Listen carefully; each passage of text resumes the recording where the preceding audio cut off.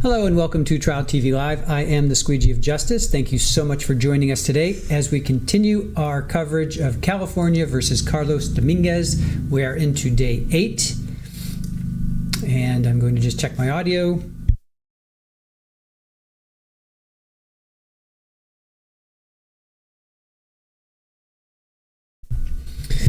All right.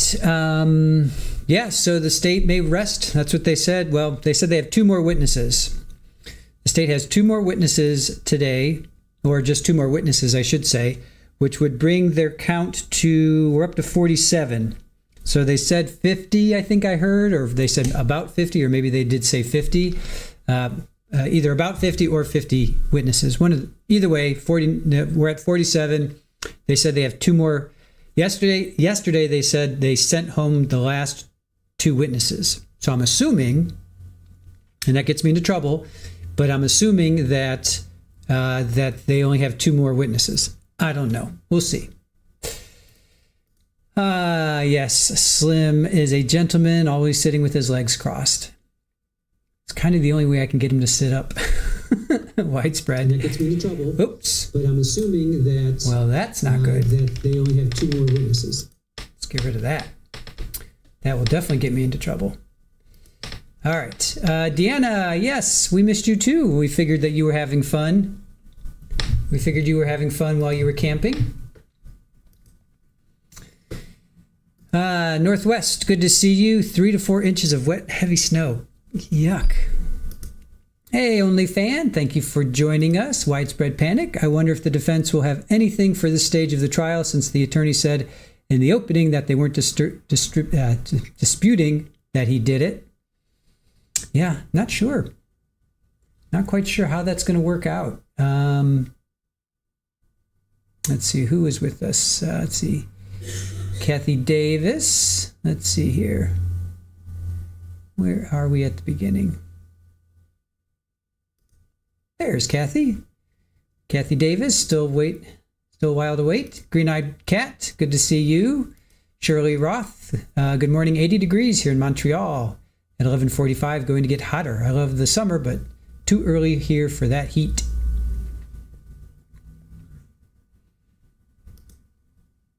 Let's see. Oh, you did have a fun day. Yes. And did you anything exciting that you missed yesterday? Blood was on the victims. Elizabeth, the Arrowhead of Minnesota could see snow in the next few days. Wow, Mother Nature needs to take a vacation and get back on her meds.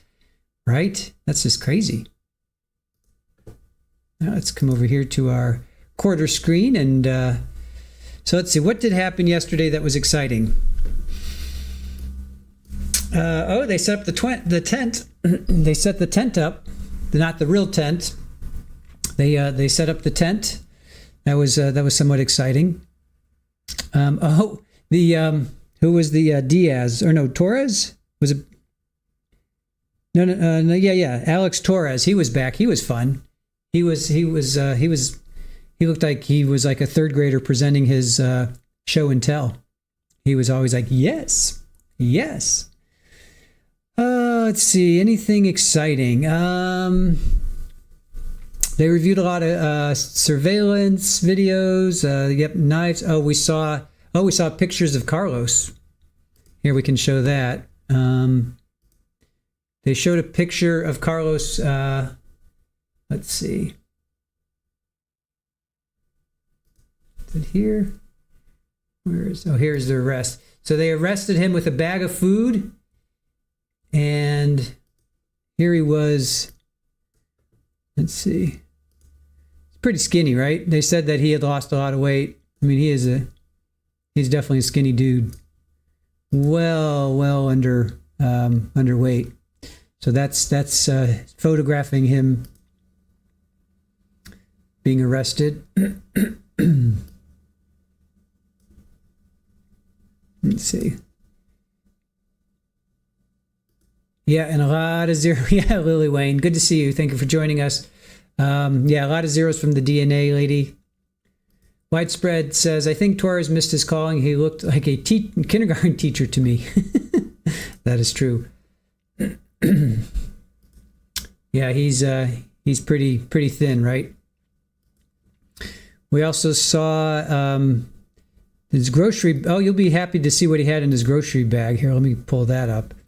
So they showed him walking around in his walking around the Safeway, I think it was. So this was what was in his grocery bag.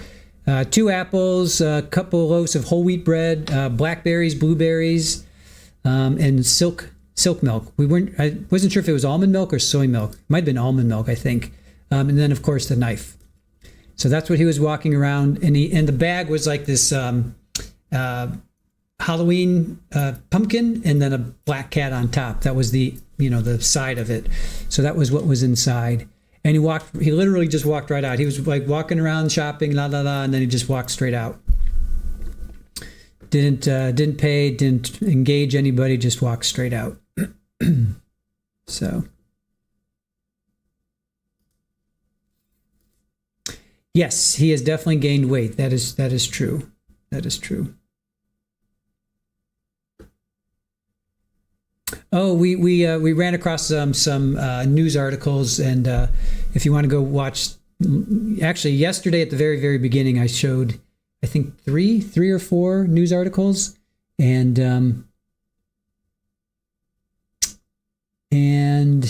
sorry, I'm just checking out what's going on over here. We're going to be dual streaming today, so we're going to be doing Lori Daybell at another hour or so. Deanna, that Safeway is 2 blocks from you.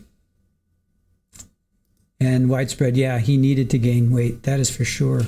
He definitely needed to gain weight. All right, hold on. What's going on over here?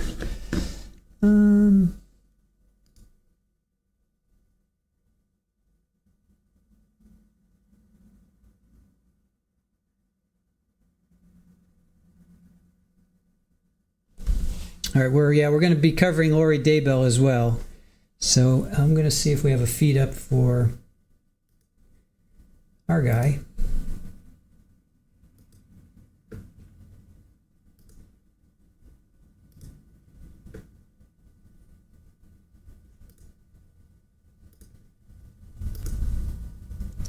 So the national outlet didn't air it until later in the day, I guess. So I do see that they aired it, but they didn't air it until like later. So we had to go with the local channel.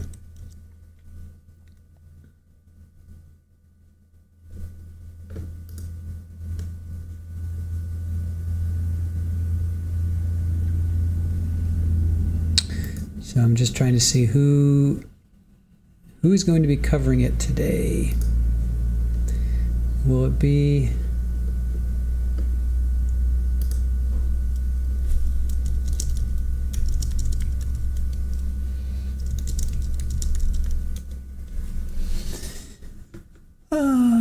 let's see here.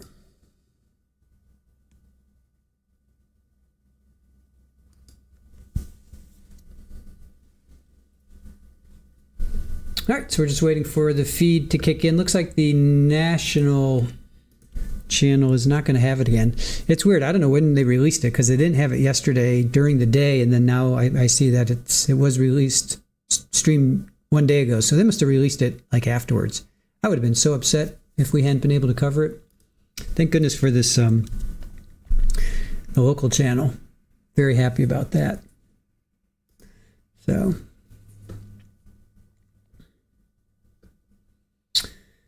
well, it's interesting you say that you bring your own shopping bags. They were saying what they asked the who is it, Detective Ryan Mez, did anything look odd? And he's like, well, he's just kind of walking around like everybody else. Everybody else, he had a bag, everybody else had shopping carts. But as Northwest said, the bag handles were cut off. So Golden Girl Turek is Friday. He's going to be the 16th at 2 o'clock. He's at 2 o'clock. Hey, Therapist good to see you. Thank you for joining us.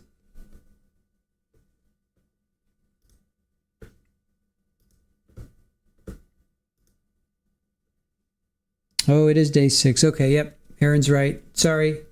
Aaron is correct. It says streamed 1 day ago, but it is day 6, so they never did stream it. Wow, yeah, I would be so upset, you guys, if we had not been able to stream this trial. That would have been extremely aggravating. Lily Wayne, you'll be away Thursday till Tuesday. Okay, opening the cottage. Very nice. Very good. Hey, Alice, no worries. You are right on time.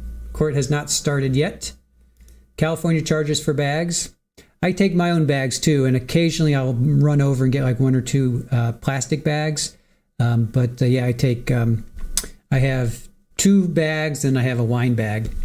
So I take those in, and they usually fill them up. I usually can walk out of there with 2 full bags of food. And then, like I said, there'll be like 2 or 3 bags of plastic. So it's not too bad. Widespread Panic says she sewed shopping bags for Christmas gifts for the entire family one year. Nice. Heavy duty canvas, the last at least a decade. Very nice. Deanna May says, and in Davis, sustainability is important. Very nice. That should be important to everybody all over the world, right? I would hope I know everybody, not everybody does, but I would hope they would. Let's see. Who else is with us? Anybody else? I think I said hello to everybody. Is JW with us? JWD? I don't see you. Are you here? Oh, there you are. You'll be covering, let's see, 3 in total today? No, Turek is Friday. JWD. Turek is Friday. There you are. Yeah, no, Turek is Friday. Lori and Carlos, but then Turek is Friday. So no, not 3, just the 2. 2 today, 1 tomorrow, and then 2 on Friday. I don't think Lori's going to be that long. Maybe an hour tops. I don't think it's going to be. She's having her last pretrial conference status hearing. It's the last one before the trial actually starts. So this is going to be the last one before jury, and then as Northwest says, final pretrial hearing. So there you go. Hey, Gordon, how are you? Thank you for joining us. Always good to see you. How's the photography going? Yes, but they are hyper-focused is what you mean. Oh, hyper-focused on sustainability? Gotcha.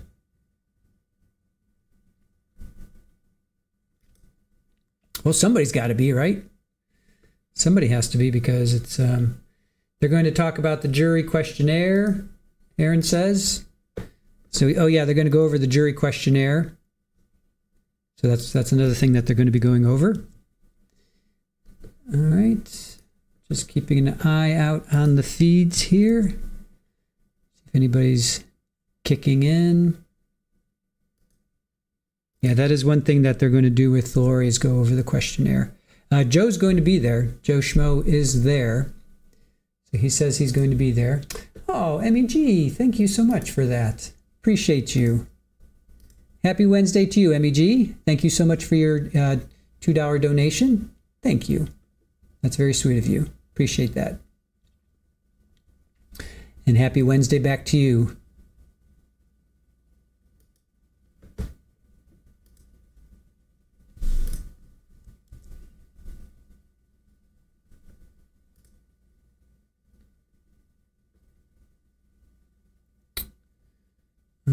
Okay, just waiting for the feeds to kick in. Somebody give me a feed. Yeah, boy, the national outlet did not cover this yesterday. Ah, man, I would have been really, really upset. That would have. I don't understand. They did all of week 1 and then Monday, and then they don't do Tuesday and now Wednesday. I just don't understand that. So. Let us hope they kick in. Let's see, MEG, thank you so much.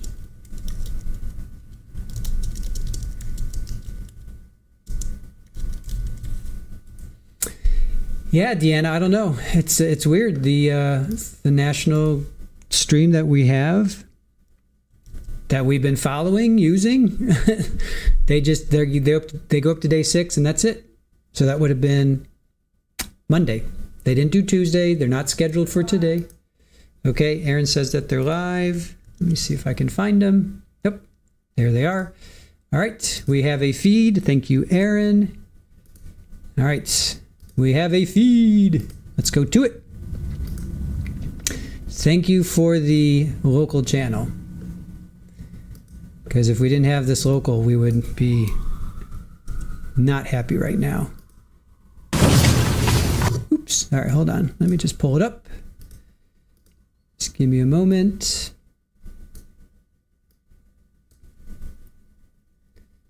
Just one moment. All right. Judge. Okay, here we go.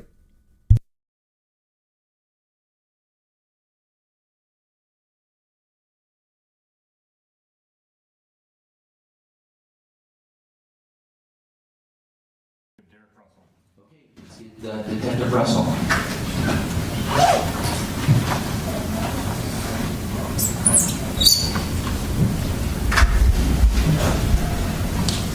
Okay, sir, good morning to you. Come on in and stand here at the podium.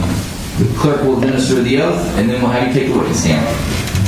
Would you solemnly swear to speak you're about to give in the cause not to the court, something the truth, the whole truth, and nothing but the truth? I do. Thank you. Be seated.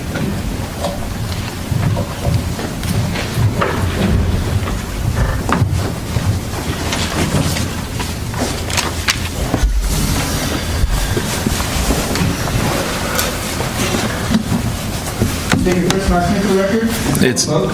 It's Derek Russell, Derek Russell. Okay, Mr. DeMore, direct exam. Thank you, Your Honor.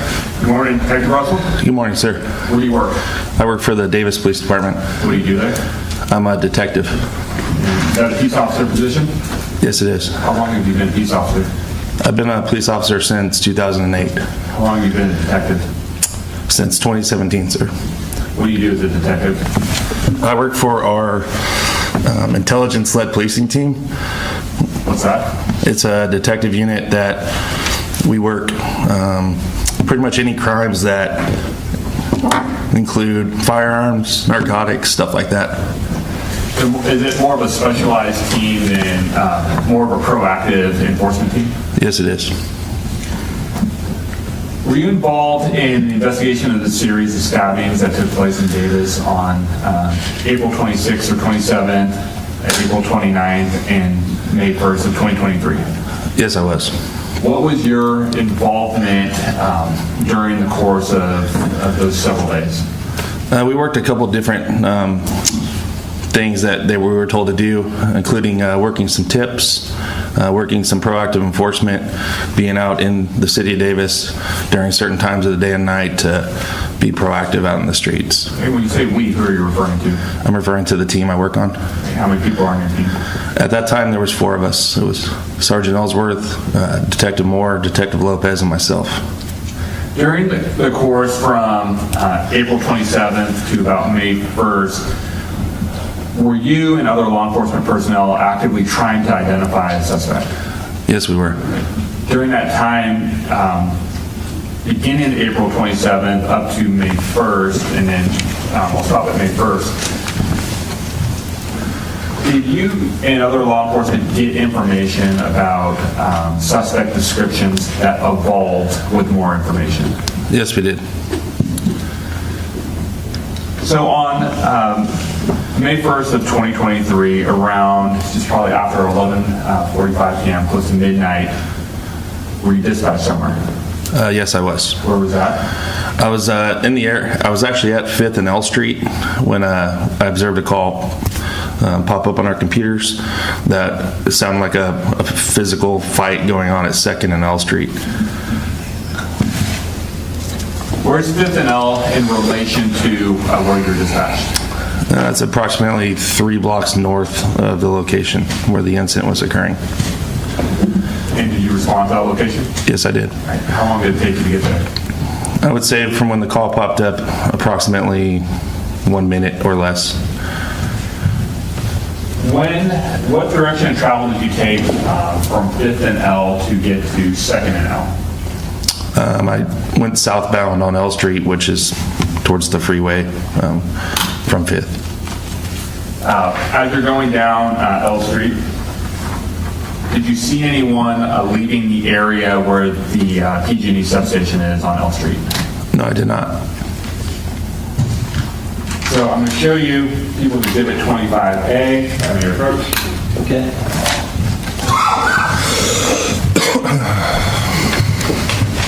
Detective Russell, do you recognize 25A? Yes, I do. What is it? That's a general overview of the second and L Street and the entire area where the incident occurred. In the city of Davis? Yes, it is. And you're familiar with this area? I am. Can you see in that map where you were first located prior to getting the call? It's actually just off the map, just north of 4th Street and L, in the top right corner.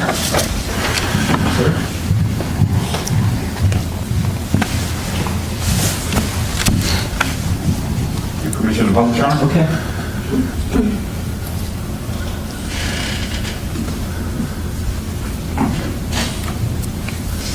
I believe you have a laser pointer up there, Detective Russell.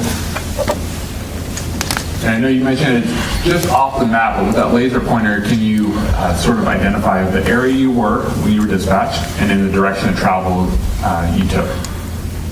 So approximately up in this area, if the map continued, and I came southbound on L Street to the location here.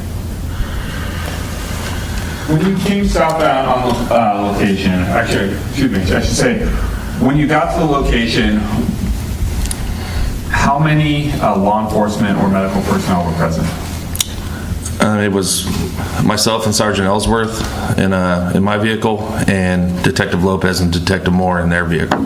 So you were your team was basically the first team to actually arrive, or the first people to arrive at the scene. That's correct. All right, describe it. What happened when you got there? Describe the scene for us. Well, it was dark, and it was kind of raining. It was a rainy night, I guess you can say. It was in an area that, there's not a lot of traffic at that time of night. When I showed up, there were several people flagging us down. I was in an unmarked vehicle, so and we had one patrol vehicle there, and there was a lot of people kind of acting frantic, waving us down, telling us they needed help. All right, now I'm going to show you a screenshot from People's 53. Did you have a body camera on this date? Yes, I did. And was that body camera working and active? Yes, it was. And I'm going to show you this still shot from People's 53. Do you recognize that still shot? Yes, I do. How do you recognize that? That's from my body camera. Okay, is that your body camera from May 1st of 2023? Yes, it is. It does capture the incident that you just responded, or just testified about. Yes, sir. Right, now I'm going to show you, you said you were with Sergeant Ellsworth as well? Yes, I was. Now, did Sergeant Ellsworth have a body camera as well?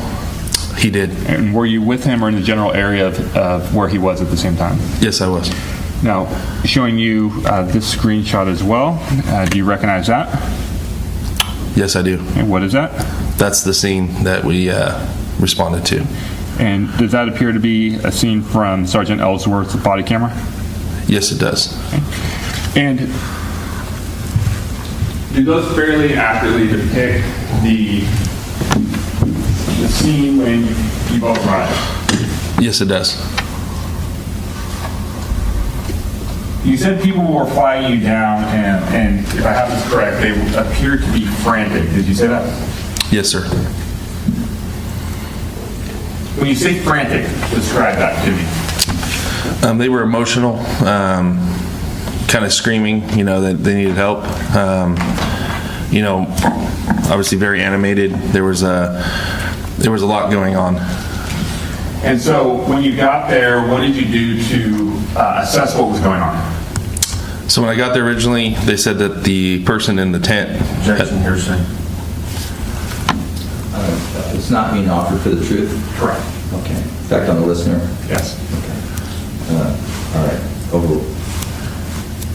I'm sorry. You go ahead. Can you repeat the question? Yes. I guess, what did you do to assess the scene, or what did you do to respond? When I got out of my vehicle, they said the person in the tent needed help and that she was stabbed. Did you go over to the tent to see what had happened? Yes, I did. Did you see someone in there? Yes, I did. If we could, grant permission to publish Detective Russell's body camera? Exhibit 53? 53, correct. Okay.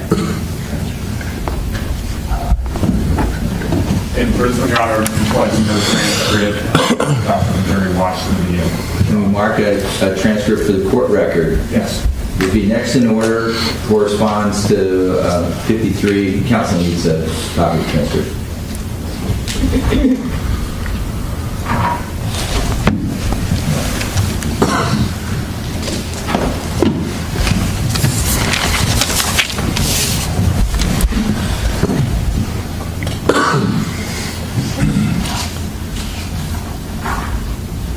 Well, let me ask this, Mr. DeMar. The court has an order in place not to show the injured victim. Is that an issue in this video? Yeah, it would be, although minimal, it would fall within the video, so I'd ask that the court's order in place for this. Okay, fair enough. So thank you. Mr. Clerk had prompted me, so we're not going to live stream the video. Audio only. Okay. But it is going to show on the screen, obviously, for the jury. Yes.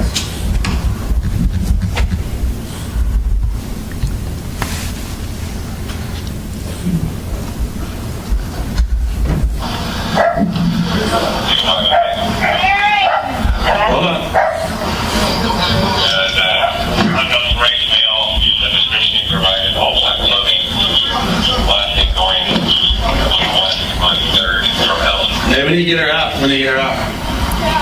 She's stabbed in the back pretty good.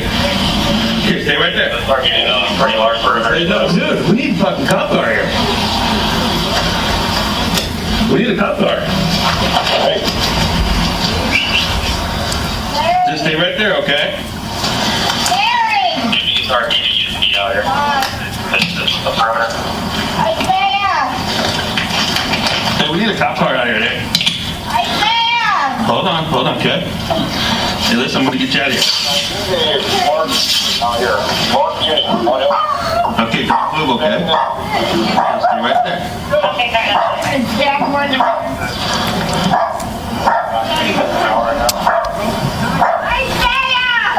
Hey, just hang tight, okay? We got AMR here.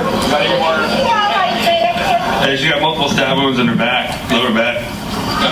Is she in here? Yeah, right here. Okay.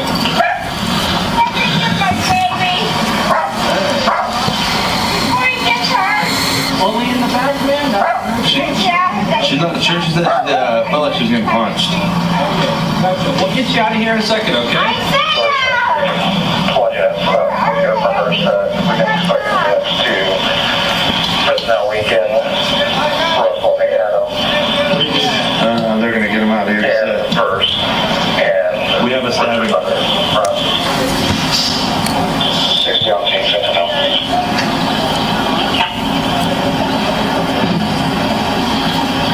Just occurred, second and out. 4-6, we had the officials under. You're okay. Stay right there, okay?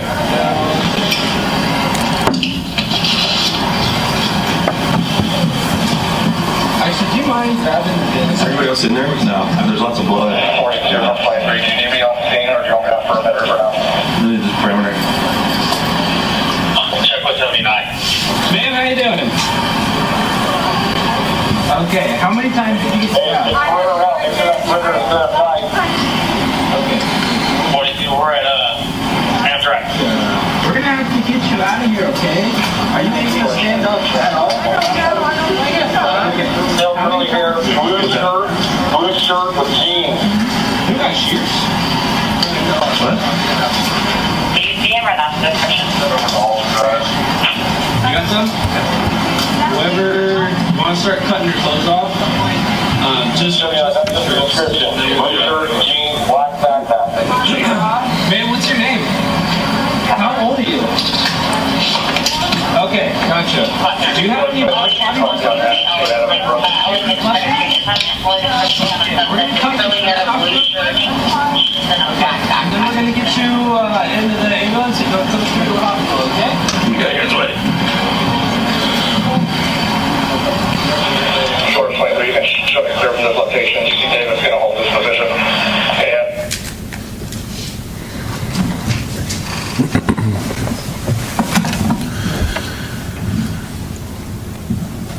Now, Detective Russell, did that capture your first moments when you arrived on scene at Second and Out?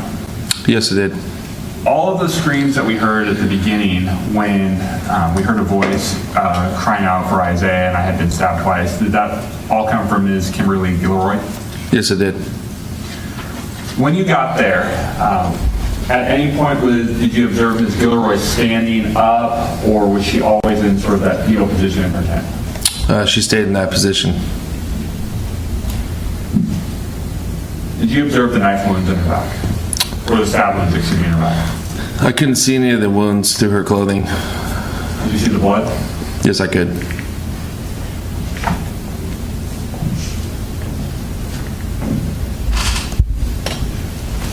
As you approach the tent, there's a moment in that video, in that body camera, where you tear, is that the north wall of the tent? Yes, it would be. Prior to that, when you got there, were you able to look inside the tent? Was there already a hole or an opening in that? Yes, I was able to look in and actually thought it was the door to the tent. How big, when you first saw it, before you tore the wall of the tent, about how big was the opening? I would estimate it was about 3 feet in length from up to down and about 2 feet from in width from left to right. Why did you end up tearing the rest of the wall? To be honest, sir, I thought it was the door to the tent, and I wanted to be able to get to her.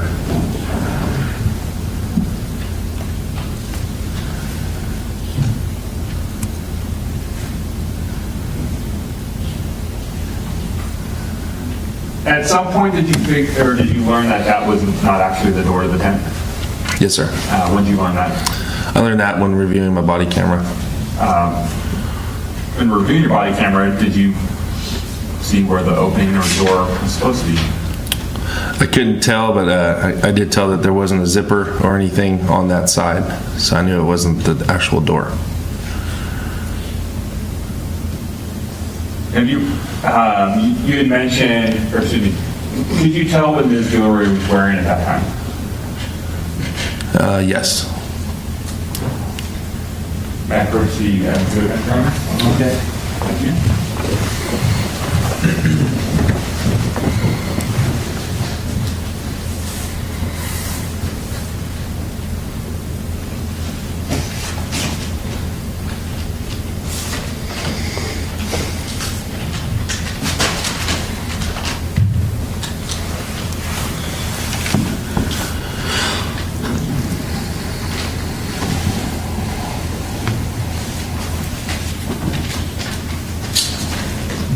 Detective Russell, what was Ms. Guillory wearing when you arrived on scene, when you first saw her? She was wearing pants, like sweatpants, and a sweater or sweatshirt. I'm going to show you People's Exhibit 28A, 28B, 28C, and 28D. Can I approach your arm? Okay. You have some gloves up here. Showing you these exhibits. Glove up. You want to open those. You know what those items are.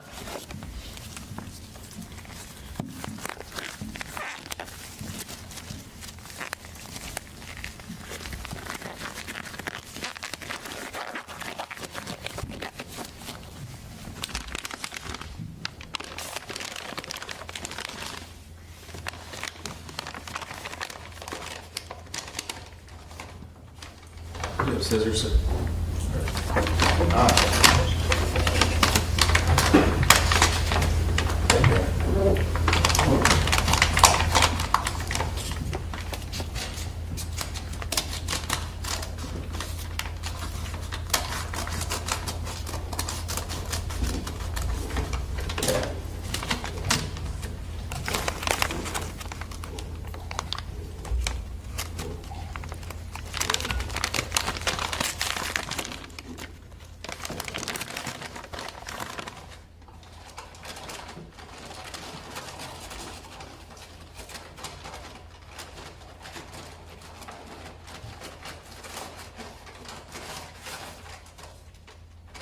Take it all the way up.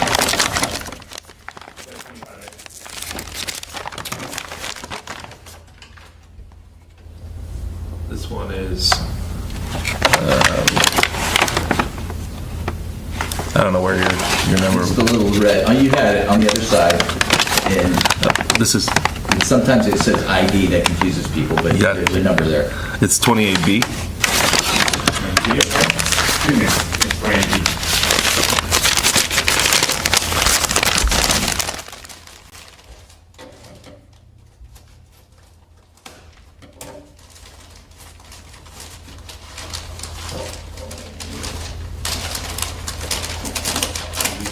You don't have to lift up what's in there. You just give it a look and let me know if you recognize that.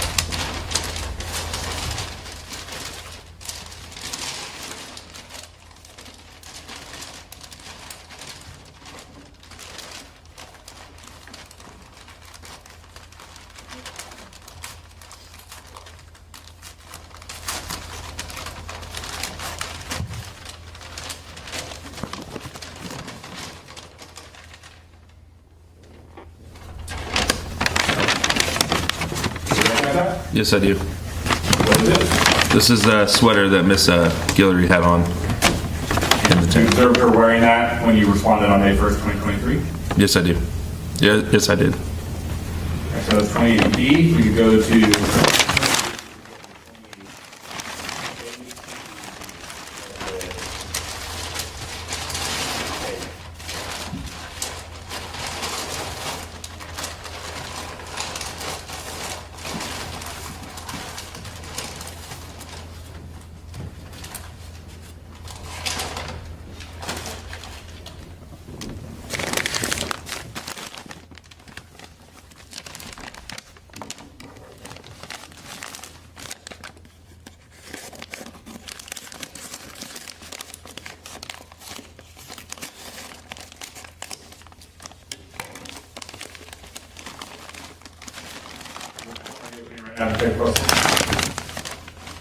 This is 28D as in David.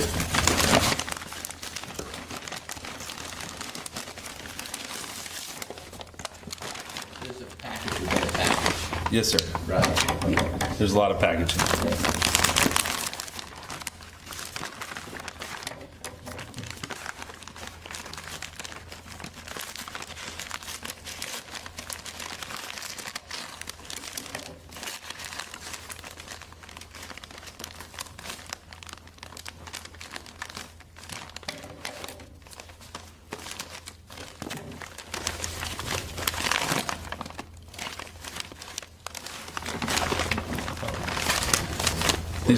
These were Miss Guillory's pants that she had on. And were those the ones that she was wearing on May 1st, 2023? Yes, they were. You recognize those as the pants? Yes, I do. In People's 28D and 28E, is there any blood that you can recognize on those items? The first one on the sweater, there was blood. Do you recall if you were able to see any punctures in the garments, such as a knife wound, or excuse me, where a sharp object would enter? Not that I remember. It was just blood. And going to 28A.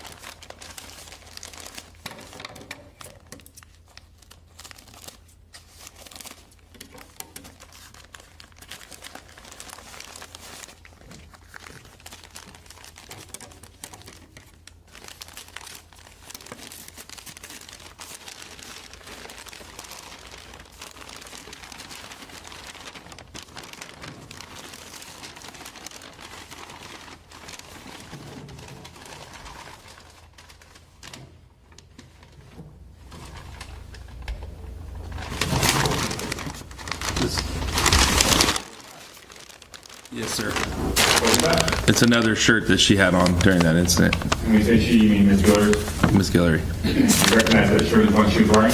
Yes, sir. Describe that one, that shirt. It's like a light blue or off blue in color, almost teal. Any blood or puncture wounds in that, or puncture marks in there? This shirt is, I couldn't see any, it did have some blood, but it was also cut. It looks like possibly from the paramedics. And you knew paramedics were, based on your body camera and your presence at the scene, you knew paramedics were treating Ms. Guillory and transported her to the hospital. That's correct. And then the last exhibit in 28, 28C.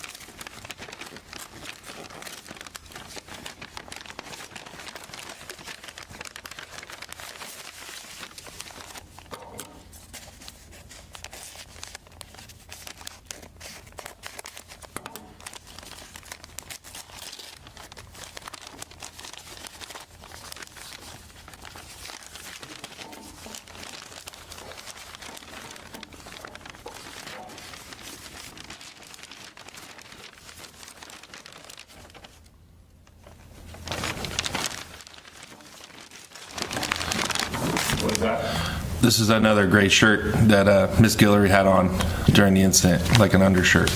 Great. And is there, you recognize that as something she was wearing when you were responding? Yes, sir. You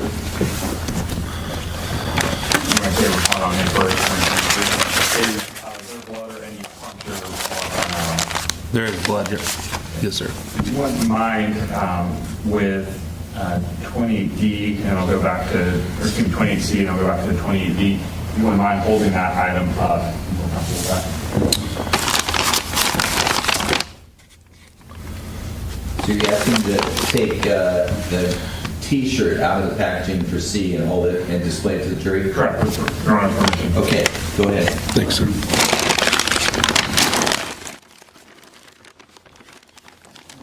You said D, right, sir? I thought you said C. C.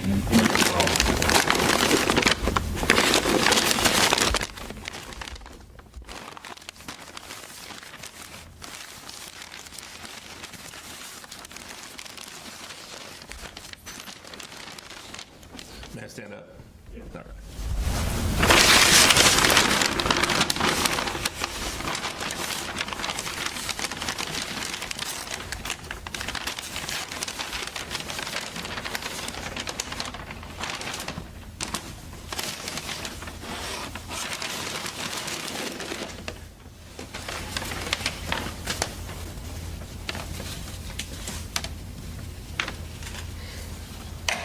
Now, why don't you face the jury with it so it's published?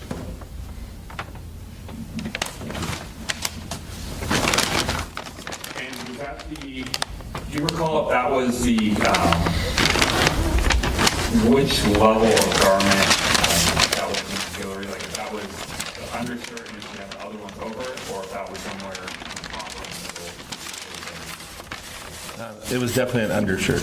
I just don't know which one.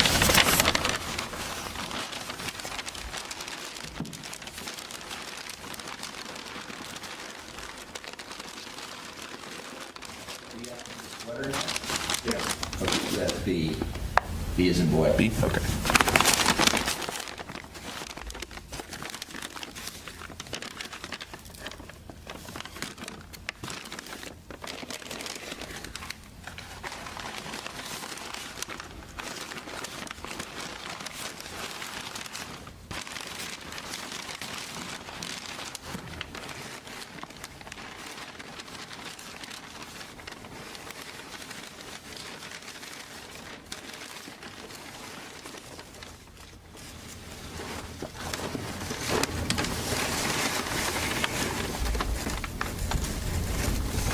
And was that the outermost layer, or was that somewhere in the middle? I believe this was the middle as well. Which one was the outermost layer that you recall from scene inventory? I believe it was like a thicker sweater, if I recall right. All right, if you wouldn't mind retrieving that one then. Let's do that one.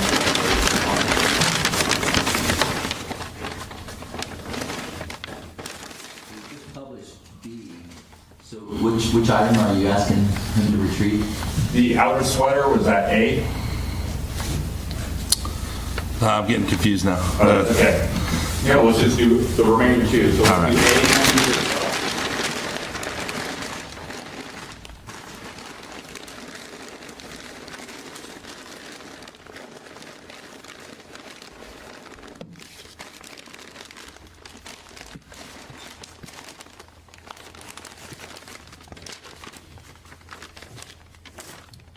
This is A. Okay, let's start with A then.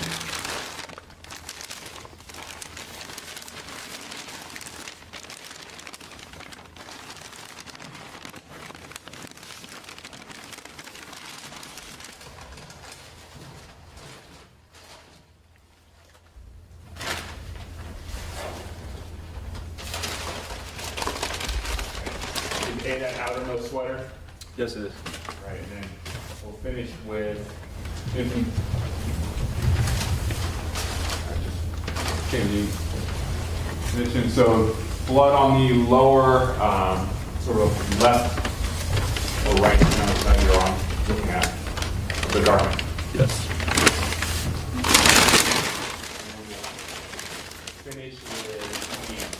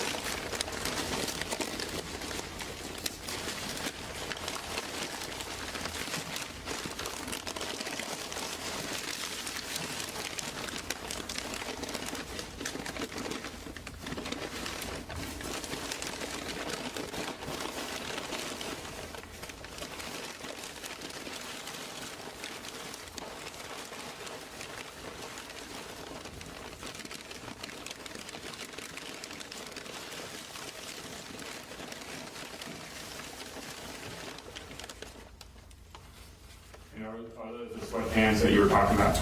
Yes, sir. I think they're actually like ski pants, but yeah, like this. Some sort of nylon type pant. Yes, sir. Great. Thank you, Detective.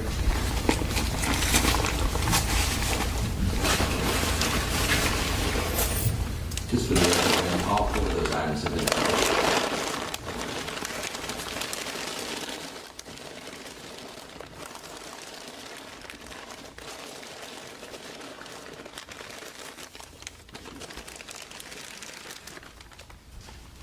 Detective, after you responded to the scene and paramedics or medical personnel started treating Ms. Guillory, did you and your team stay on scene or did you go elsewhere? We went elsewhere. Where did you go?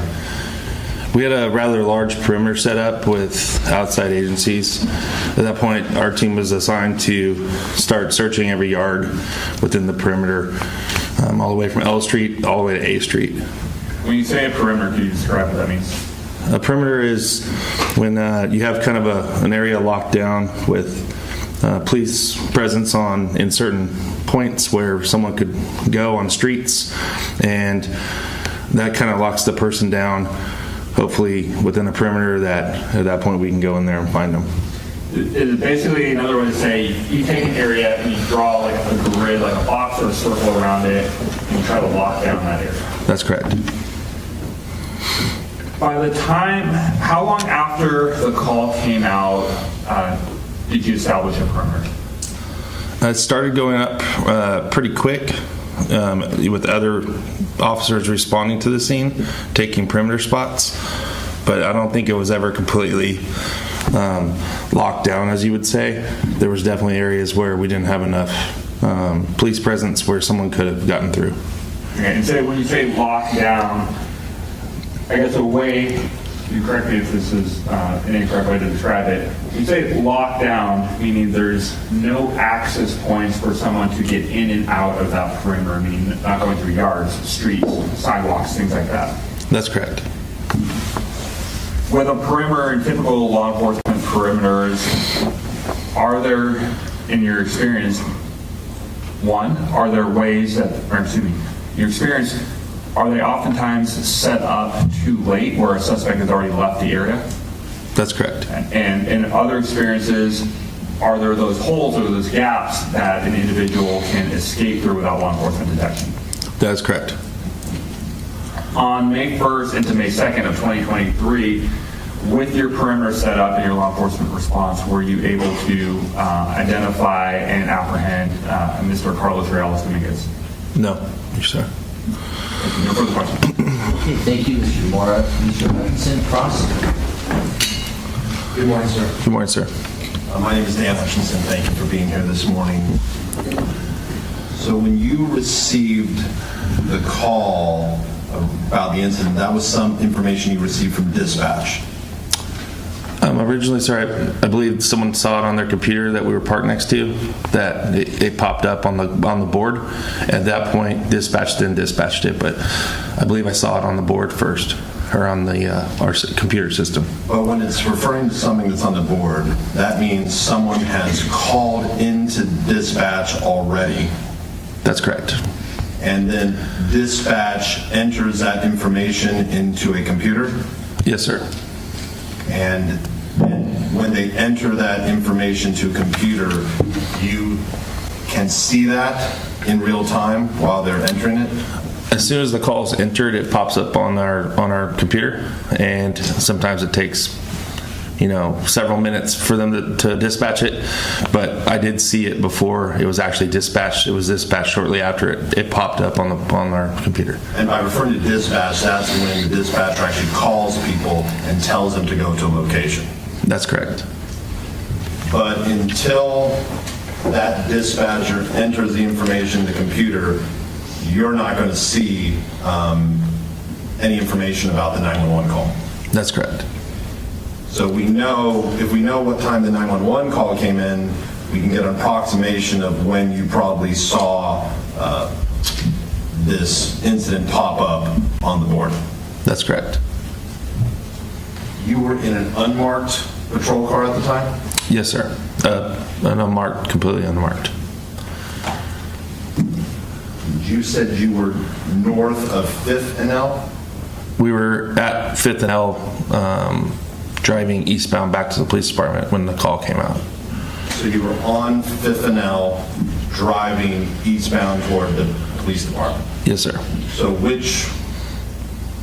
So that would be, you were on 5th Street, driving eastbound? Yes, sir.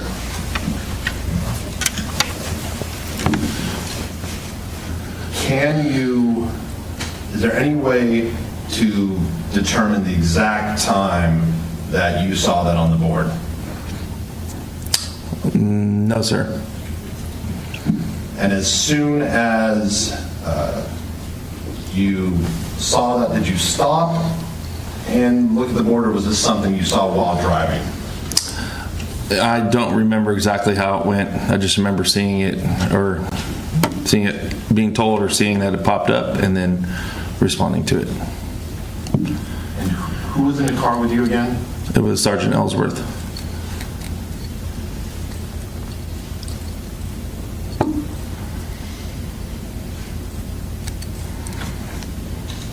So what route did you take once you received the call to get to the location? So I was on 5th Street, driving eastbound. I believe I made a U-turn just east of L Street, which is there's a barrier there. Drove westbound on 5th Street, and then southbound on L Street, to be exact.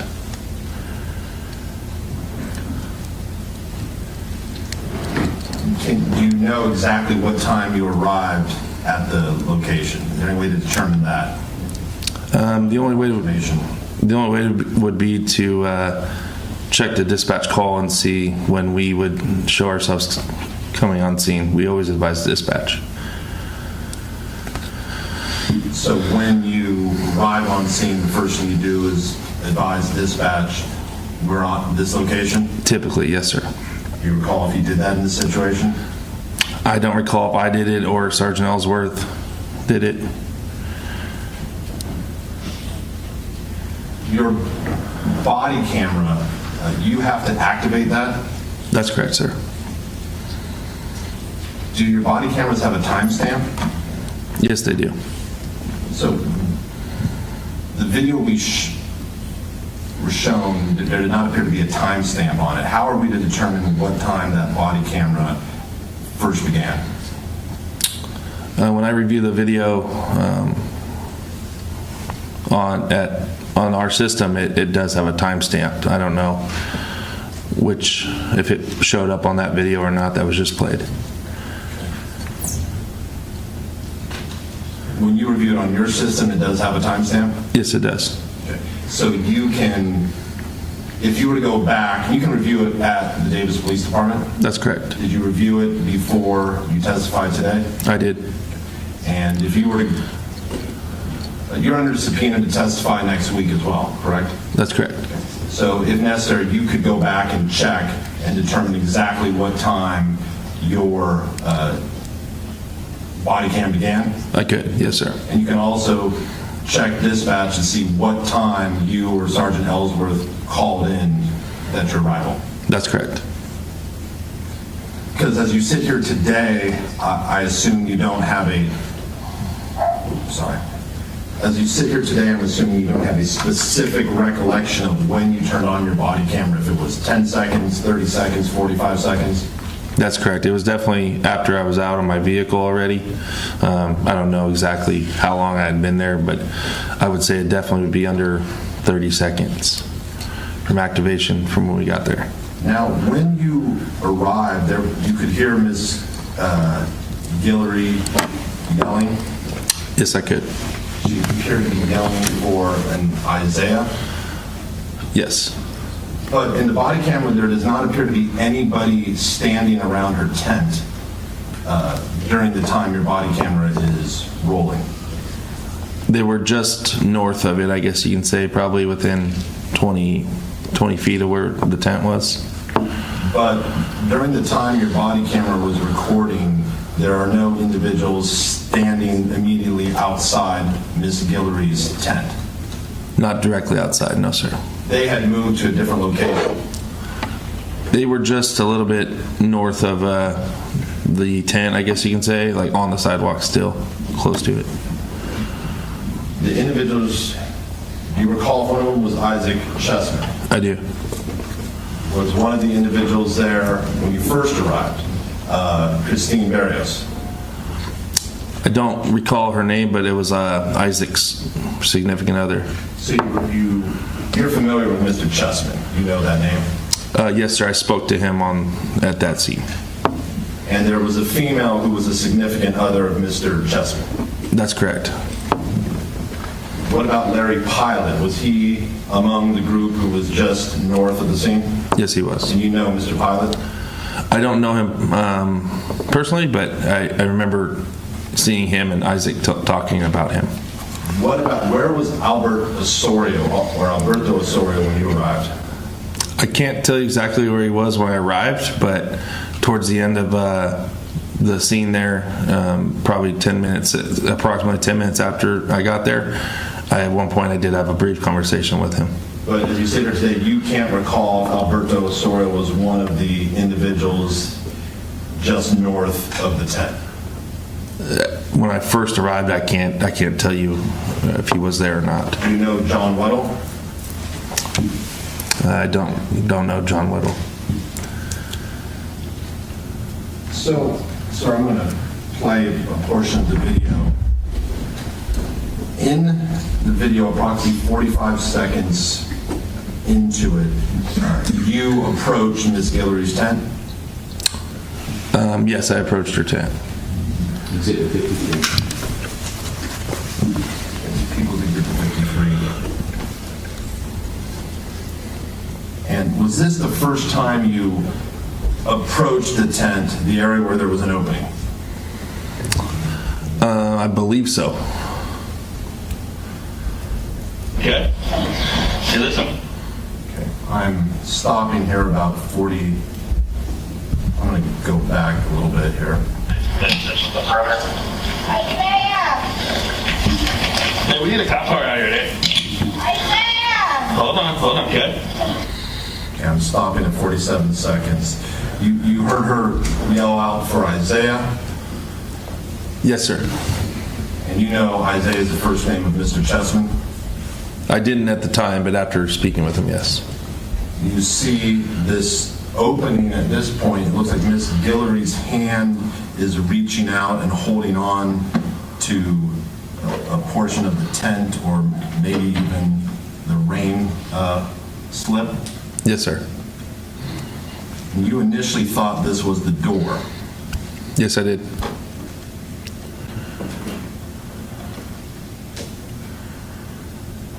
Hey, listen, I'm gonna get you out of here. And now stopping at 50, you grabbed the tent and tore it. It appears to be horizontally to the left. That's correct. Were you trying to tear it, or did you actually think it was a zipper and you were just opening it? To be honest, I thought it was like a zipper that was going to open if you pull the tent. But you did not have any difficulty tearing it based on the video. It tore relatively easily. Yes, sir. It was already partially torn, so it opened pretty quick. And you don't know if anyone else, either Mr. Chessman, his significant other, or Mr. Pilot, had torn the tent prior to your arrival. I do not know. Did you ever document in your police report, or in any police report, that you had torn a portion of the tent? No, sir. Did you ever advise any of the investigators that you had torn part of the tent? I believe I did. Yes, sir. Who do you think you advised that you had torn the tent? I don't want you to guess, but if you remember telling someone else that you had torn the tent. It would be a guess, but I remember a conversation about it. But you don't remember who that conversation was with? No, sir. Would it have been one of... Was there a primary detective on this case? Or... I don't, yes, every incident there was. Let me back up. There were many people probably above your pay grade who were involved in this case. Would that be a fair statement? Absolutely, yes, sir. And you remember telling someone that you had torn the tent? Yes, I do. You just can't recall who that was? That's correct. Okay, move, okay? Stay right there. Okay, I'm stopping, sir, at 56 seconds. You are wearing your body camera and you're illuminating the tent with a flashlight. That's correct. And there appears to be right here a phone, or maybe even a tablet, but it appears to be a phone that is lit up. Can you see that? I see the item. Can't tell you exactly what it is, but yes. It's something that is lighting up. It's an electronic screen, it appears to be. I believe so. Yes, sir. And again, at 56, you can see where this netting on the tent begins. The upper netting up here. Can you see this portion? Yes, sir. How tall are you, sir? Approximately 6'1". Where, if you recall, was your body camera positioned on your body on this date? It's usually right in the center of my chest. So if I could have you stand up for the jury where you wear your body camera? I usually wear it right about here, sir. And just your gesturing kind of right in the middle of your chest, kind of between your pecs? Yes, sir. Is that where you always wear the body camera? Yes, sir. And the body camera is facing straight forward? Yes. So if I'm standing up facing straight forward, the angle is from between my chest. Yes, sir. And so if you bend over, then you'll get more of a downward view. That's correct. And if you were to lean back, you get an upward view. That's correct.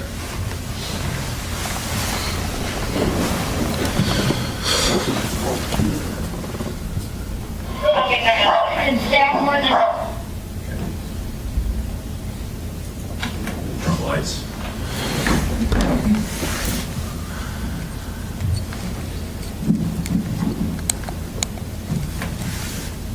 Now, sir, you did speak with some individuals at the scene? Briefly, yes, sir. But later you became aware that these individuals were reporting that the stabber had been at the location earlier that evening, approximately 9 or 9:30? Yes, sir. Some of them matched the description. And you were assigned to investigate that report. Yes, I was. Did you speak to Isaac Chessman about what he had seen around 9 and 9:30, a person by the camp who he said was scoping them out and he and Mr. Osorio chased? Yes, sir. And you did investigation to determine if you could identify who that person was? I did. At some point, you received a video that appeared to show at least a portion of the individual getting chased by Mr. Chessman and Mr. Osorio. I did not receive it, but I observed it. Yes, sir. Someone showed you that video? That's correct. Who showed you the video? It was an FBI agent that was in the room at the time, our investigations room. You recall which FBI agent it was? I do not. Was it a male or a female? It was a male. Was it a Mr. Pope? To be honest with you, sir, I don't recall. And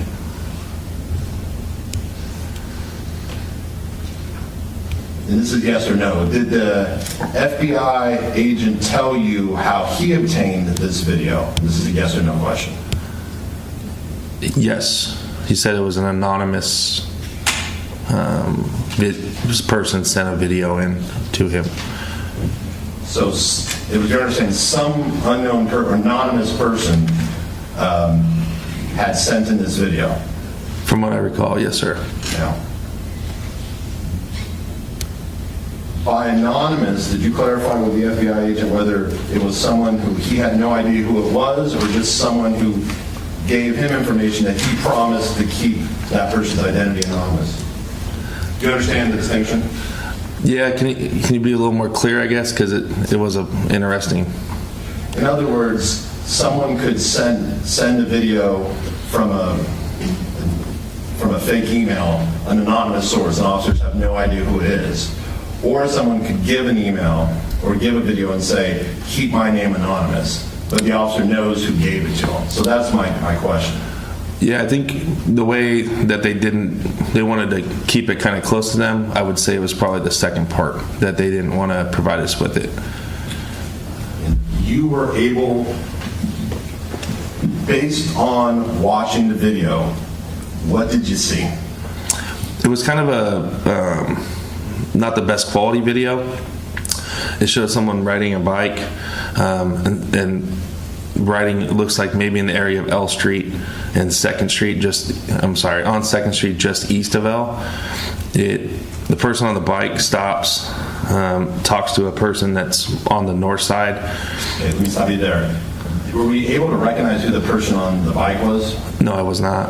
Okay, does the person on the bike, does that appear to be the person doing the chasing, or does that appear to be the person being chased? It appears that he was doing the chasing. It was definitely a male riding the bike and a male running as well. Do you know what Isaac Chessman looks like? Yes, I do. Was Isaac Chessman the one on the bike? No, it was not. Do you know what Alberto Osorio looks like? I do. Was Alberto Osorio the one on the bike? No, it was not. Do you know what John Weddle looks like? I do not know what John Weddle looks like. And so this person was the person riding a bike also filming it? It looked that way. It was pretty poor quality, like bouncing. Hard to see what exactly was going on until the bicycle stopped. So there's another person on foot. What did you observe about that person who's being chased? As the video went to the person that was being chased, there was a brief conversation between the two parties. The person on the bike asked the person what his name was and what he was doing, and then the person that had been running responded that his name was Khalid and he had just gotten off of work from Steve's Pizza.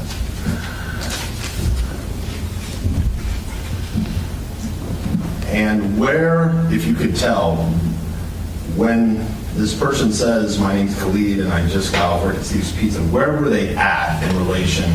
Had they turned east on 2nd Street? Yeah, they were in front of, so if you go east on 2nd Street from L, it was a dispensary, I believe it's called Main Stage. It looked like they were right in that, maybe right in front of it or right, pretty close to it. Did this Khalid appear that he'd been out of breath? It didn't really show his face, but it appeared like he was scared. It wasn't a super long video. It was like 10 to 15 seconds, and that was the gist of it, I guess. So could you even see this Khalid's face in the video? His hair, his skin color? Not that I remember at all. It was mostly just clothing, which I don't remember the clothing that he had on, but it was kind of like the person on the bike didn't want the Khalid to know that he was recording him. So as that's kind of what I took from it. How long was the recording? It couldn't have been longer from what I saw. 10 to 20 seconds, I estimate. Now, at this point, this is prior to Mr. Dominguez being arrested, correct? Initially, when I saw the video, yes. Okay. So at that point, was it possible in your mind that this Khalid could have been the stabber? Yes, it was possible. Okay. So did you obtain a copy of the video from the FBI? I did not. Why not? I didn't know. I asked for it. I remember asking for it or asking who showed me the video. Never was I given to. The video was never given to me or sent to me. So they wanted to keep it with them. When you asked them, can I get a copy of the video, what did they say? I didn't ask the person that showed me originally. I just went in asking our detectives, hey, who has that video? Nobody knew. I remember asking around the room at this point in our investigations conference room where there was, probably 50 Davis PD, other investigations teams, FBI. There was a lot of people in there. At no point could I ever receive the copy of the video. But you knew that FBI had a copy of the video? Somebody did, yes, sir. But you would agree it's general when you receive a video of a potential homicide suspect or attempted homicide suspect, it's good police practice to preserve and obtain a copy of that video? Yes, sir. Okay. And you attempted to do that? I did. But again, people above your pay grade overruled you. That's correct.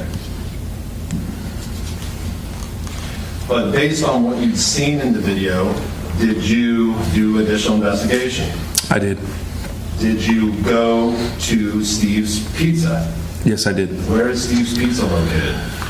Steve's Pizza is located on F Street, just north of 3rd in the downtown Davis area. And did you, when you went there, did you make inquiries if they had an employee named Khalid? Yes, I did. Who did you speak to when you went there? I believe her name was April Hunter. And did Ms. Hunter tell you that she did have an employee named Khalid? Yes, she did. Did she provide you with that employee's last name? She did. Is that Khalid Siddiqui? That's correct. Now, Mr. Siddiqui was not present at Steve's Pizza when you arrived? No, he was not.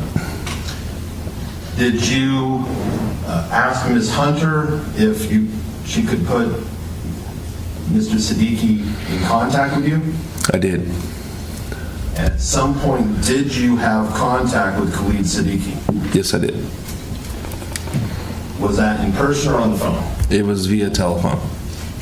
So have you, to this day, have you ever seen what Khalid Siddiqui looks like?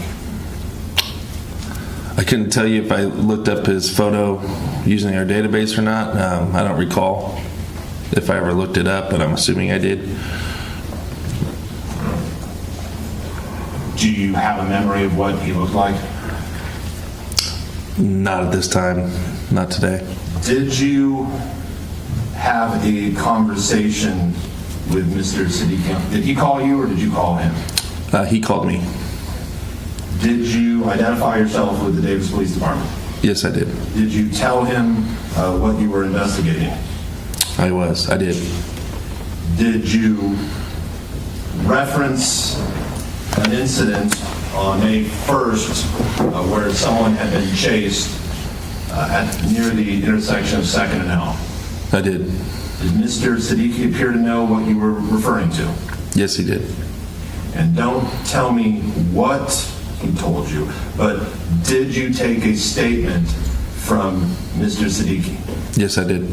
Did he describe to you his observations? Yes, he did. And based on your conversation with Mr. Siddiqui and the video evidence that you've seen, did you make a determination that Mr. Siddiqui was the individual who had been chased by Mr. Chessman and Mr. Osorio? Yes, I did. And you determined that Mr. Siddiqui had no involvement in the stabbings whatsoever? I wouldn't say I determined it at that point after speaking with him, but it was determined later, yes. But in speaking with him, you made a determination that he was the one who had been chased. That's correct. And you wrote a report summarizing your interview with Mr. Siddiqui? That's correct. And you reviewed that report before you came to court today? Yes, I did. Okay. You wrote that report on May 2nd, correct? That's correct. And then that is submitted to a superior for review? Yes, sir. And so that was reviewed by Janelle Besvich? I'm assuming so. She was the investigating sergeant. Do you have the report with you today? I do. Would it refresh your memory to look at your report to see who it was approved by? Yes, sir. Go ahead.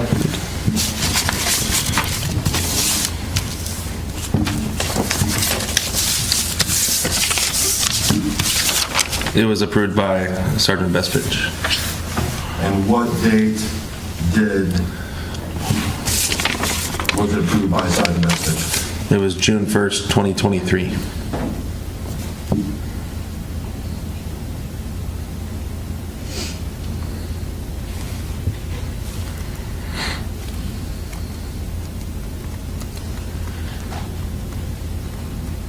And you advised other people involved in the investigation of your findings with respect to Mr. Siddiqui?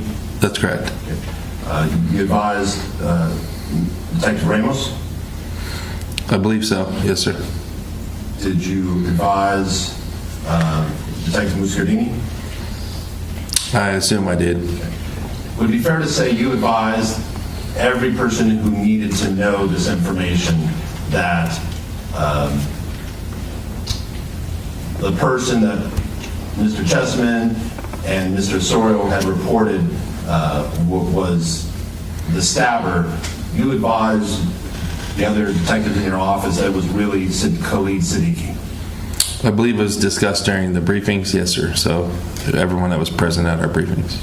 Did you ever see any of the media appearances where Mr. Chessman was on television explaining how he had chased the stabber approximately 2.5 hours earlier and how the man had been out scoping out the tent? Did you ever see any of that?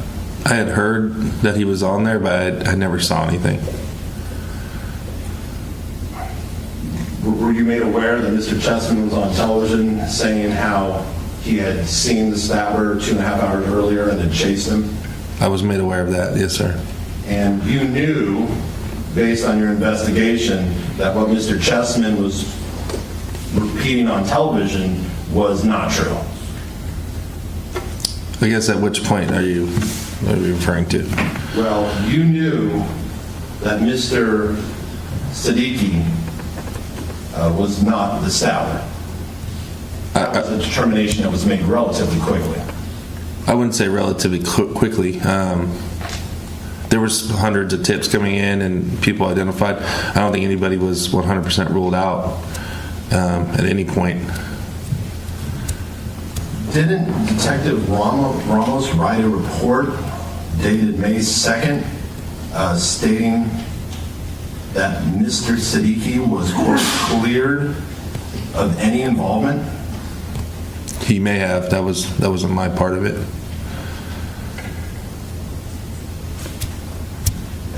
Have you ever viewed a report by Sergeant Ramos dated May 2nd where he indicates Mr. Khalid Siddiqui had been cleared of any involvement? I never reviewed Sergeant Ramos's report. Did anyone else do any follow-up on Mr. Siddiqui other than you? I'm not sure. To your knowledge? Yeah, I don't know. Okay. And you don't know what further discussions were had between the FBI agents and the higher-ups in your office about that video? I do not. Okay. They may have had additional information about the video that was not shared with you. They may have.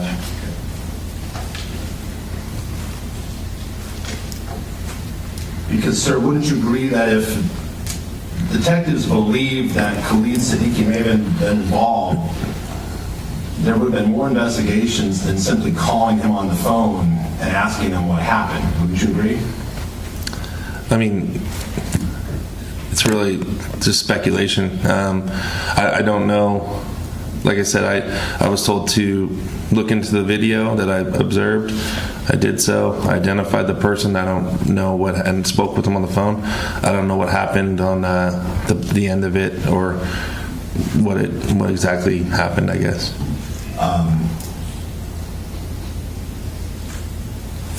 And so after you wrote your report on May 2nd, that was the last time you did any investigation with respect to Mr. Siddiqui? That's correct. To your knowledge, does Mr. Siddiqui still work at Steve's Pizza? I'm not sure. Okay. I have nothing further. Thank you, sir. Thank you. Okay, thank you. That was Cross. Mr. Moore, any redirect? Yes, sir. Now, Detective Russell, are you familiar with catalogs? Computer-assisted dispatch log, or computer automated Yes, dispatch log? catalog, yes. What's the purpose of a catalog? It's to date stamp, time stamp incidents where the call was inputted into our system, when people were dispatched, what their arrival time was, when the call was cleared, stuff like that. Everything relevant to that specific call will be in a catalog. Would a review of a catalog from when you were dispatched on May 1st of 2023 refresh your recollection as to when you were dispatched and arrived on scene? Yes, it would.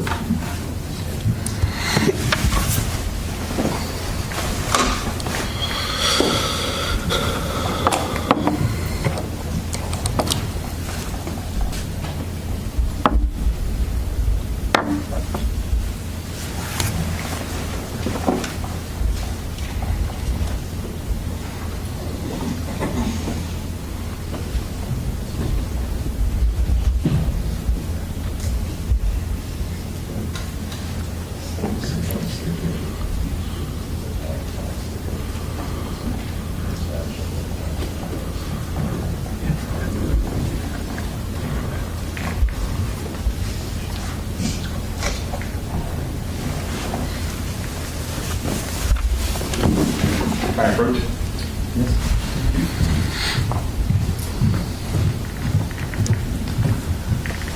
And then looking at this, just let me know if that refreshes your recollection as to when you were dispatched and when you arrived on scene.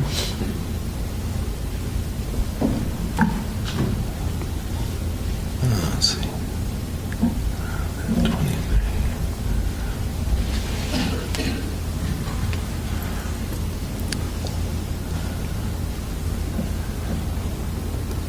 So it looks like we were, yes, it does. Right, and if you could, is this document generated automatically when a call is comes in or is produced? Yes, sir. Can you tell from reviewing this document when the CAD entry was created? It was received on 23:43 hours, which would have been 11:43 p.m. Right, and that's on May 1st of 2023? Yes, that was received. And so on this, in reviewing this document, does that refresh your recollection as to when you were dispatched to 2nd and L and when you arrived on scene? Yes. Right, and when was that? I was dispatched at 23:52, which would have been 11:52 p.m. And I was on scene at the same time, 11:52 p.m. Now, were there some seconds involved in this dispatch time as well? There was. And how is it that you were dispatched and arrived on scene at the same time? I believe when we were going, we said we were pretty close, so I think we must have told them that, hey, you can put us on the call, is something that we would typically say, and that we're coming up on scene, which means we're really close.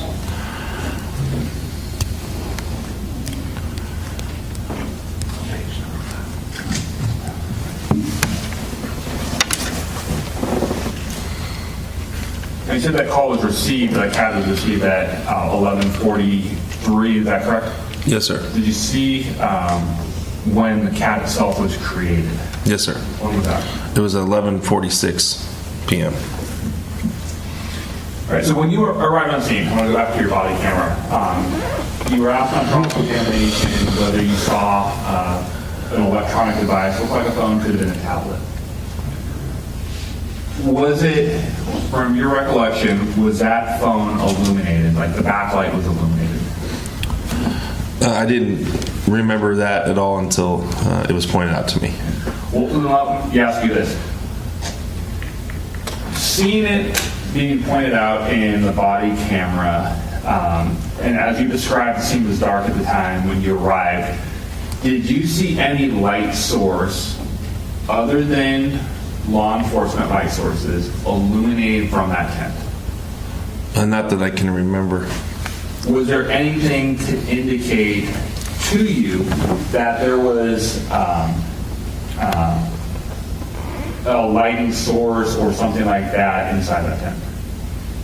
Not that I can recall.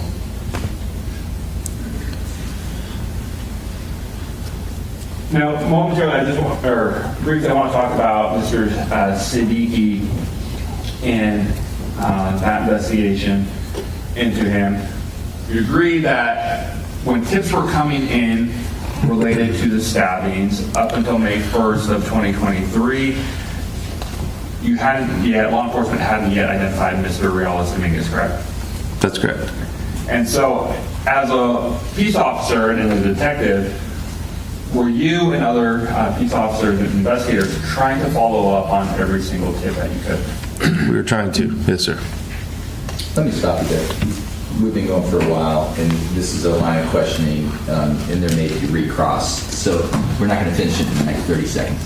And Detective Russell, we're going to take a mid-morning break. It's going to be 15 minutes, so we'll see you back on the other side. You're excused. Thank you. The jury's saying, remember the three-part admonition, and I'll see you in 15 minutes.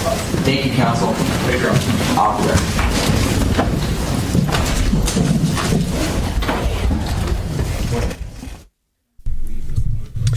All right, so there is their mid-morning break. We are hearing from Detective Derek Russell. He responded to Kimberlee's scene. He was flagged down by people They seemed frantic. They showed the body cam, but we didn't actually see it. We did hear a dog barking, so I know the dog was okay. Plus, we saw a video of Kimberlee. She gave like a day or two, or no, wait, it must have been like a couple weeks later, and the dog was okay. She had multiple stab wounds in her back. Kimberlee was crying that she needs help. She stayed in a fetal position.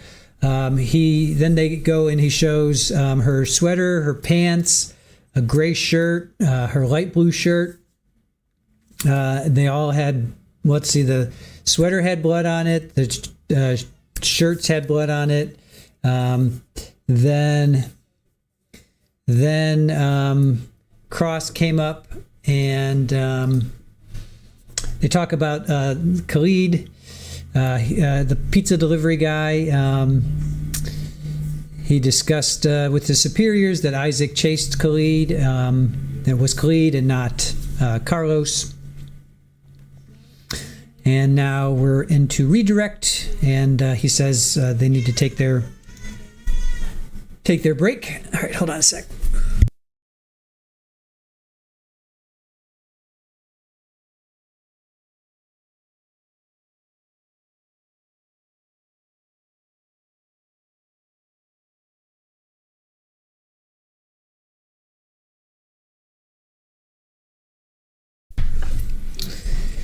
All right, and that's that.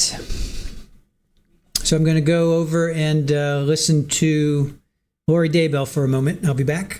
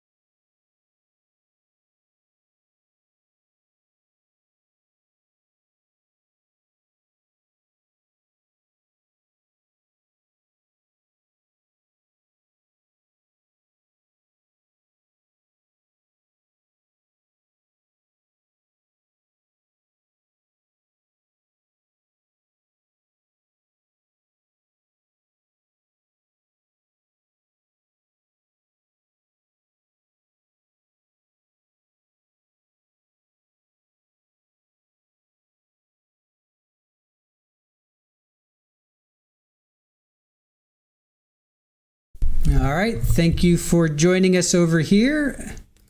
Lori is done, and we've got a feed. So let's get back to Just Carlos. based on, we're probably not.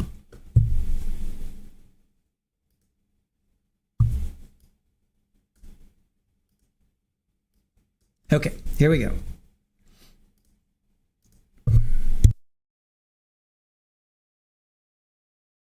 When you learned of this individual who, several hours prior to you, prior to Ms. Guillory being stabbed,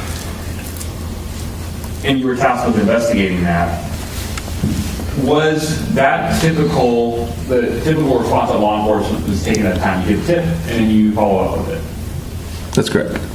Was the idea of the investigation to either confirm that this is a legitimate tip or close it because it wasn't relevant or part of the investigation? It was kind of like a screening, I guess you could say. We would screen it and see if it had any legitimacy and do our follow-up on it. And so you did your follow-up with Mr. Siddiqui. Fair to say within 24 hours of when Ms. Guillory was stabbed? Yes, sir. And once you found out what Mr. Siddiqui had to say, did you move on with your investigation as related to identifying the actual person who stabbed Ms. Guillory and the other individuals on April 27th and April 29th? That's correct. So, with that, you closed the case on Mr. Siddiqui relatively quickly and never mentioned his name again. I passed it to the whoever the detective was, yes, and moved on to the next one. And as far as you know, once you determined that Mr. Siddiqui was there several hours prior, several hours prior to Ms. Guillory being stabbed, to your knowledge, did you or any other law enforcement personnel ever mention his name? I did not heard that name. Thank you. No further questions. That was redirected and recrossed.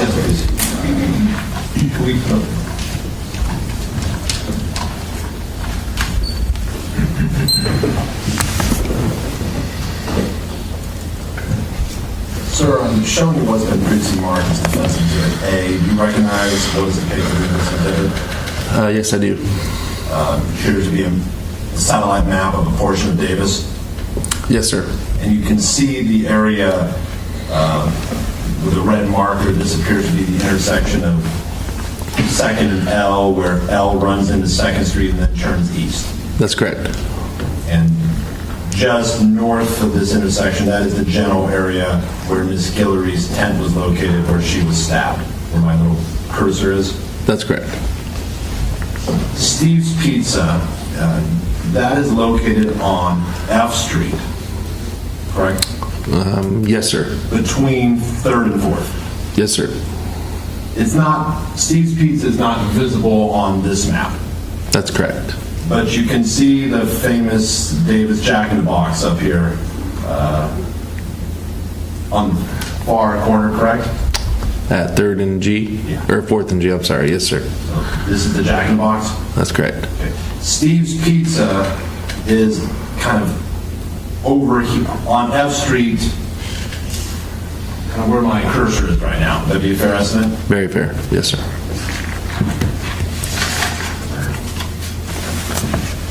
And so if someone were to leave Steve's Pizza, walk south on F Street, then turn east on 3rd Street, that would take them directly to the intersection of 3rd and L. That's correct. The prosecutor was asking you about tips. It would be fair to say that Davis Police Department was getting an enormous amount of tips during this time period. That's fair to say. A lot of these tips, just based on, were probably not credible, just based on the information that was given, correct? Yes. You get people telling you there's a suspicious person standing outside my house, or examples of like that, correct? Yeah, some things that we couldn't really investigate, yes. But what Mr. Chessman told you, Chessman was a precipient witness to a stabbing, correct? Yes, sir. You knew he had been, even though he hadn't seen anything, he had been in the tent right next door to Miss Guillory when she was stabbed. That's correct. So, and Mr. Chessman told law enforcement he had seen the individual scoping out the tents, hiding behind the trees approximately 2 to 2.5 hours earlier, and had chased him, correct? That's correct. That's not a tip. That is a statement from a witness to a crime. Would you agree? Yes. So what Mr. Chessman told law enforcement, that was certainly given more priority than just some random person calling in, I think it's my nephew in my basement. Absolutely. All right. And so that was something, given his statement that this was the stabber, that was something that was given priority. That was. You were only asked to get involved with that after the FBI had brought this video to the attention of higher-ups in your office. That's correct. And you have no information on what was discussed, what was shared between them before you were shown this short video clip. That would be correct. The video clip that you saw, it appeared to be in front of a dispensary, did you say? Yeah, it appeared like the dispensary, I believe it's called Main Stage, is just out of the view of that map to the east more. It looked like it was right in front of the building, I guess you can say, on the street. So my cursor, I'm now going east on 2nd Street. Then I come to the end of the photo. Main Stage is just a little bit further east, and it's on the north side of 2nd Street. Yes, sir. This video you were shown, it was not surveillance footage from Main Stage. It appeared to have been taken on a cell phone or something. Yes, sir. Were you ever given surveillance footage from Main Stage to see if the individuals you saw in the cell phone video were also captured on their surveillance? I was not. I have nothing further. Thank you, sir. Thanks, sir. Okay, any follow-up? No, Your Honor. Okay, Detective Russell, thank you for your testimony. Thank you, Your Honor. Yep, have a great day. You too. All right, Mr. DeMora. We will call Detective Nicholas Russell. Okay. Thank you.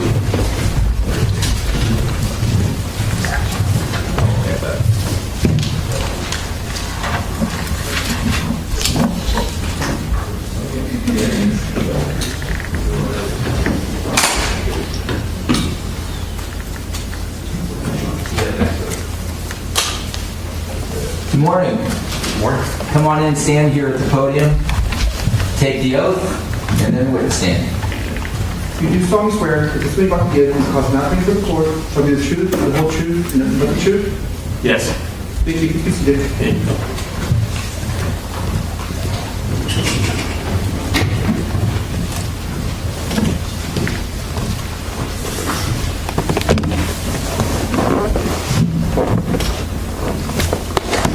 Take the first last name for the record and spell them both.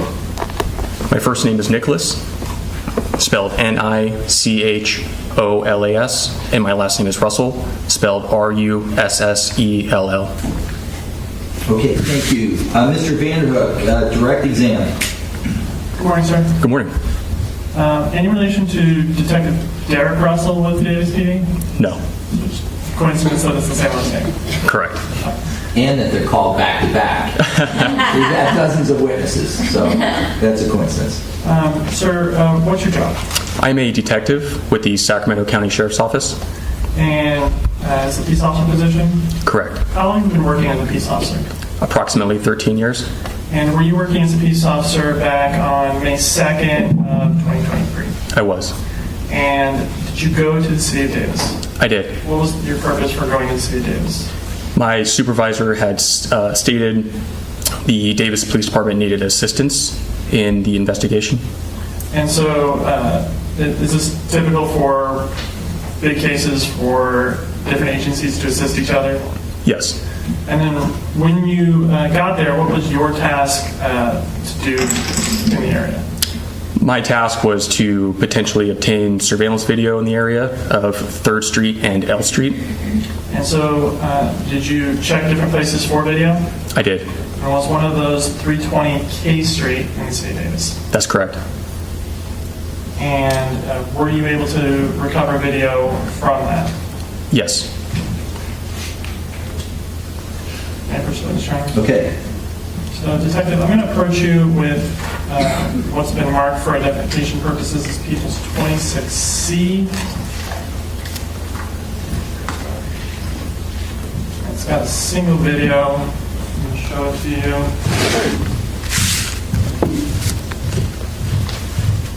Are you able to see People's 26C? Yes. And do you recognize what this is? Yes. What is it? That's the video that I had collected. All right. Now, when you collect video, do you look at the timestamp that is marked on the video? Yes. What's the purpose of doing that? To confirm that the timestamp shown on the video is accurate. And were you able to check this recording system's timestamp versus real-world time? Yes. And what was your findings regarding the timing on the video versus real-world time? That it was accurate. And so, after you collect this video, what do you do with it? We went back to the Davis Police Department and provided it to the detectives who were assigned to the case. And I guess I should back up one step. How did you collect it? I met with the apartment manager. And did they give you a copy or did you burn it yourself? He gave me a copy. And so once you have a copy, you were able to go and turn it over at the Davis Police Department? Correct. Are you very familiar with the city of Davis? Not so much. Would you be a good witness to talk about the orientation of the camera and what it shows and what areas are depicted in that, or would that be better for a Davis PD officer later? I could tell you the direction it was pointing, but somebody else would probably be better at orientation. I don't have any additional questions. Okay, thank you. Any cross? Did you, good morning, sir. Good morning. Did you see the camera from which this video was taken? The physical camera? Yes. Yes. And that was on an apartment complex? Correct. Where was that apartment? And that was at 320 K Street? That's correct. The camera that you saw, where was it facing? South. So it was, although the address of the apartment complex is on K Street, it was facing south toward 3rd Street?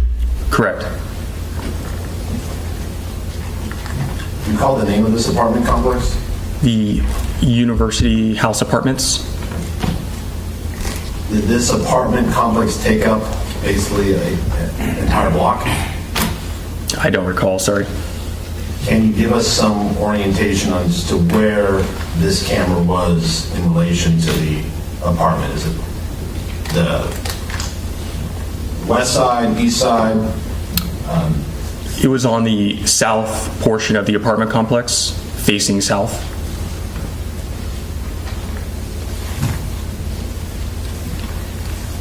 And on the south side, if you can imagine the south side of the apartment, where was it?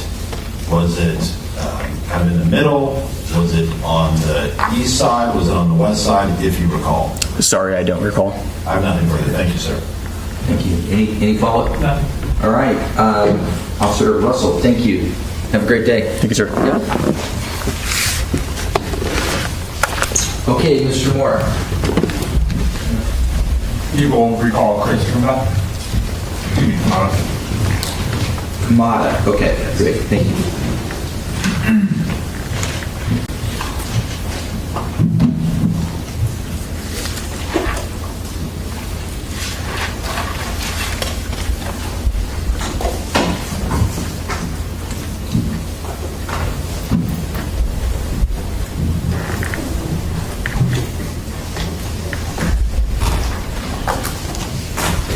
Good morning, Mr. Kamada. We've done this once before. I'm going to have the clerk administer the oath and then have you take over the stand. Please raise your hand. You do solemnly swear that you're about to give and the cause nothing but this court shall be the truth, the whole truth, and nothing but the truth. Ready? Thank you. Please be seated.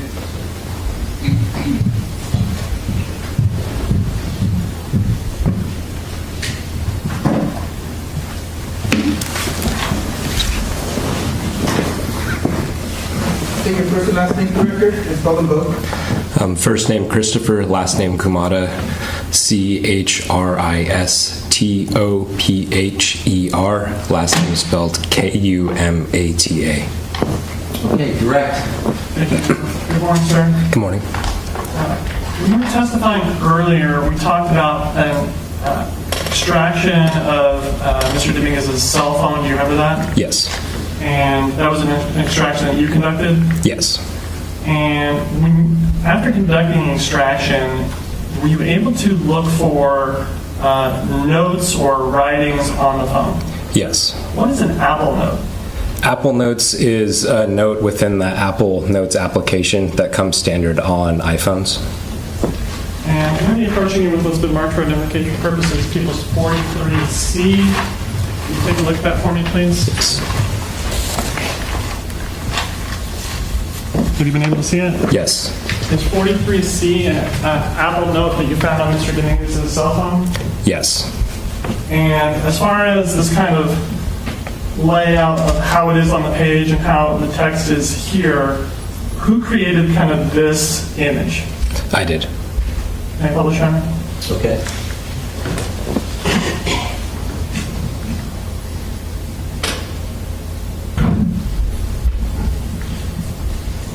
And so we have people's 43C up on the screen. Are you able to see it, sir? Yes. And so what is this? This is an Apple Note that was found on the phone. And it's got some information here at the top. I want to start with this title, Knife in My Hand. Does the Apple Note mark that as the title, or is that something that you do? The Apple Note marks it as the title. And so I have a question about that. Here in the body, first line, it has as the first line, Knife in My Hand. Is this title something that someone created separately? Is it just capturing it from the first line, or do you even know? Either could be an option. And so, I'm sorry, can you say that again? Either could be an option. do you know if for untitled Apple Notes that whether or not the phone will capture that first line as the title? It usually captures the first line.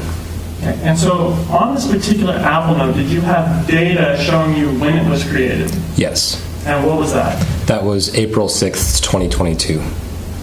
And so this creation date is what you marked on this? Yes.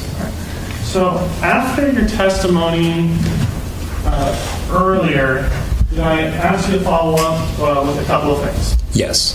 And was one of them regarding a text message conversation? Yes. Am I first witness, Your Honor? Okay. Object on discovery. There's new statements I've received. Okay, well, I'll have to have a sidebar on that type of issue. So why don't you approach? Okay, thank you. All right, feel free to stand up and stretch, everybody. Thank you. Off record.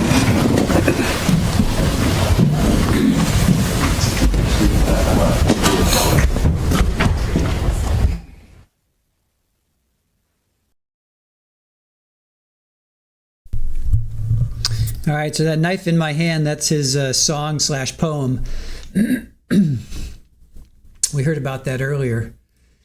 Slitting her shell, unconscious, hell's broken when I push and stroke in. Here we go again, main focus, writing misfortune. All right.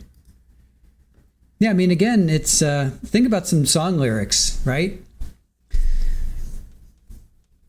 Oh yeah, and for those that want to widespread panic, I found this video that our own Dr. Rachel did.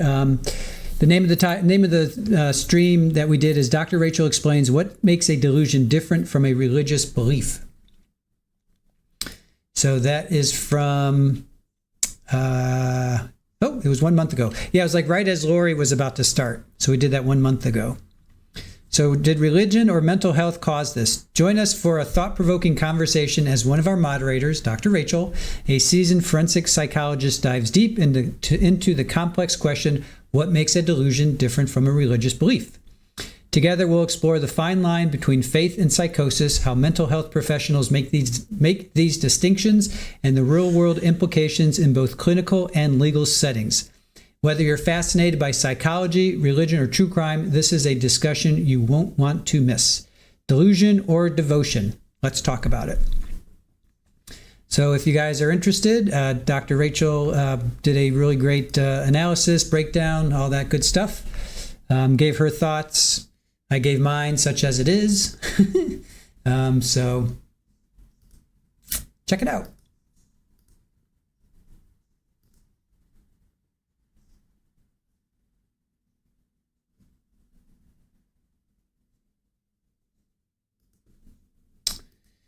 So that's that. Yes, stretch break.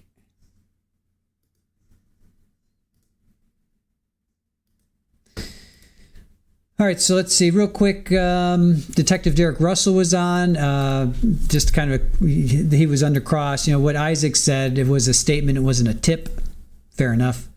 Now Detective Nicholas Russell came on. He was from San Francisco. I'm sorry. Counsel, listen, the objection sounds like it's withdrawn. If not, it's overruled. Withdrawn, Your Honor. Thank you. Okay, go ahead, counsel. So, sir, was one of the tasks that I asked you was to look at a text message conversation? Yes. And so I'm handing you up to mark for identification purposes. It's People's 43. E, were you able to see that? Yes. And so what is that? It appears to be a screenshot of a conversation between two participants. And specifically, based on that screenshot, were you able to search the extraction of Mr. Dominguez's phone to see if it also had a copy of that text message conversation? Yes. And were you able to find that? Yes. I'm approaching you with People's 43F. Can you take a look at that for me, please? Yes. And is this a capture of the conversation from the end of Mr. Dominguez's phone? Yes. May I publish People's 43F, Your Honor? Okay, 43F.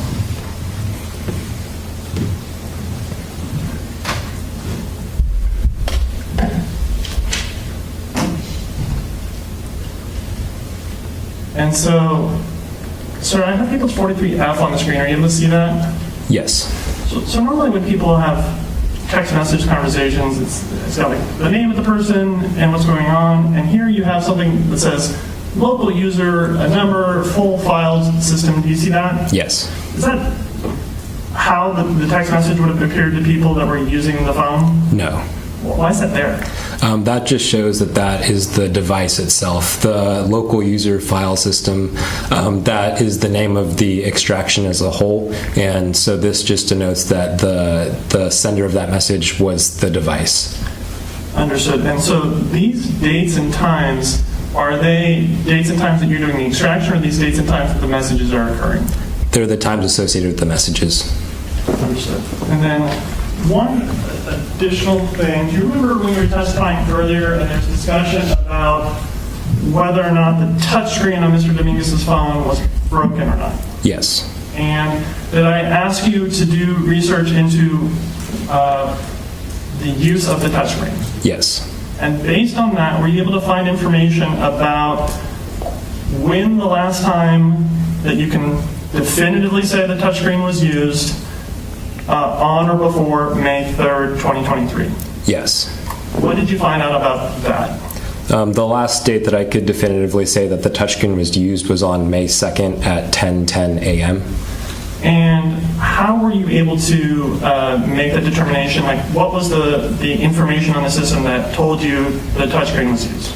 I examined a lot of different databases and places where the information may be stored on the device, and I found a launch of an application at 10:10 a.m., and it was launched using what's called Apple Spotlight, which is the search function from Apple, so that requires that the screen be used to enter either a search term or look for an application. Were you able to determine whether or not maybe instead of using the touchscreen, somebody used Siri, for example? It would have a separate denotation for Siri than for using the Apple Spotlight feature. And so, on the way that this is logged, then you can specifically tell that the screen was working at that time. Yes. And then, did you see use of the phone after that time? Yes. And so, from the use of the phone after that time, were you able to see definitively whether or not the touchscreen was being used? Not definitively. And why is that? It showed interaction with the device, but didn't have anything that indicated that the touchscreen was physically pressed, and it just didn't store that information. All right, so are you able to say for that later usage whether or not the touchscreen was used? Not definitively. So would it be fair to say that it could have been used or it could have not been used? It could have been used. I don't have any additional questions. Okay, thank you, counsel. Any cross? Yes. Mr. Kamada, the Apple note that we were just shown on the screen, that was created on April 6, 2022. Yes. So, assuming that David Breaux' body was discovered in Central Park on April 27th, 2023, that Apple note was created 1 year and 21 days prior to that event, correct? Yes. I have nothing further. Thank you. Okay, thank you. All right. Mr. Kamada, I appreciate your testimony. Have a great day. Thank you, Your Honor. Thank you. All right, we're in the people's case in chief, and Mr. DeMar, do you have a witness? We'll call Sergeant Stephen Ramos. Okay.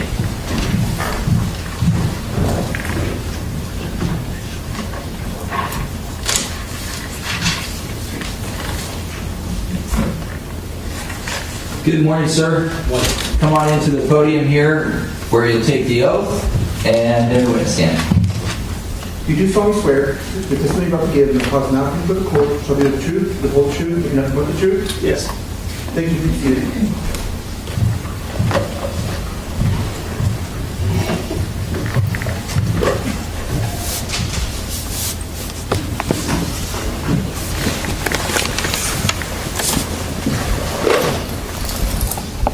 Okay, your first and last name for the record, just call the vote. Stephen, S-T-E-P-H-E-N, Ramos, R-A-M-O-S. Okay, thank you. And direct examination, Mr. Vanderbilt. Thank you. Thank you. Good morning, sir. What's your job? I'm a sergeant with Davis Police Department. How long have you been a sergeant with the Davis Police Department? Been officer or been employed there for almost 22 years, sergeant for 6. So peace officer with Davis PD for 22 years? Yes. And were you working as a peace officer for the City Davis Police Department in April and May 2023? Yes. And did you work on the investigation involving the stabbing of Kimberlee Guillory? Yes. And specifically, did you do work in the area of surveillance cameras and what surveillance cameras showed from different angles? Yes, I did. And so did you personally go out and collect all the different surveillance videos? No. And so if you're not personally doing it, then how's that happening? There were different teams that were set up to canvass, and as the teams gathered the video, they would bring them back and turn them in to, I believe, Sergeant Bestpitch or Lieutenant Munoz, who would then assign them out to me. And so was it your task then to kind of go through all the videos and kind of put them together and figure out what they showed? Yes. And were you able to do that? Yes. And did you draft a report on that? Yes. Now, with respect to the videos, did every video end up being useful? No. Was there some videos that didn't show anyone who was potentially one of the suspects? That's correct. There was some. But based on the videos that did have information, were you able to piece together movements in the downtown area? Yes. May I proceed, Mr. Chairman? Okay. Showing you has been marked for identification purposes as People's 26C. Can you take a look at that?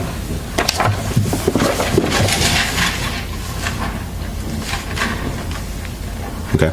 And is that a map of the Davis downtown area, including the area of L between 2nd and 3rd? Yes.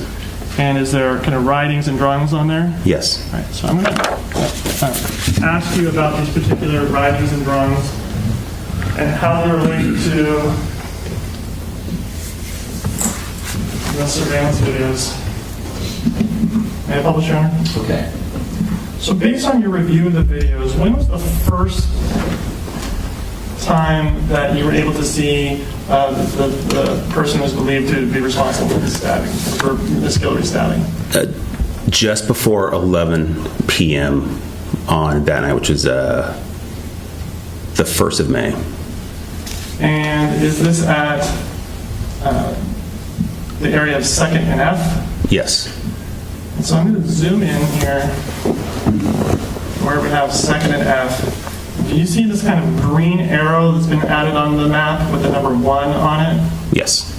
And is this roughly reflective of the movement and direction of, or the location and direction of travel of the individual in that? Yes, it is. Have you seen this video? Yes. Do you know now who the person in the videos is? In 2 or 3 of the videos, yes. Okay, so is the person identifiable by each and every video? Not in every video. Okay. But in some? Yes. Based on the videos where they are identifiable, do you know who it is? Yes. And who is it? Carlos Dominguez. And do you see Mr. Dominguez in court here today? Yes, he's to my right, your left. Can you please describe what he's wearing? Jacket, white shirt, and looks like a blue tie. What color is his jacket? Black. Now, may the record reflect that the witness has identified the defendant? Okay, it does. And so, when you were reviewing these videos, how did you know who to be looking for in your kind of review of the videos? When I first began to review the videos, I did not know who I was looking for. Okay. What was it that you were looking for? Honestly, anything. We didn't have a suspect identified, and we were looking for any possible leads. And is it fair to say that you looked at a lot of surveillance video? Yes. Could you just give me a ballpark? How many hours of surveillance video did you have to go through?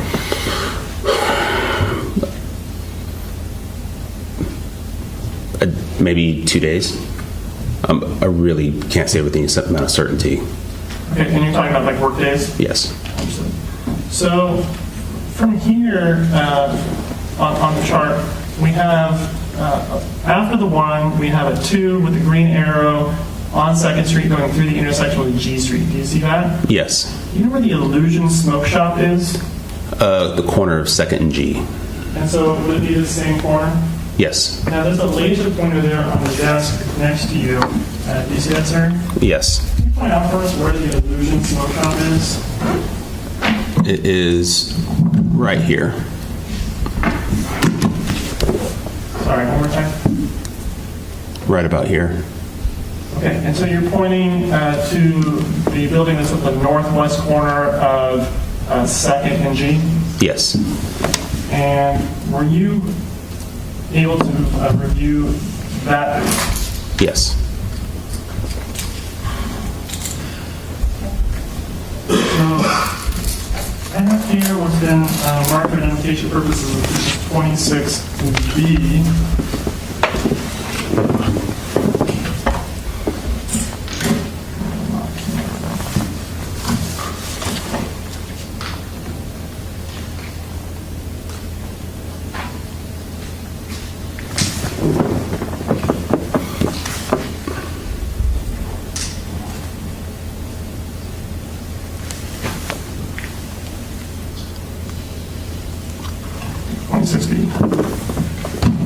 up on the screen.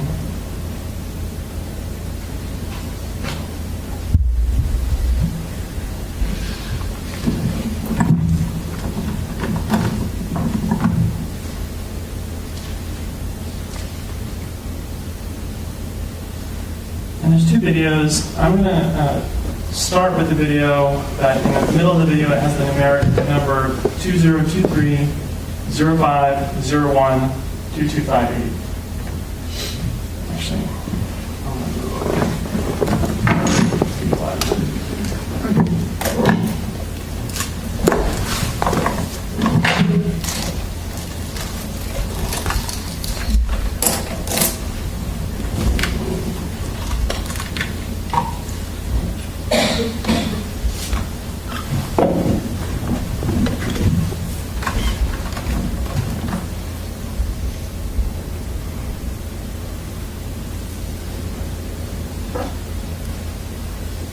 So just a quick question about these videos. Do all of the videos play in, say, Windows Media Player?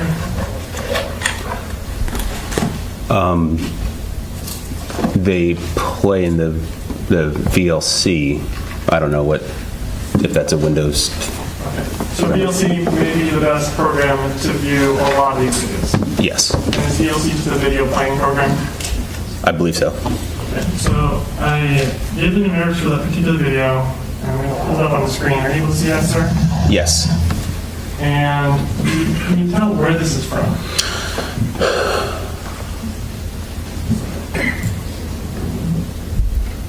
So this is. Would be helpful if I played more of the video. Yeah, it's because it appears to be the corner of 2nd and G. It's trying to orientate.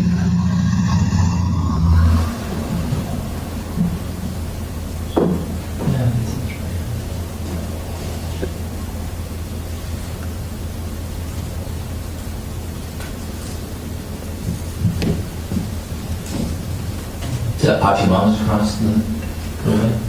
And the shoe store to the left? Yeah, so what's it called? Shoes? So it appears that it is the northwest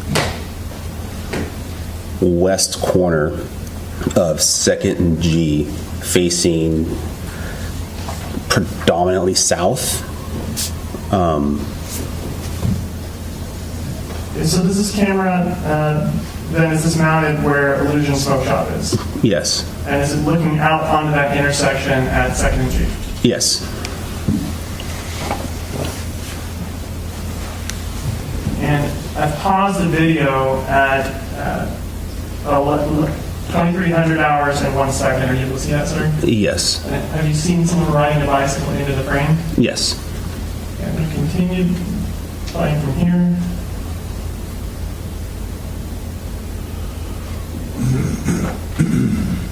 I'm advancing to the same timestamp now with 10 seconds. Were you able to see that, sir? Yes.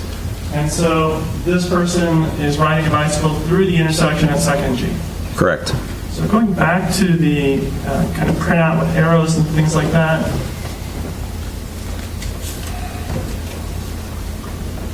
Zooming in here at this number 2. Do you see that, sir? Yes. Is this drawing or representation of the arrow with the number 2 consistent with the movements of the bicyclist that we saw in the video? Yes. And so as far as what we're looking at then, you talked about where Illusion Smoke Shop is. Can you use your laser pointer to kind of show us where this camera is looking out to, what area we're seeing? Right about here. Okay, and what's the intersection that we're seeing in the video? G Street and 2nd Street. Can you show us on the overhead? So this is 2nd Street running east to west, G Street north and south. All right, so we've talked about 2 videos so far. We've talked about 2nd and F, and we've talked about Illusion Smoke Shop. Are you able to see this kind of legend at the bottom here? Yes. And this number 1, does this give the correct or approximately correct timestamp for when the person can be seen on the 2nd and F camera? Yes. And for number 2, where it says 2300 Illusion Smoke Shop, is that approximate or actually exact correct time for when the person can be seen on the video for Illusion Smoke Shop? Yes, it is. And so these kind of numbers on the legend, then do they correspond with the little numbers that are put onto the map where we're seeing movement? So far, yes. Okay, so I want to ask you this. This is happening at 11 p.m. There's this bicyclist.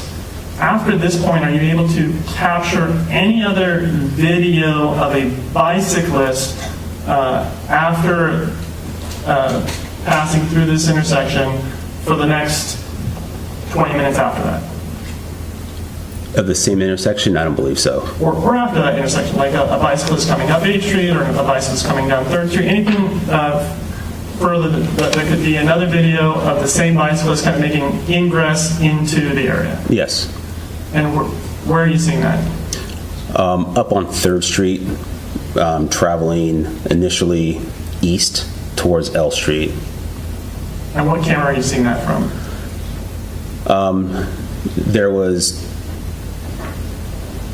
cameras there was the Davis glass shop, the SPCA thrift store. There's also Ace Hardware. So I want to pause you there. Right now, I'm only talking about movement in and not later leaving. I'm just talking about going inbound. Okay. Did you have video of an inbound person there? I know there's one at 320 K Street. Okay, let's talk about 320 K Street. And do you have your report with you? Yes. And on this point about whether there was further inbound movement from the bicyclist, we're referring to your report. Refresh your memory on that? Yes. With the court's permission? Okay.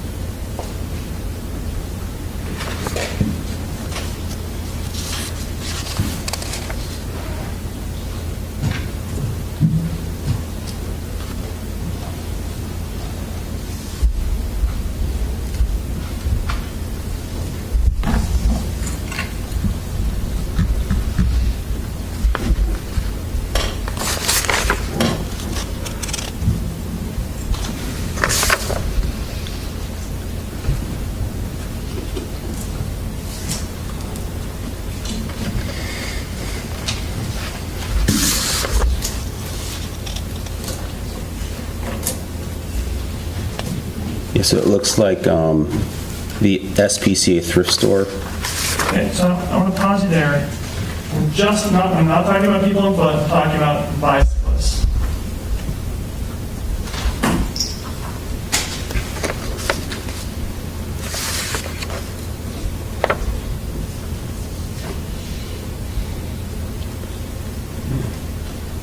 All right, let's move forward. You talked about K Street. 320 K Street. Was there a video from 320 K Street? Yes. And were you able to then review that video? Yes. Okay, so I'm pulling up the single video that's on People's 26C.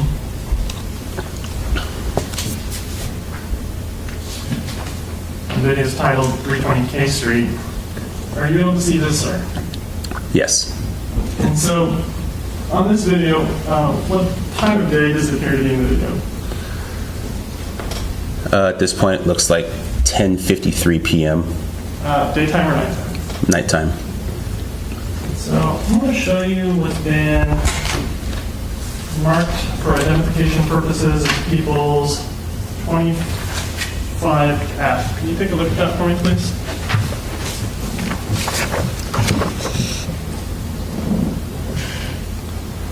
And is that again a map view of the area around L Street between 2nd and 3rd? Yes. Does it include 320 K Street? Yes. Can I publish? Okay. So, Detective, regarding, oh, sorry, if we could just stay on that for one more second.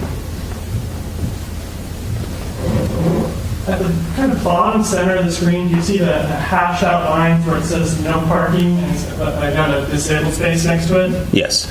Is this in the parking lot of 320 K Street? Yes, it is. And so now if we could switch to People's 25F. People's 25F, do you see 320 K Street? Yes. Can you point out where it is? It's this complex right here. And zooming in at kind of the south side of 320 K Street, are you able to see the hashed out lines for that same parking space as well as the disabled space next to it? Yes, it's right here. And so from this exhibit, People's 25F, we can kind of see the same, what this camera is overlooking? Yes. And so based on this and having seen the video, can you tell where that camera is mounted? It's mounted right about here. Okay, and so you're talking about the south side of K Street, or of the 320 K Street building in the center of that south end by the hashed out parking space. Correct. And so I'm going to go a little south and look at 3rd Street. Are you able to see that? Yes. Are there sidewalks on both sides of 3rd Street between L and K? Yes. And actually, I just want to clarify. If this is K Street and this is L Street and the parking lot is there here, how is that 320 K Street and not 320 L Street? So this is what would be considered the front of the complex. So the address shows 320 K Street. So the front of the complex is on 320 K Street, and that's why it's officially designated as 320 K Street. Yes. But does it actually go all the way down to the back of the block so that it takes up the entire space from K Street to L Street? Yes, it does. So now let's go back to these sidewalks. There's, how many sidewalks did you say? On the north side and south side. Okay, so one on each side. Yes. And is the area of these sidewalks visible from this 320 K Street camera that's all the way across the parking lot here? It's, I wouldn't say the sidewalks themselves are visible, but you can see the areas with shadows. The street is a little more, or the camera is designed to cover the parking lot, so it's more beyond the parking lot. You can see movement, but as far as identifying actual sidewalks or anything, I think it's difficult to say. Okay, and so it's fair to say that by the time the camera view gets that far out, then the ability to see and interpret what the objects are is greatly reduced. It's reduced, but still possible depending on what it is. Understood. And so I'm going to advance the camera to, or the video to 2306.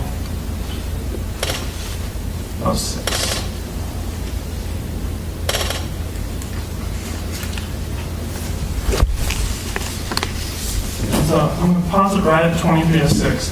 From the video, can you show us roughly where the area of the sidewalks, or where would we be seeing things in the sidewalk? It's going to be up here. Okay, so I'm going to use the features of VLC here and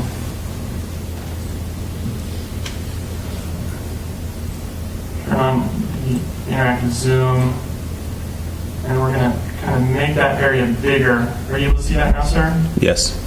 Is that more clear, or slightly more clear? Yes, slightly. All right. So I have it at the timestamp of 23:05:56, and I'm going to play forward from this time frame.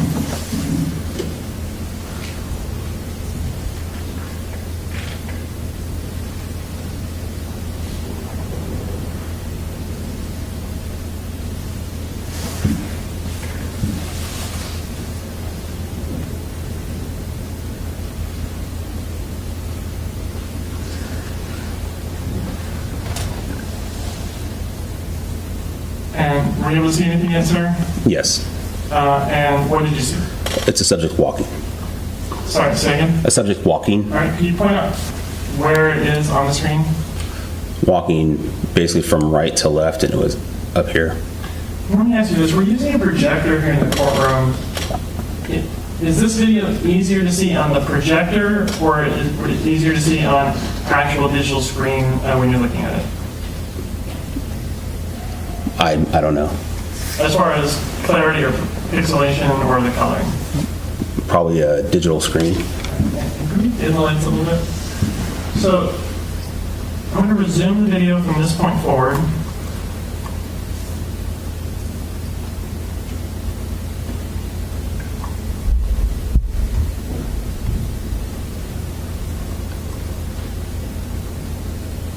I'm going to pause the video. I have it paused at 23:06 and 34 seconds. Sir, you said you saw a subject. I'm going to pull up the map, which is, I think, 25F on the overhead.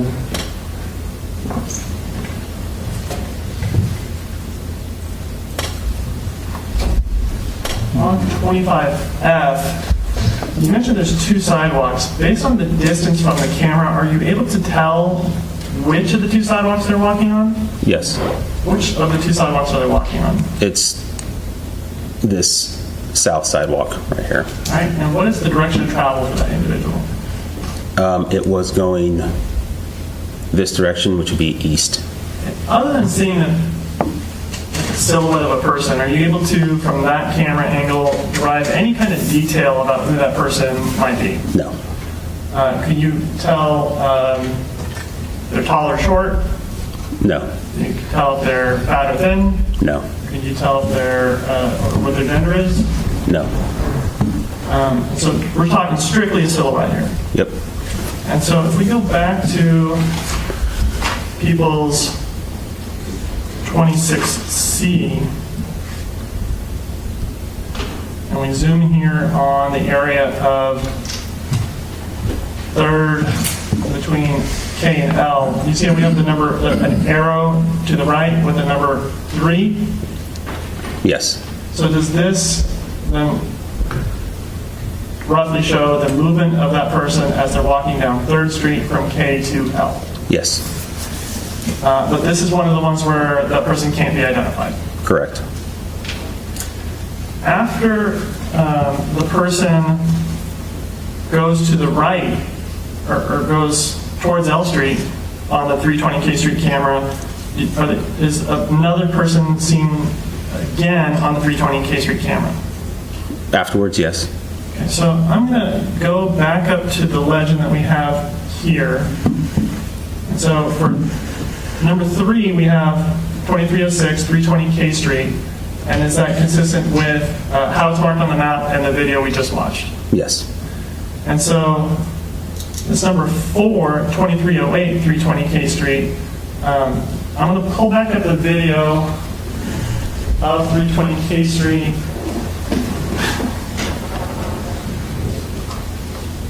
And I'm going to advance it to 2308.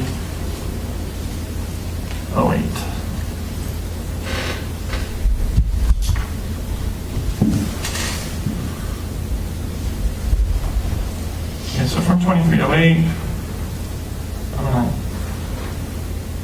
to turn on the interactive zoom. Are you able to see that okay, sir? Yes. And then I'm going to play forward from here.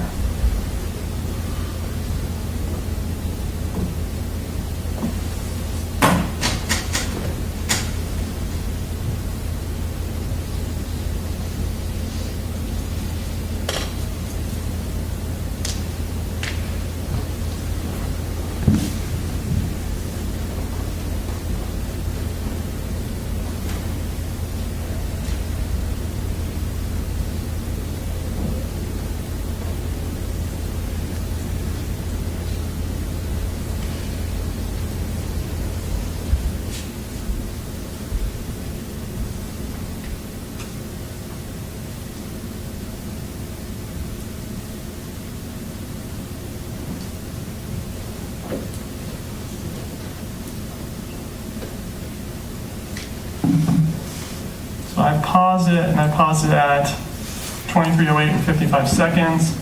Were you able to again see a silhouette figure walking on the screen? Yes. And which way are they walking this time? This time, westbound. And can you show us on the image where this person is walking? Right about here. Okay, I'm just going to continue the video slightly forward from here.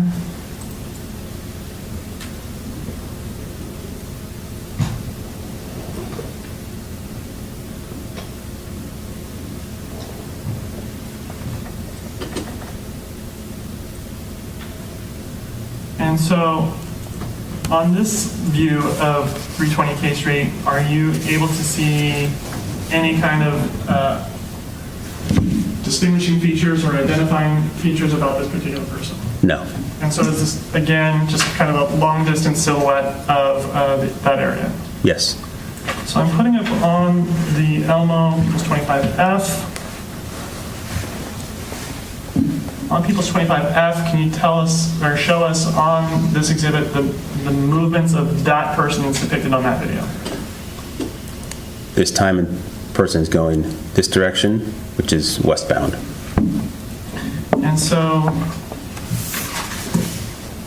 going back to People's 26C, which is this overhead Google map with arrows and such. Here we have an arrow in blue pointing westbound on 3rd Street. Do you see that? Yes. And you see the number 4 that's next to that? Yes. And so is this then the person kind of showing the direction that that person is walking on 3rd Street between L and K approximately? Yes. And from the video, could you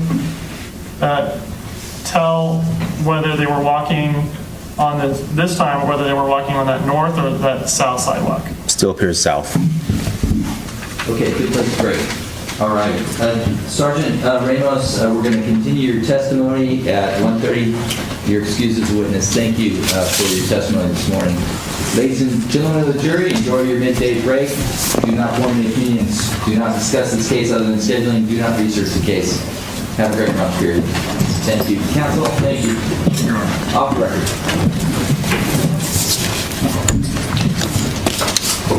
Thank you, sir.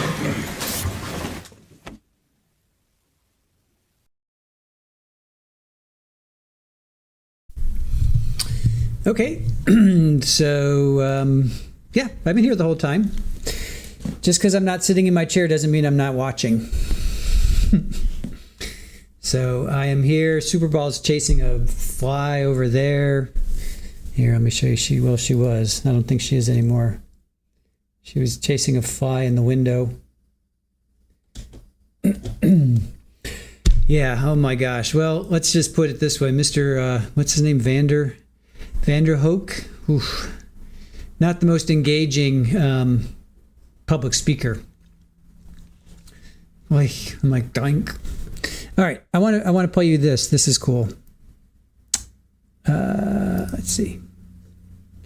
This might be exciting because we're hearing all about this area. Let's check this out. Maybe this will wake us up.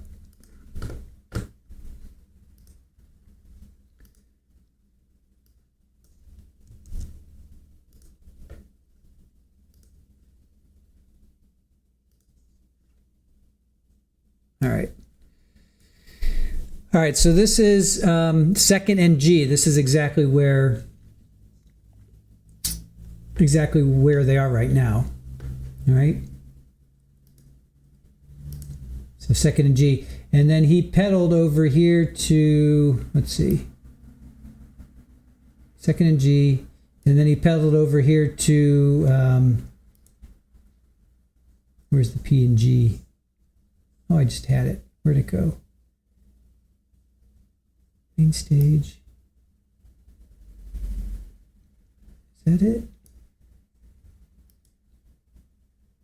Oh, heck.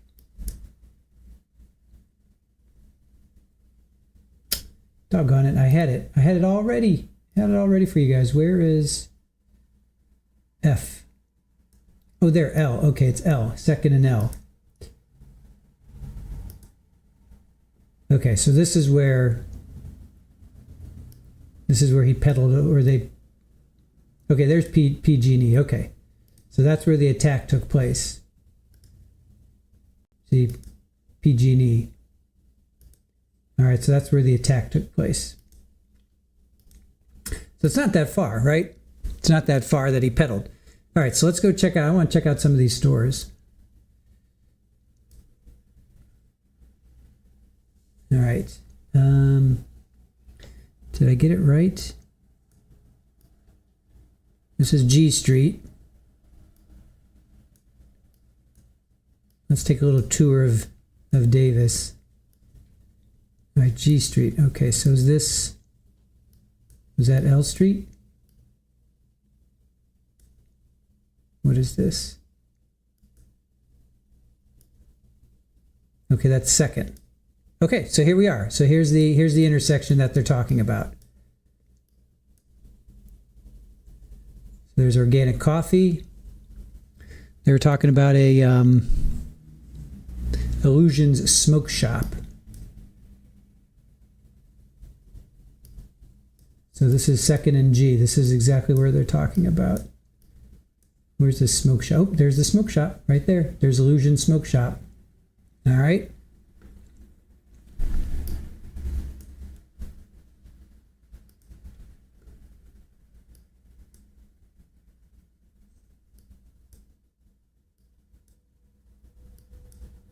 All right, so this is exactly where they're, the witness on the stand right now, this is exactly where they're cruising around. So there's, I guess they said they were at the Illusion Smoke Shop and they were looking back this way. So that's, sorry, I got an itch. So that's where they're looking back. I guess that's PG&E up there. Oh, no, maybe not. I don't know what that is. Anyway. All right, so cool. There's Soul Desire shoes. That's kind of fun.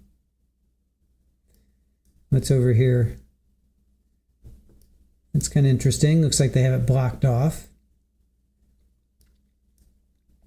So here's Second and G. What's this dude doing? What are you up to, sir? What's in the bag? What's in that bag, I wonder? He's going into the smoke shop. Is he going into the smoke shop? Are you going into that smoke shop with that bag? What's in that bag? We want to know. All right. So that's cool. Let's see what's down here on 2nd Street. Anything fun down here? What's this? Stationery.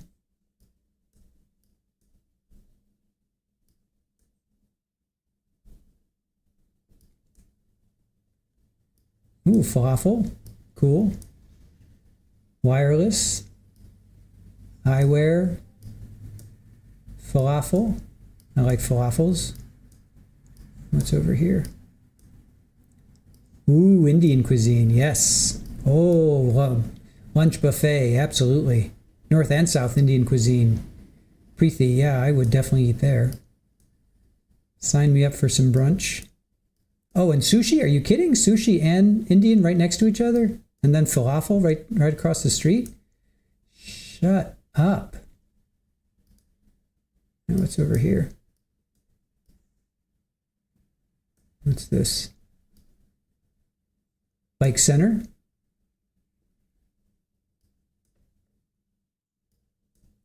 Yeah, the little shops are cool. I love towns like this. This is fun. What's this? Can't quite tell what that is. All right.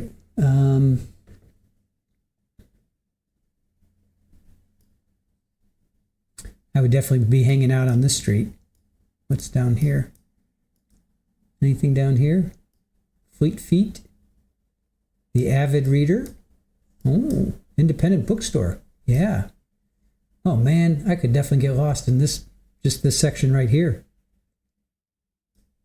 Go have some Indian, go read some books, hang out at the smoke shop. Davis Wine. Oh, shop drink. Oh, man. Very cool. Happy hour. Oh, that's a little weird though. Like you like a little fish in a bowl. Wow, what kind of car is that? What is that? That's interesting. Oh, this guy's saying hello. That dude's saying hello. He's saying, well, hello there. That's really funny. That guy got on Google Maps.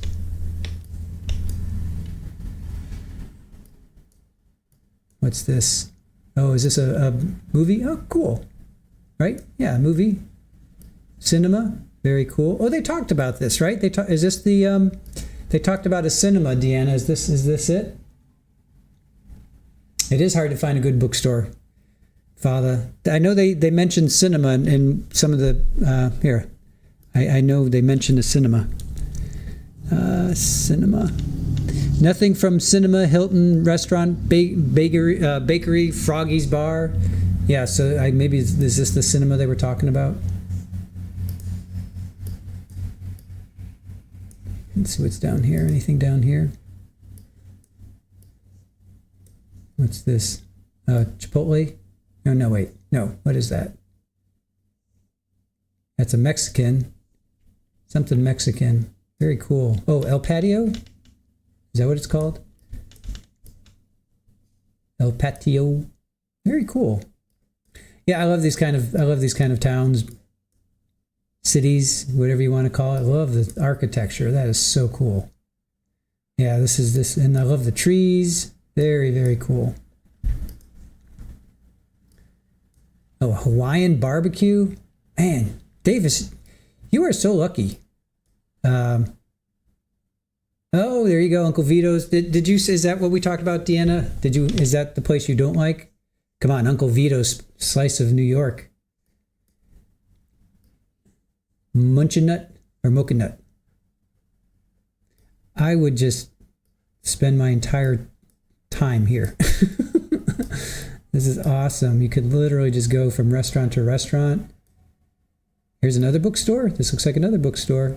Yep. Something books. Can't quite see what that says. Logos. Very cool. Sweet little town. Sweet little town. Oh, this is for sale. That's for sale. That's for sale. Don't know if I would want to live here. I wouldn't want to live this. I mean, it's cool, but I would think I would want to live where there's a little bit more space. What's down here?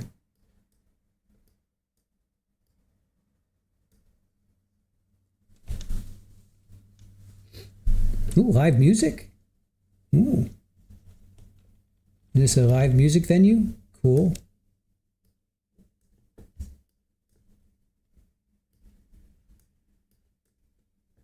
El Patio.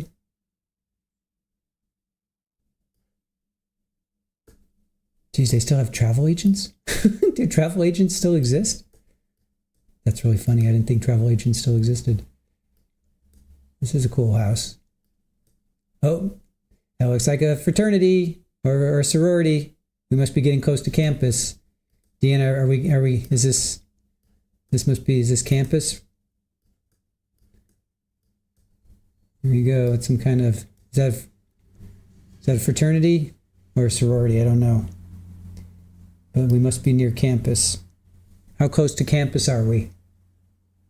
You say no to Uncle Vito's? Really? Wow.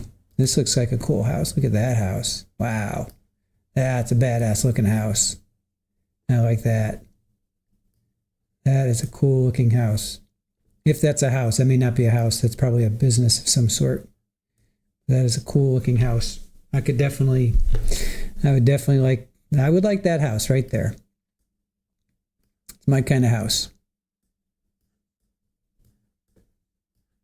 All right. Very cool. Oops.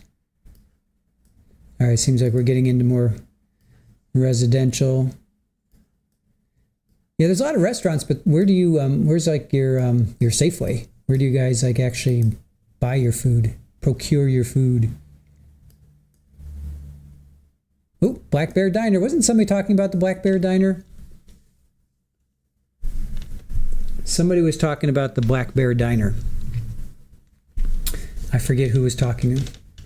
Maybe just Shamrock? Somebody was talking about the Black... Yeah, Shirley Roth. That is a nice balcony. Somebody was talking about the Black Bear Diner. I want to... unless there's a... Is that a chain? Is that a chain? What's that say? Looking good, salon and spas. All right. Downtown area has 4 funeral homes, Kathy says. Wow. All right, so that's pretty cool. So that's what they're talking about, that he was cruising down. He was cruising down 2nd and G Street, which is down here. Is this G?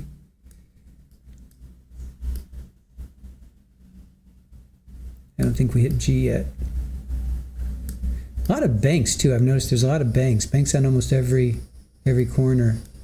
What's this?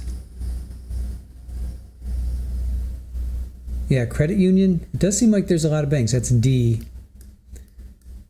There's a bank there. There's a bank there. Definitely a lot of banks. What's this? Pomegranate? What's that? Is that a restaurant? Looks kind of exclusive. Yeah, I think that's a restaurant. That looks pretty cool. Or is it a salon? Because I see something hanging up there. Maybe that's a salon. Whatever it is, it looks exclusive. All right, what's down here? Oh, I'm on D Street. Hold on. I don't want to be on D Street. Let's go back to, what's this? Oh, there you go. There's a steakhouse. Therapist, you know. There's your steakhouse. Grab yourself a steak. That looks like a cool place. Let me get back to, where's 2nd? Here's 2nd. All right.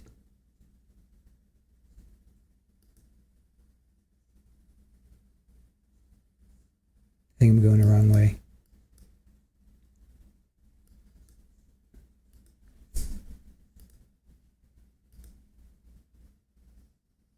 Yeah, here we go. I think this is it. Yep. El Patio. What's this? Fallen into my rabbit hole. I will end up doing this for hours. I know, right? It's fun.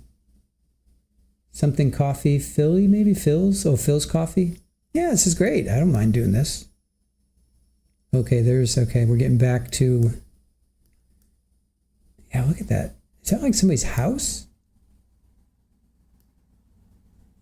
Or are these all like businesses, or do people actually live here?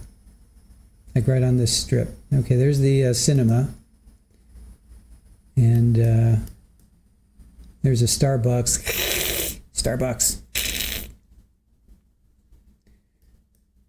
Not that there's anything wrong with Starbucks. Just not a fan of them.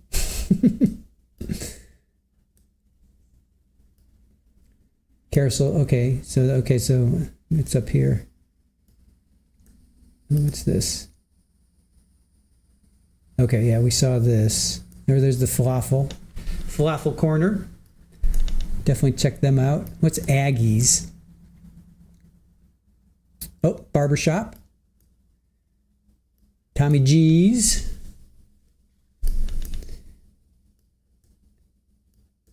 Okay, and then the smoke shop is over here. There's the smoke shop. All right.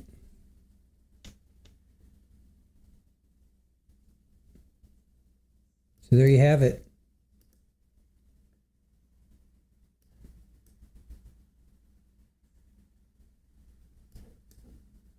Open rice kitchen.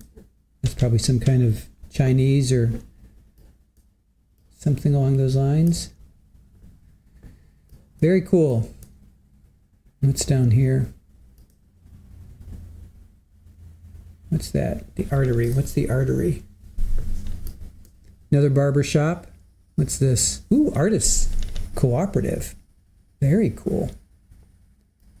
Fine art, contemporary crafts. Another barber shop. Sushi boat buffet. Sign me up. Oh, is this Woodstock's? Wait, we were here, right? Didn't we come here? Oh, yep, Woodstock Pizza. All right. Starting to know my way around. Falafel. Falafel corner. Nice. Good one, Fala. I almost called you falafel. I'm starting to know my way around town now. I'm going to start giving tours. What's this? What's this place? Oh, yeah. I remember this place. The Wunderbar. Cool. Yeah, no, man, I would absolutely hang out in this Kathmandu. There's another Indian restaurant. I would definitely hang out in this little strip right here. What's this?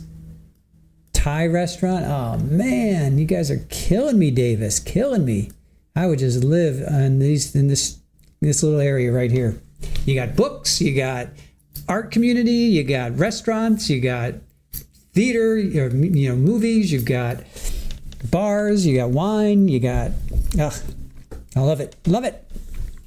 Very cool. All right, so that does it for our tour of G and, was it L Street, I think? No, G and L was where the attack was.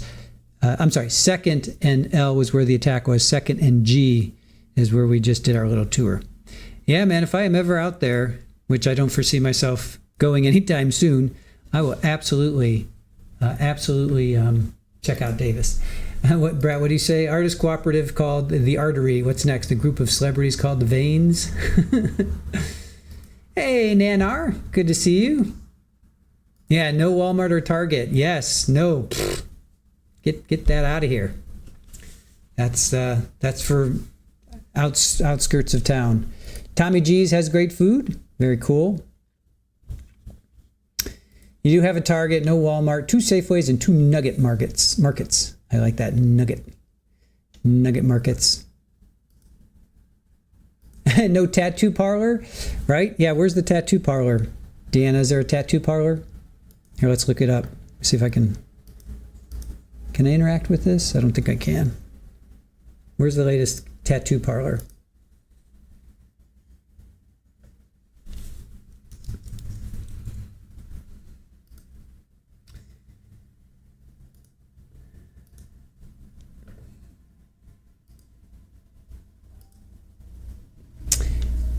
You don't like Walmart, but real grocery food. Yeah, I don't think I've ever been in a Walmart. I don't think I've ever been in one. I can't think of one.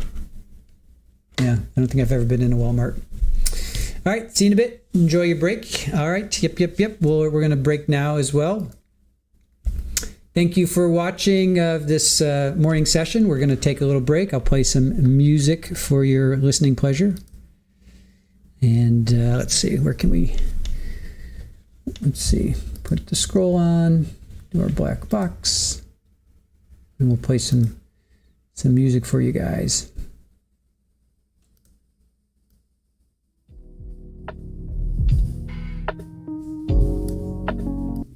You rewind it.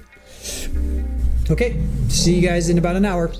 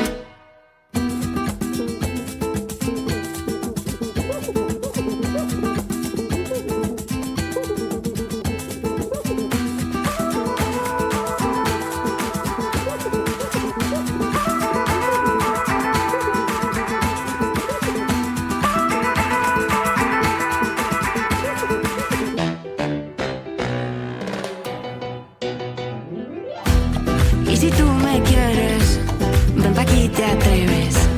Dame esto lento, quiero sentir tu cuerpo. Volamos juntos, cuando estamos juntos. ¿Para qué mi amor? Hacemos el amor, el mundo se paró. Solo esta pasión. Mira, me siento el calor de tu mira. Cuando estás acá estoy tranquila y no me importa nada.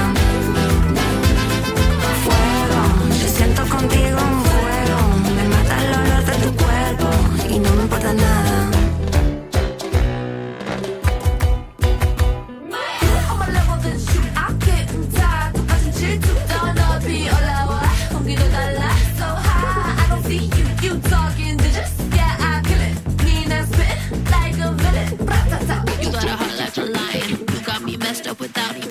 I thought you meant well, but you savage as hell. Telling me things we both know you regret. The hill should have told me about her before you sucked me in. You thought we could be cool for the summer. Mira, me siento el calor de tu mira. Cuando estás acá estoy tranquila y no me importa nada. Fuego, yo siento contigo un fuego. Me mata el olor de tu cuerpo. Aquí mi amor, hacemos el amor, el mundo se paró. Solo esta pasión.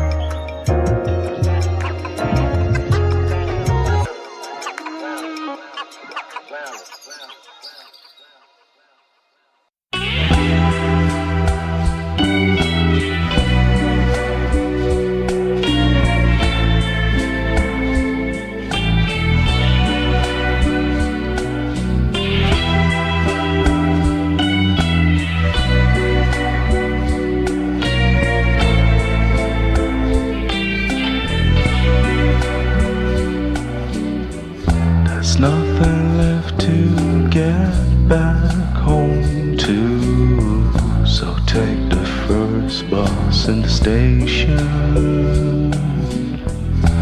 Everywhere is nowhere to lost souls. Let's get lost by intention, where the world has protection, where the waves hit the sand.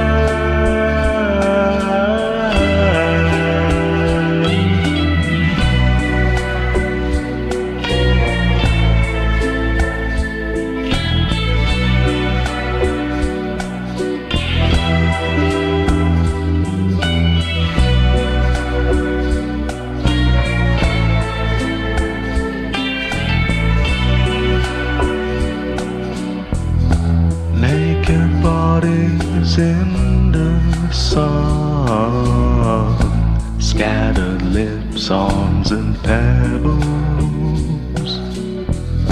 sinking slowly as the mud at the bottom of the ocean. We're all light and emotion, drifting without a sound. Me and Mary and I walk into her room, through lonely streets at night under blood cherry moon, till we hit the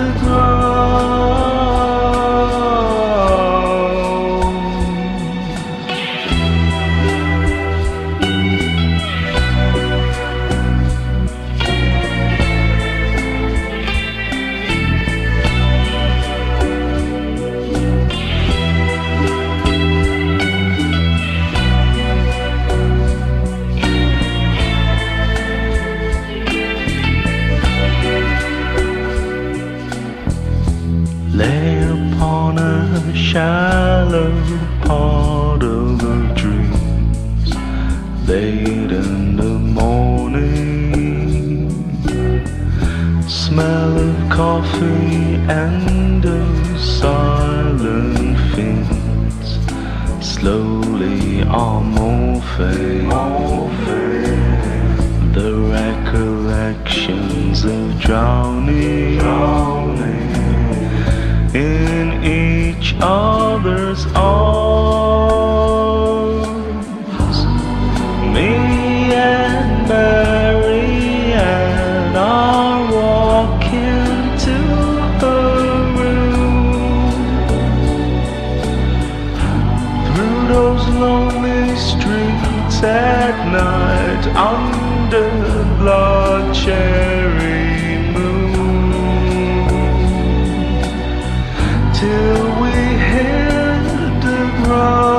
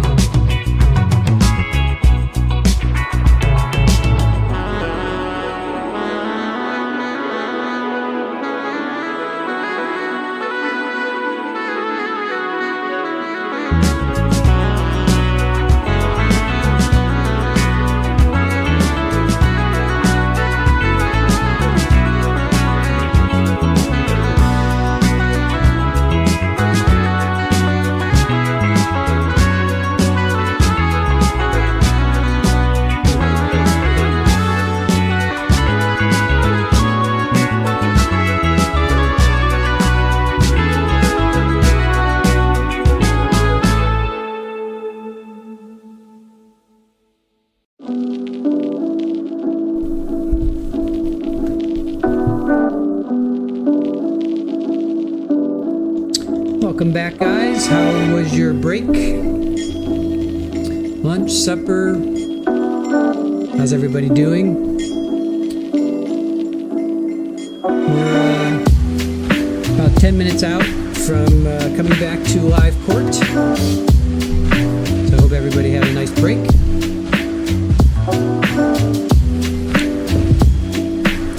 Before the break, we left off with Sergeant Stephen, I should say, Ramos. He was part of the investigation of Kimberlee, and he pieced together the movements in the downtown area of Davis. And we took a little tour there right before we broke for lunch. It was kind of fun. 2nd and G Streets. I thought it was pretty cool. I liked what I saw. There's definitely some cool restaurants, a couple cool bars, it's a movie theater, so it definitely looked pretty cool. Hey, Birdie, how are you? Good to see you again. Curveal's floating around. Good to see you. And yes, Ruby, it is definitely a college town. UC Davis, as Brett told you. University of California, Davis. UC Davis.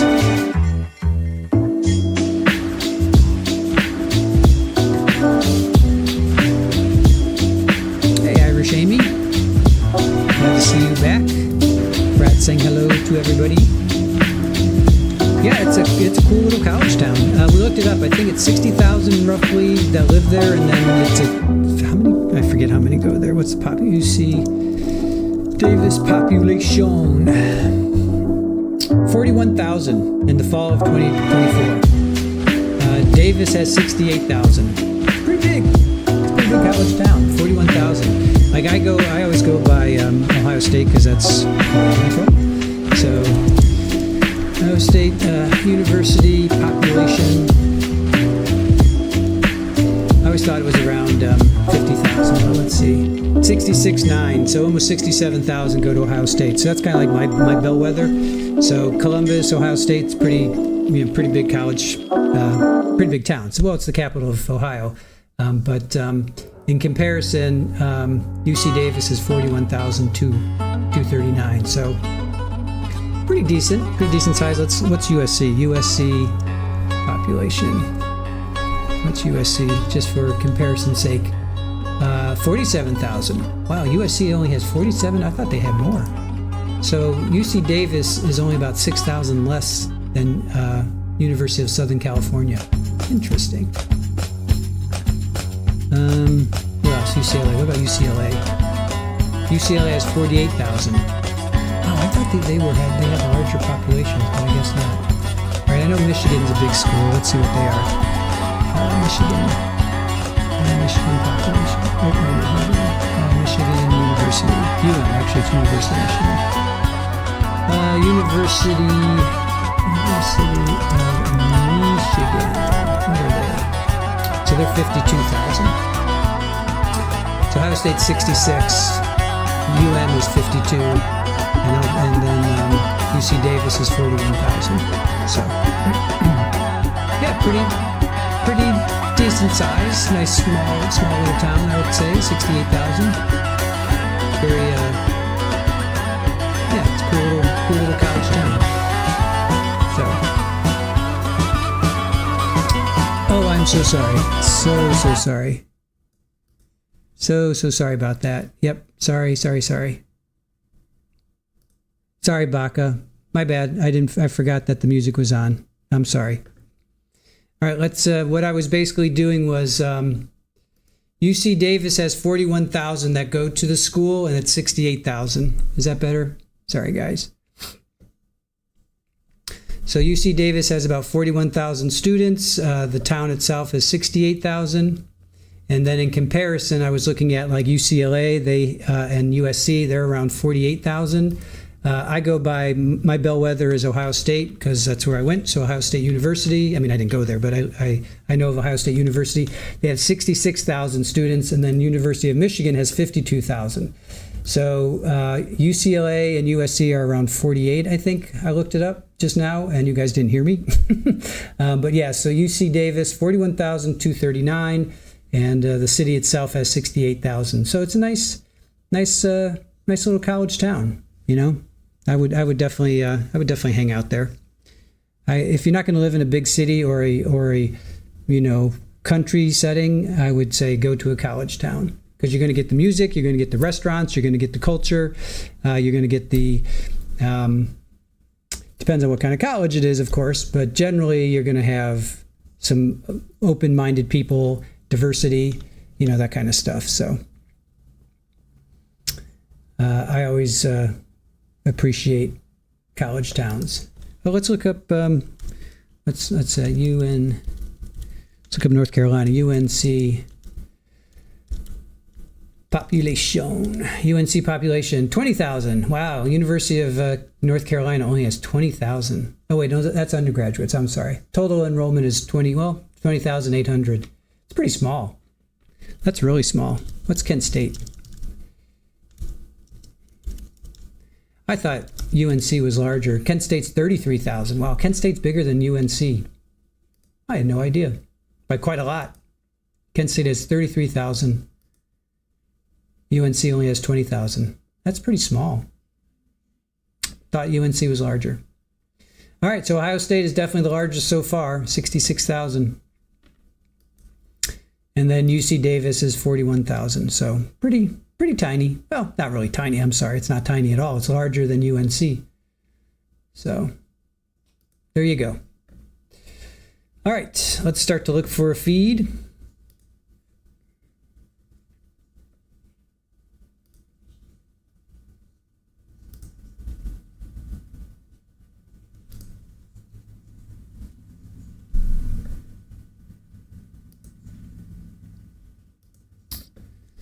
All right, let us look for a feed.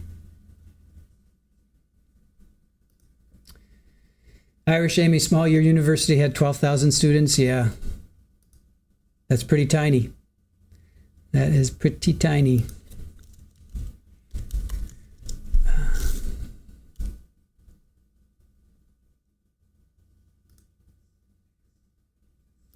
All right, so now we shall look for a feed. Curvy, Ohio has to have more than 60. The entire state apparently goes to the school. Yeah.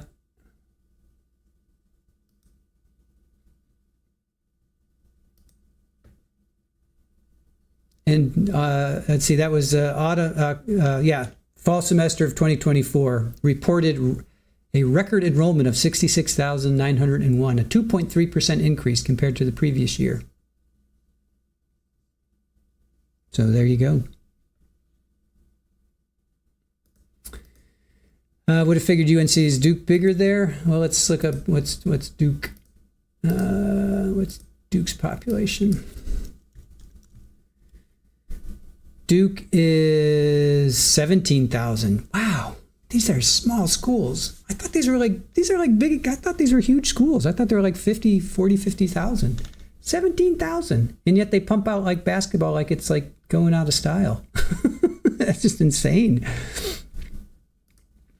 Brad, you had 27,000, plenty crowded for you. Yeah, I think when I went to Kent State, it was around 20. I think it was around 20,000. So they definitely have increased. But Duke only has 17,000. Wow.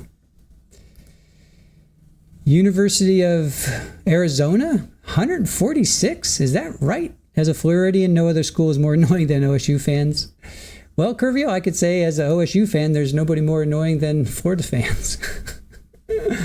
Right? That's funny. Or should we say Michigan fans? Right? That's what we say in Ohio. Nothing more annoying than the Michigan fans. I really don't care. I mean, I like my sports, but that doesn't. I'm not a fanatic. I'm astounded at University of. I'm sorry, I got to look that up. University of Arizona has 146,000. That's unbelievable. University of Arizona. I got to look that up. Where are you getting that? It's 53,000. University of Arizona has 53,000 students. Capri, where are you getting 146,000? Or did I read that wrong? The University of Arizona had a total enrollment of 53,187 in the fall of 2023. Does Arizona have 146,000? No, they'd have millions of people. All right, Capri, that's I gotta ask you to check your number on that or check my number on that. I don't think any what's the largest? Let's look up the largest college population. What is the largest population? University of Central Florida has a total enrollment of 68,000. So University of Central Florida has 68,000. So the list is, well, that doesn't make sense because Texas A&M has 77,000. University of Central Florida has 69,000. University of Florida has 60,000. Ohio State has well, now we know that's off. This was 23 to 24. Arizona State had 57. University of Illinois had 56. University of Minnesota had 54. FIU, which is Florida International University, had 54. University of Texas at Austin had 53, and Michigan State University had 51. Now this was 23 to 24. So Texas A&M had the largest at 77. That's pretty impressive. That's pretty impressive. All right, let's check out our feed here. Oh, and we got a feed. All right, we have a feed. Feed is up. Give me a moment to get us up here. Okay, live court is back. I can get rid of this and that. All right, just give me a moment.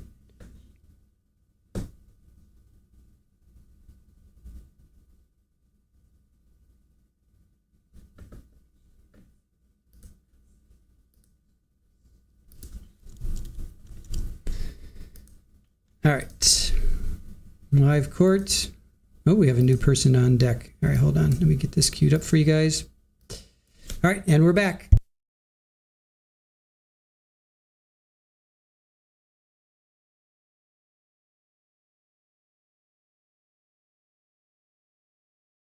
You'd like to take out of order. Yes, that's correct, Your Honor. People would call Jeff Roth. Jeff Roth, okay, let's get Jeff Roth in, and then we'll get back to Sergeant Ramos shortly thereafter.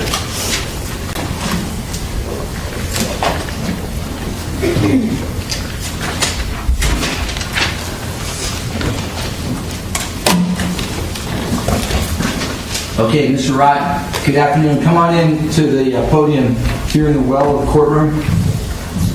I'm going to ask the clerk to administer an oath to you. After you take that oath, and I want you to have a seat in the witness stand, and we have 2 lawyers to ask questions, okay? Please raise your right hand. You do solemnly swear that this thing about to give, and the cause nothing but the court, shall be the truth, the whole truth, and nothing but the truth? I do. Thank you. Please be seated.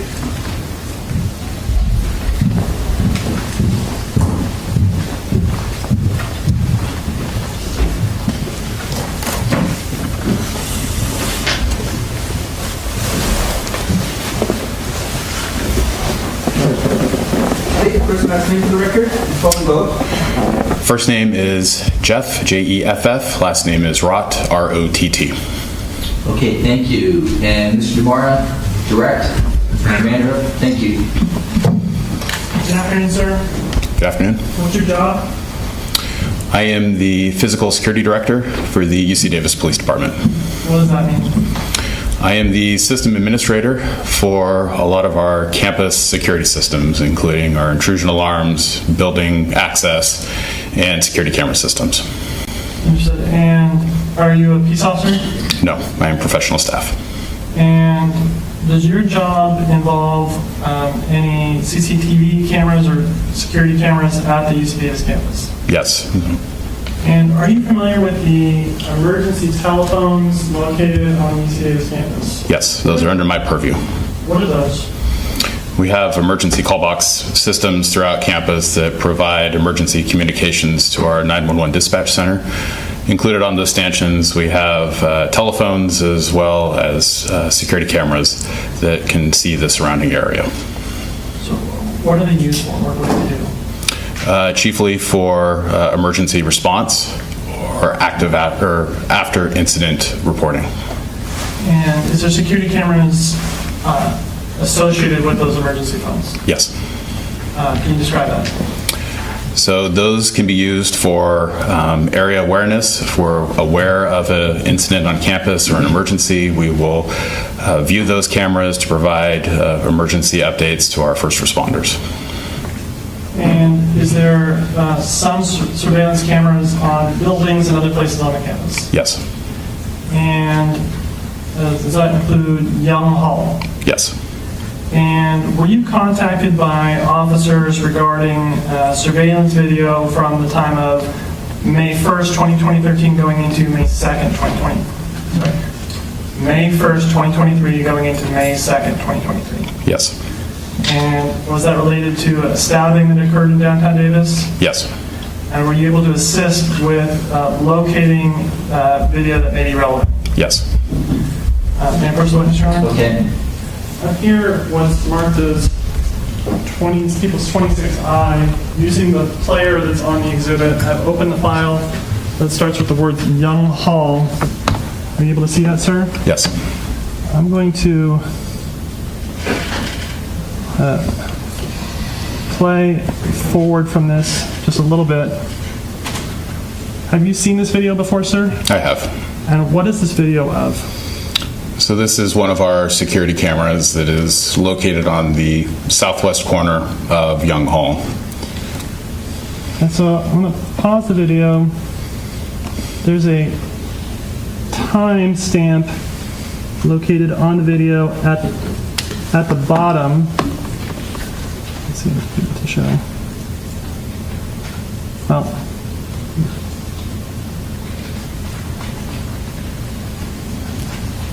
there we go. There's a timestamp at the bottom showing the time. Currently it shows 24 seconds after midnight on May 2nd. Do you see that? I do. Part of your position, do you know whether or not these timestamps on these recordings are accurate? Yes. So our security camera system syncs every day with time servers on campus, which are then synced with the national time servers. So this is not just accurate, it's synced to an accurate time source. Correct. And then this time that we're looking at is local time rather than some other time zone? Correct. And so after collecting the surveillance, did you turn it over to police officers? Yes, I did. And were you later alerted that some of the videos that had been turned over to the officers were not playable or were not playing? Yes. What did you do after learning that the videos were not, that there was an issue with at least one video that was not playable or not playing? So we did a search internally, and we were able to locate those video recordings on another area of our server, so we were able to recover that footage. And so you still have, you meaning UC Davis Police Department, still had recordings? Correct. Now, is it just that, does the university actually keep recordings that far back in time where you can just see everything back from that day still? Not typically, no. Okay, is this something that you could look back and still see that time frame, or is it because it had already been saved earlier that you were able to find a saved copy? Because it had been saved, we were able to find a saved copy. Okay, so I'm going to use the player again.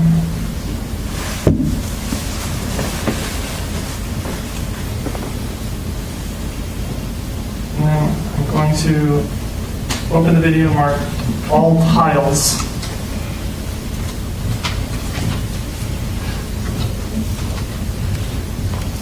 And then I'm just going to go into one of the camera views, which is the one from the top left. Have you seen this video before, sir? I have, yes.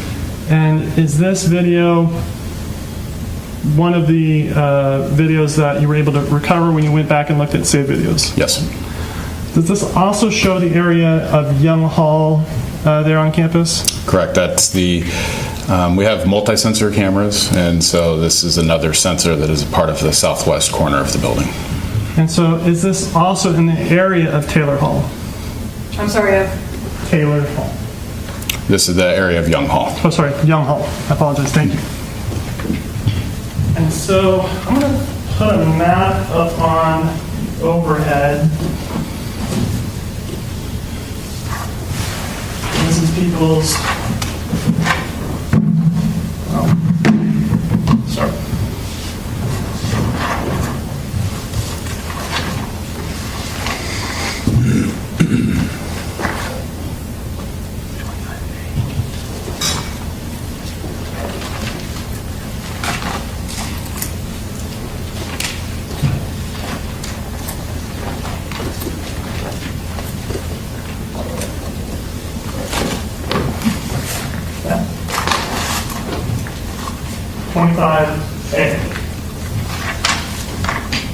Put this on the overhead.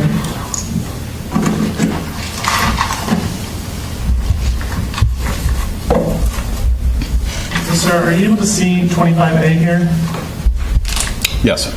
And does this show, among other things, the area of Young Hall on the campus? Yes, there's an icon depicting Young Hall, roughly at the intersection of East Quad, and we know that is one of our bikeways coming in from Zoom A in Street. kind of the bottom left of this exhibit.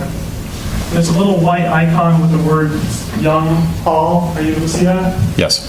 Does that show where Young Hall is? Yes. And is the UC Davis Memorial Union also on this map? It is. And is it with the little white icon that says UC Davis Memorial Union? Yes. So on this map, there is kind of this pathway that goes like a road, maybe, between Young Hall and UC Davis Memorial Union. What's that? So that is East Quad Avenue. So it's a street, but it is closed off to public traffic. It's university vehicles only. Understood. So I have here what's been marked for identification purposes as People's 27.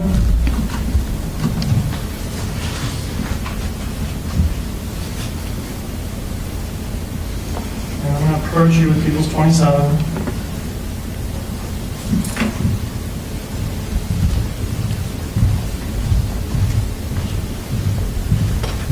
And so People's 27 is a series of photos.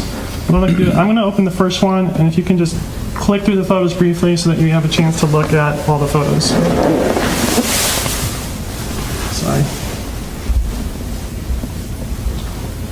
You can just bring it right here.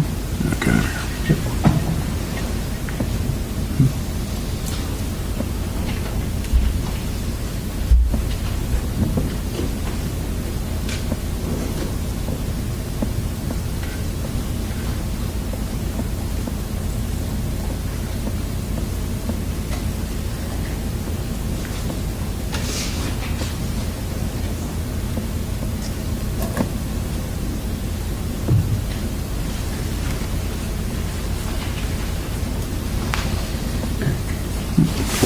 Do these photos, are these just like ground view photos of the area of Young Hall and Memorial Union Heights?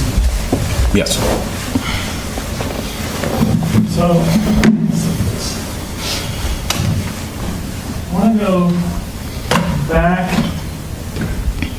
So I showed you two surveillance videos. I want to ask about the first one. Okay. And back to 25A. And there should be a laser pointer on the desk in front of you. There was a person with a bicycle on that video. Did you see that? I did, yes. And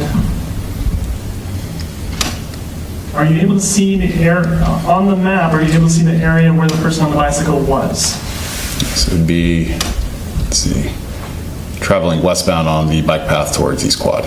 Okay, so using the laser pointer, can you just kind of trace about where we first see them and then where they come off screen? So it would be about here and then about in this area here. Okay, and this path here, is this a road or a sidewalk? What is this? That is a bike path. So that is the old campus east gate that connected the campus when it was originally constructed with downtown Davis. Okay, well, this area here where it says 2nd Street, is that an actual street? Yes. What happens when 2nd Street hits A Street? 2nd Street dead ends, and if you were to continue westbound, it turns into a bike path. Okay, so if someone was coming westbound on 2nd, then once they hit A, they'd land on this same bike path? Correct. And if they continued straightish on the bike path, that would take them past Young Hall and towards Memorial Union? Correct. so I'm going to pull up the first surveillance video again from People's 26i.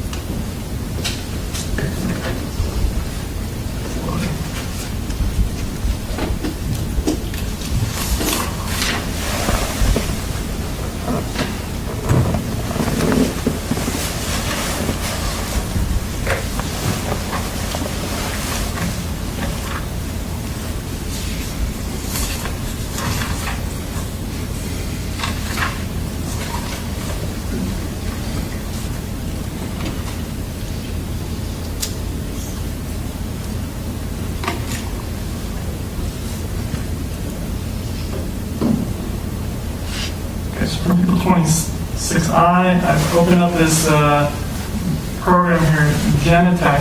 What's this? Genetech is the video management software that the police department uses. And so this file that's marked Genetech video player, what's that?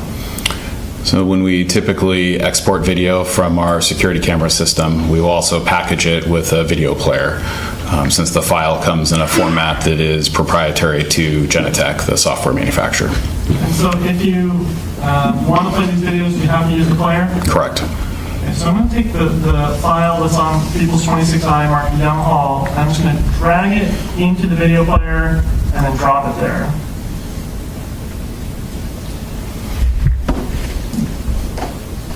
And then on this top one marked Young 01 or Young West Entry Plaza, are you able to see that? I am.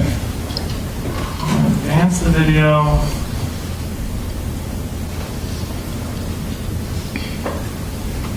To 11:59 p.m. Fast forward slightly.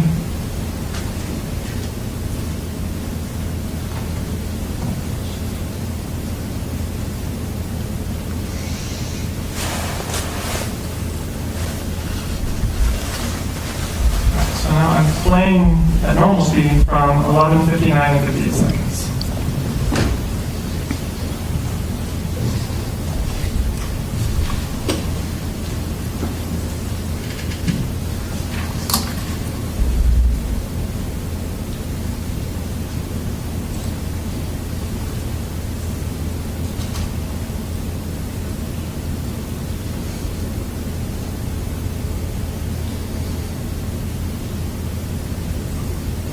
And so I paused it now at 12 o'clock and 25 seconds. Have you been able to see that, sir?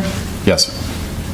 Okay, on the video, we see a person on top of a bicycle. There's also like a red line that's squiggly and a green line. What are those? Those are part of the security camera software. They're motion detection features. And so the security camera software does that itself? Correct. And so that's not an act, there's no actual green and red line out in by Young Hall? No, that's correct. And so with respect to this video, if we use the scroll wheel and zoom in, I'm going to go backwards, pause, and then go forward. Pause again at 21 seconds.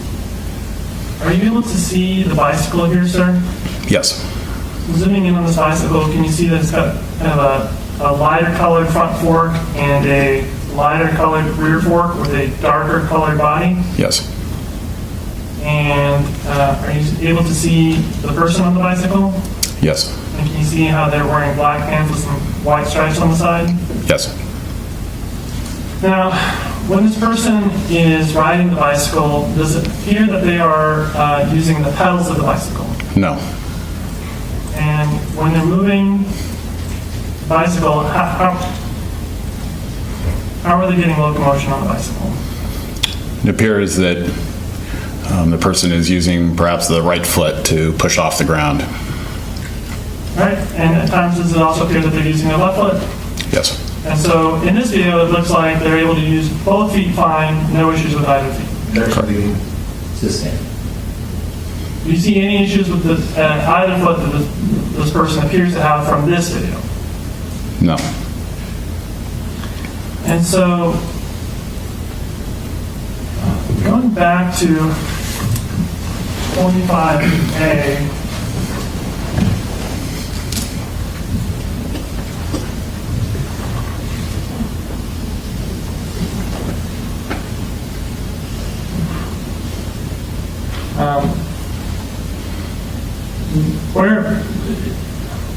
where is the camera that we're looking at mounted? Could you use the laser pointer and show us? So it's going to be in about this area. So when we have this emblem that's Young Hall, it's just kind of at the south end of the building, south of the map overlay emblem? Correct. And what's the vantage point? Like, where is it looking? So that we have two cameras, and both are what we consider multi-sensor cameras. And so they're looking, when you put all four together, it has a 360-degree view. That particular view would be more focused directly south, maybe a little bit to the southwest, but this kind of general 90-degree view. Okay. And so this particular video, we're talking about something that happened just seconds after midnight. Correct.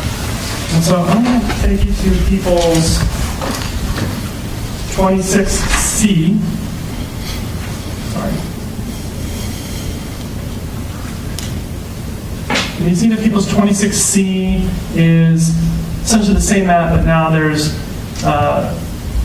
numbers and arrows drawn on it. So I'm going to draw your attention to arrow 14. Do you see that? Yes.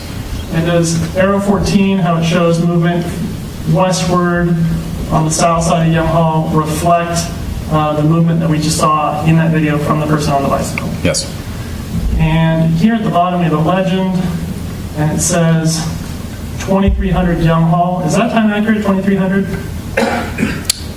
No, not for the view that we just saw. All right, in military time, what would that actually be then? If it's 11 p.m. Sorry again? 11 p.m. Sorry, the real time in the video, what was that? That was at midnight. So in military time, would that be 0100? Yes. All right, I'm going to correct that to 0100 there. All right, so we talked about this east view from Young Hall. Now we'll move back to the player.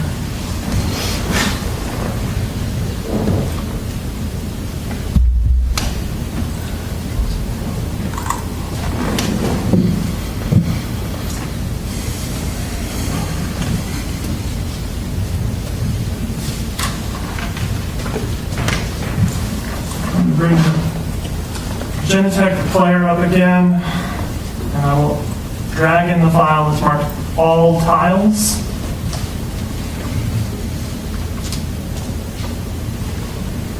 So then, pause all these.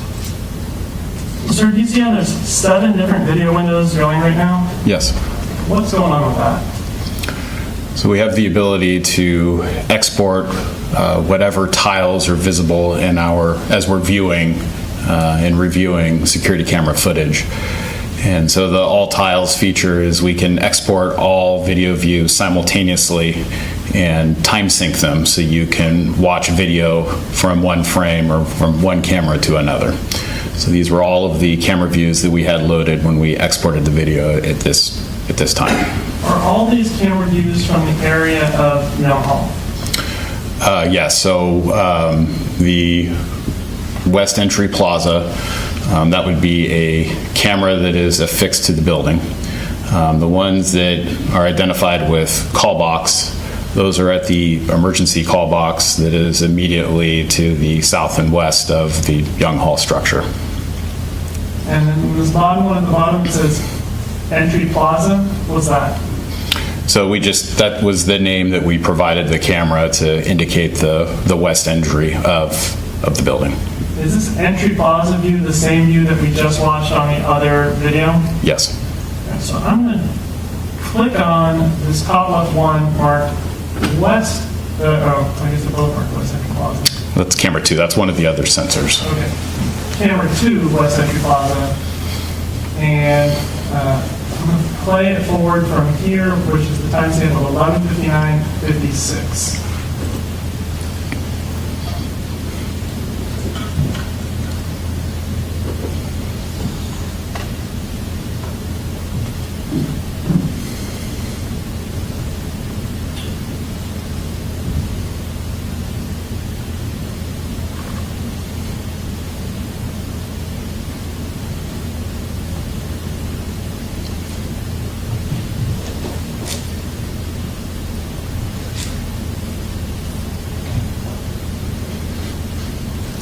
So I paused it at 29 seconds after midnight. Are you able to see that, sir? Yes. You see the kind of same person on the bicycle coming into the frame. Yes. So we're back to people's 25A. I just want to understand where this camera is and what it is that we're looking at.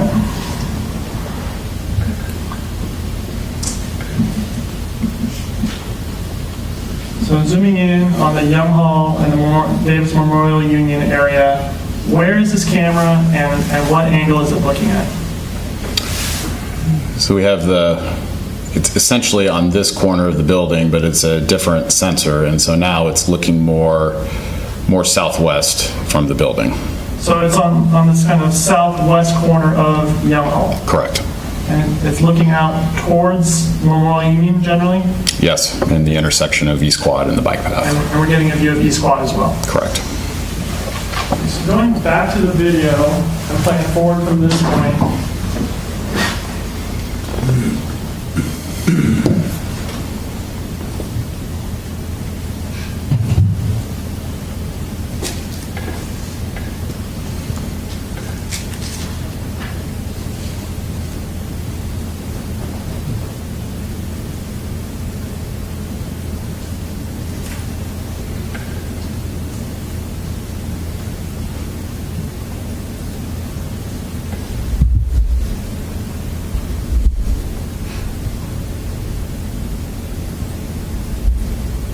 Pause the video at 2 seconds after 1 minute after midnight. Looking at People's 25A, can you use the laser pointer and just kind of show us the route where that person is taking as depicted in the video that we watched?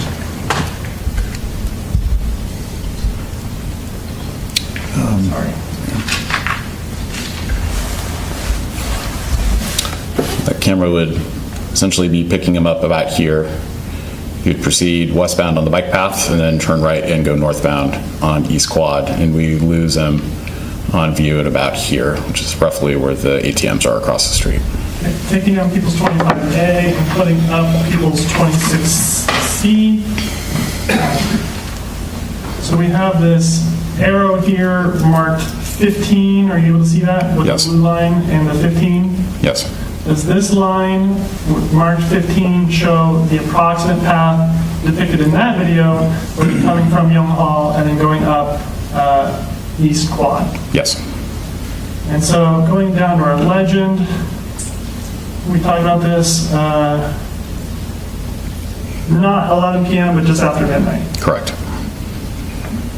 So this would again be 0000 hours or 0001. Right. Now, looking at this video,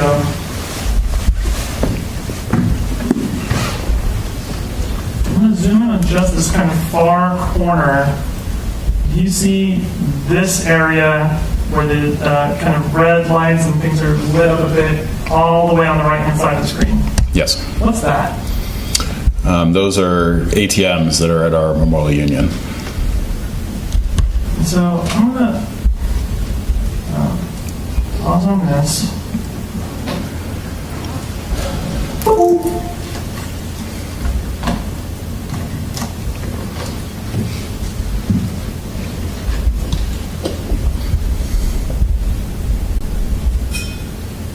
We're going to go to the photos on People's 27.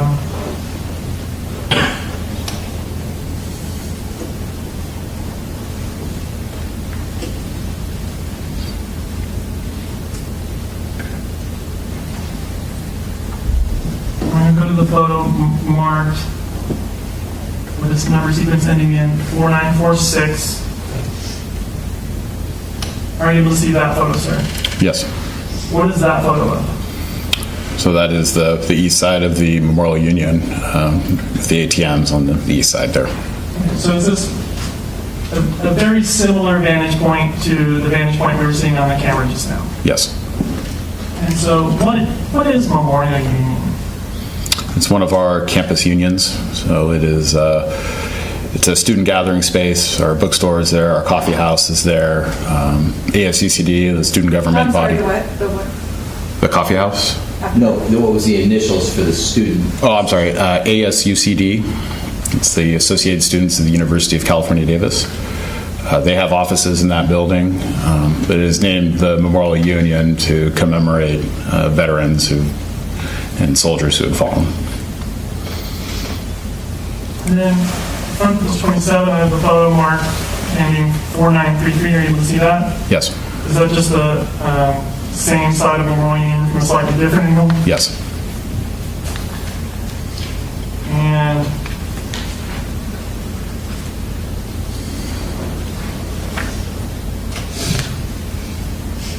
looking at the video from People's 26I.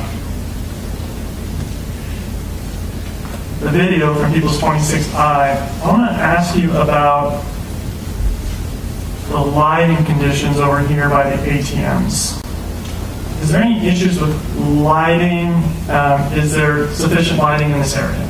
Yes. And so is this area illuminated with streetlights? There are pathway lights, street lights, but then the ATMs have their own lighting systems as required by the bank. And so there's really good lighting in that area? Yes. What about just west of the ATMs in this kind of dining area and then this area in the back? Generally, yes, there's adequate lighting. And is it really important for the school and safety to have adequate lighting throughout the campus? Yes, our campus building standards generally follow IES-NA lighting standards. IES-NA is the Illuminating Engineering Society of North America. There was a pause. Yeah, I had to think about that for a minute. So lighting's really important. Yes. I'm going to go back to the photos briefly. I want to ask you about this area just west of the ATMs. I'm bringing up the photo ending in 4716. Are you able to see that, sir? Yes. What is this area west of the ATMs? So that is the somewhat loading dock for the Aggie student store. All right, I'm going to change photos to end up ending in 4710. Are you able to see that, sir? Yes. There's some doors and kind of an area back here. What is that? So those two doors, if I recall, go into the Aggie student store. There is some fencing there that is meant to be a partition for some, I think there's some HVAC equipment that might be back there. But the idea is to provide concealment for the loading dock activities. Is this like a public access area where public goes in and out of the building? No. Is this for staff and loading? Yes, it would just be for staff of the student store. Going forward to photos, the photo ending in 4734, are you able to see that, sir? Yes. Is this the same kind of loading alcove? Yes. Now, these photos that I've been showing you, do you know what day they were taken on? No. Can you tell from the photos that they're taken during the daytime? Yes. And from the video, was that video from the nighttime? Yes. So you know that it's definitely not at that same time. Correct. With perhaps the movement of trash bins and other things, do these photos fairly and accurately depict that area as it would have been, though, back on May 1st going into May 2nd of 2020? Foundation. Have you been to these places before? I have, but it's been some time. And have you been around in that area in May and April of 2013? In April and May of 2023? Probably not to this area, no. Okay. Before that? In my previous position, I did a security walk for the student store. And has this area gone largely unchanged for years? Yes. And so, based on your knowledge of the area, is this how the area looks? Yes. This area, this sort of loading dock area, you mentioned some HVAC. I'm going to scroll forward. I'm going forward 2 photos. Photo 4739. Is this in that loading area, kind of the HVAC you were talking about? Yeah, right. I misspoke. It's not HVAC. Those are electrical generators, but basically building maintenance systems or building support systems. I understand it. Sorry, that was photo 4749. Going back 1 photo to 4746. What are these doors? Those look like doors that would be going into back areas, probably an employee entrance to the Memorial Union. So again, these are not public entries? Correct. So, but it looks like this actually, there's a tuck-in even further around here, is that fair? Yes. And so if we go back some photos, that means that even in this loading dock, you can go further back into this tuck area if you wanted to. Yes. So I'm going to go back to the video.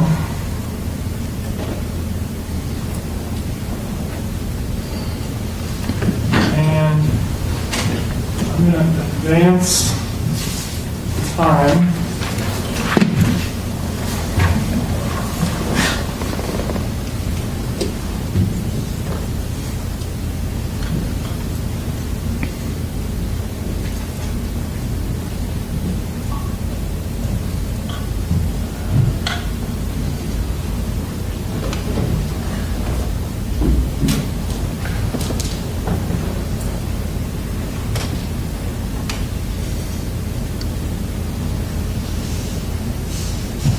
So you're 5 seconds after 3 minutes after midnight. I'm going to play forward from here.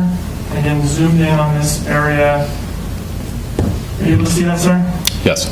And you see a person with a bicycle? Yes. Where are they walking? They look like they're walking towards the previously mentioned loading dock of the student store. Okay. Prior to going to that loading dock area, did they walk past the ATMs? Yes. Is one of the ATMs there a Bank of America ATM? I think so. I do not recall, but that sounds right. Understood. And so,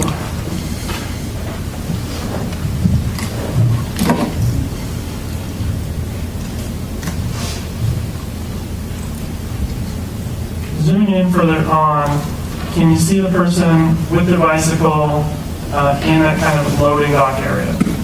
Yes. There's an up and down line that's almost in the middle of a zoomed in shot, right on top of the person. What is that? That is a sidewalk light, or pathway light. So it's a light bulb? Yes.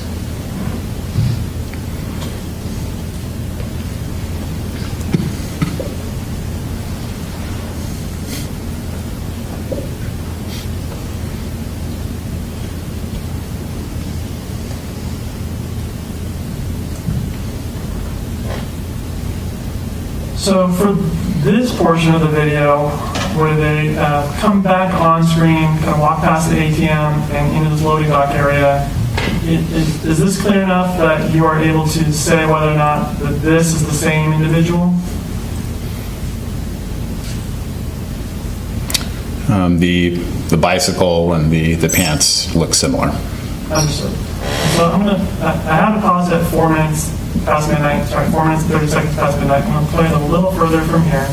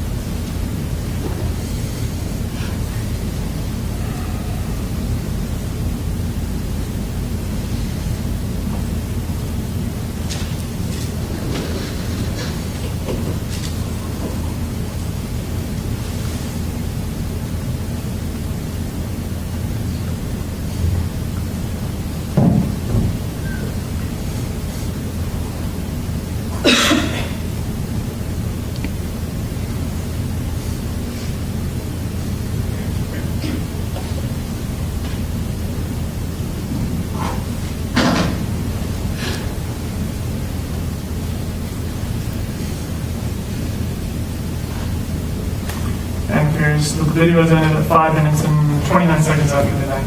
I'm going to go back to the photos. I'm sorry, before I go back to the photos, I'm actually going to go back to 25 today.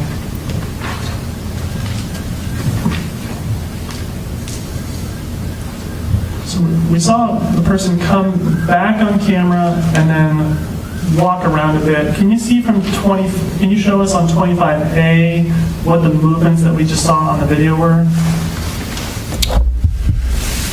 So it comes back into view about here, which is essentially where the ATMs are on the east side of the MU. So, and then coming kind of back down this way, this would be somewhat the loading dock to the student store. Spent some time here, then continued southbound, and then wrapped around the building, continuing westbound on the south side of the Memorial Union. So going to 26C.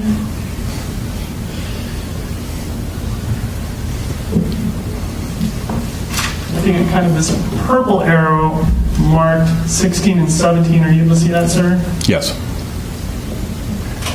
So this purple arrow show the beginning portion of what you just described, where they're coming back into view and then into that kind of loading dock area. Yes. And so from the end of this point, though, there's further movement that's not shown by this arrow? Correct. Where should the arrow have continued? And so our camera view would have continued the arrow down, so this would be the east side of the MU, and then wrapping around to the south side of the MU. All right, so I'm going to focus on legend again, go down to 17, where Young Hall West View, where it says 2303, that would actually be 3 minutes after midnight then. Correct.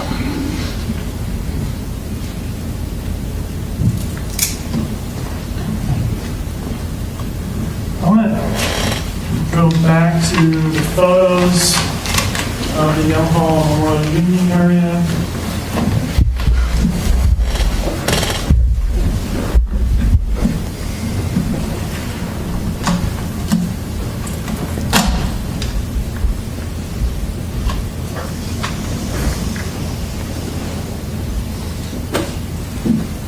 I'm opening the photo marked number ending 4810. Are you able to see that, sir? Yes.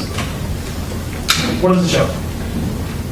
So this is the east side of the MU. There's a kind of a student gathering area on the southeast corner of the MU, and that's the glassed-in area there. So off on the right side of this photo here, we have this kind of metal screen and some pipes up above it. What's that?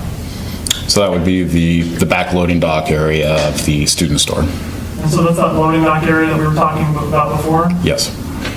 And so from this photo, can you use the laser pointer to show us the path that the person took in the video here? Appeared perhaps starting back here towards this mesh kind of fencing area, and then continuing southbound along the east and southeast corner of the MU. So going forward one photo to the photo ending in 4812, is this showing then that corner of the MU? Correct. And going forward two photos.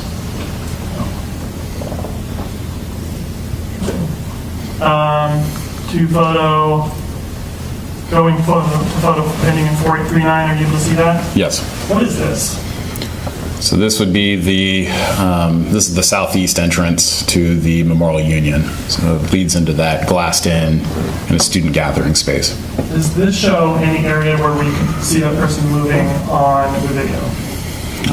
The video would pick up on the other side through the glass, but then shows the subject coming around the corner and coming out of view about here. And so going back to people's 26C,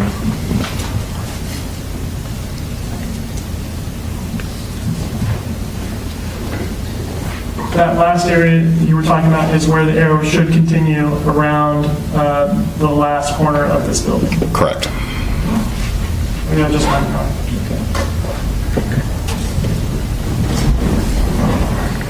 No additional questions, Ryan?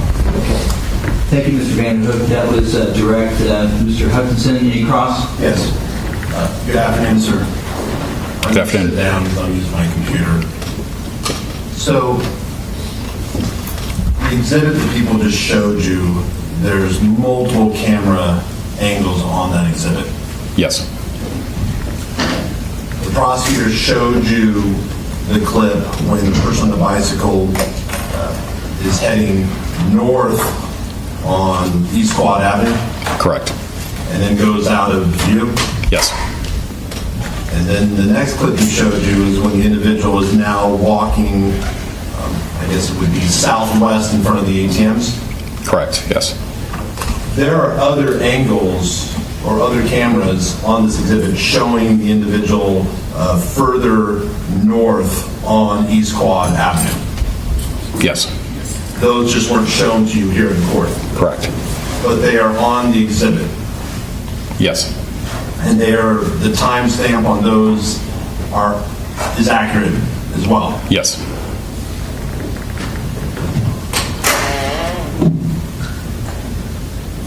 And they are an accurate depiction of what the cameras recorded on that date and time. Yes. Just want to be very clear. You've only been shown some of the cameras. All the cameras on this exhibit are accurate. Correct, yes.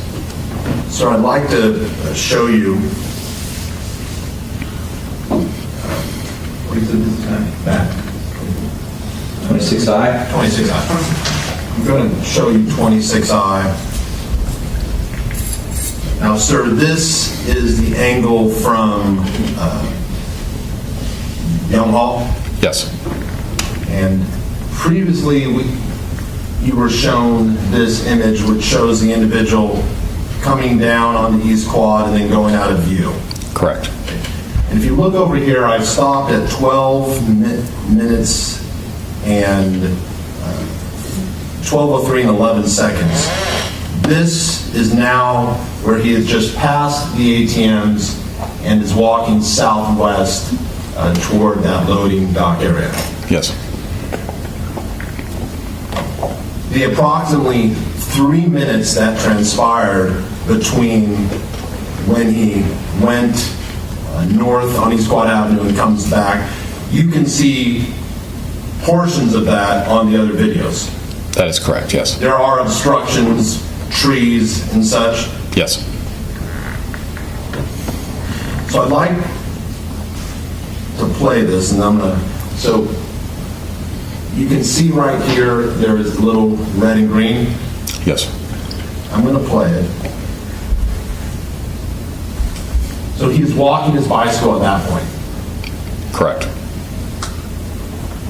And for a short time, he goes out of view behind the loading dock area. So I'm stopping it right now. This is at 12:03:26. Yes. He's out of view. But he then comes back out and comes into view. Mm-hmm. All right, so I'm going to play that.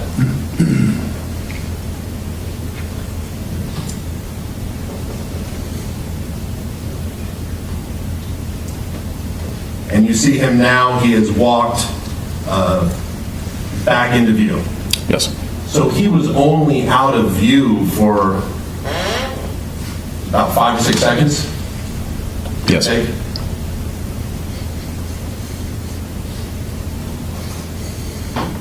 And you can see him now, he's partially blocked by the pole.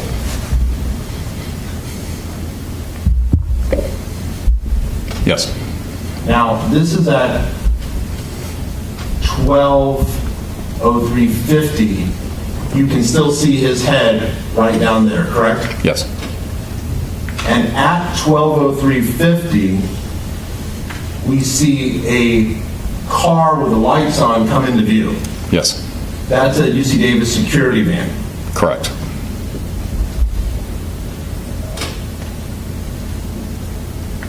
If you know, at this time, was security vans already advised that there had been an incident in downtown Davis, if you know? I do not know. I'm not sure. So this security van drives right past where this individual is outside, correct? Yes.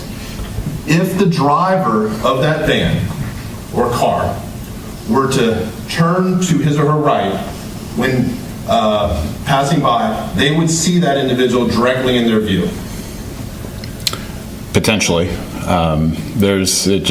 Depending on the angle, there could have been obstruction from the fencing there, but there doesn't appear to be. We can see the individual's head right here. He's outside, right, and here is the car. There does not appear to be any obstruction in between that, does there? No, not from this view, no. And when this security van drives by, the individual just remains there. Correct? Yes. You have watched this and zoomed in? Yes. It appears the individual is bent over trying to do something to the bicycle. Yes. Trying to do something around where maybe the chain is? I don't know. We could just be looking at the bike. But when you zoom in, and I'm not going to try to do it, you'll see the individual basically bent over on doing something with the bicycle. Potentially, yes.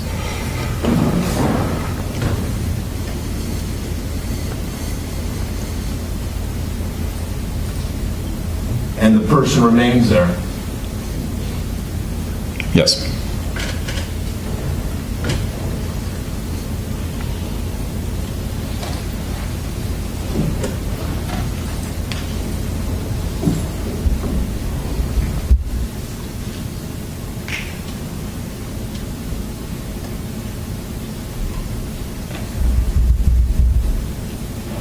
And then the person walks off after,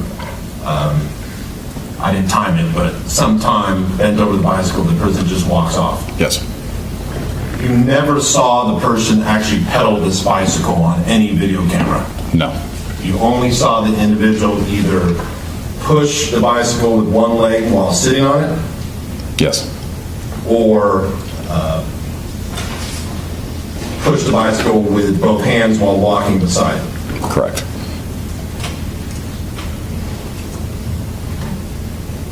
Are there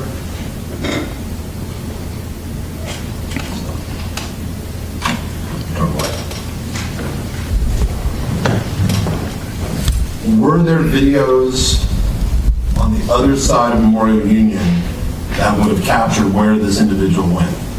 Or were there cameras on the other side of Memorial Union that would have captured where this individual went? Not immediately next to the Memorial Union, but west of there, yes.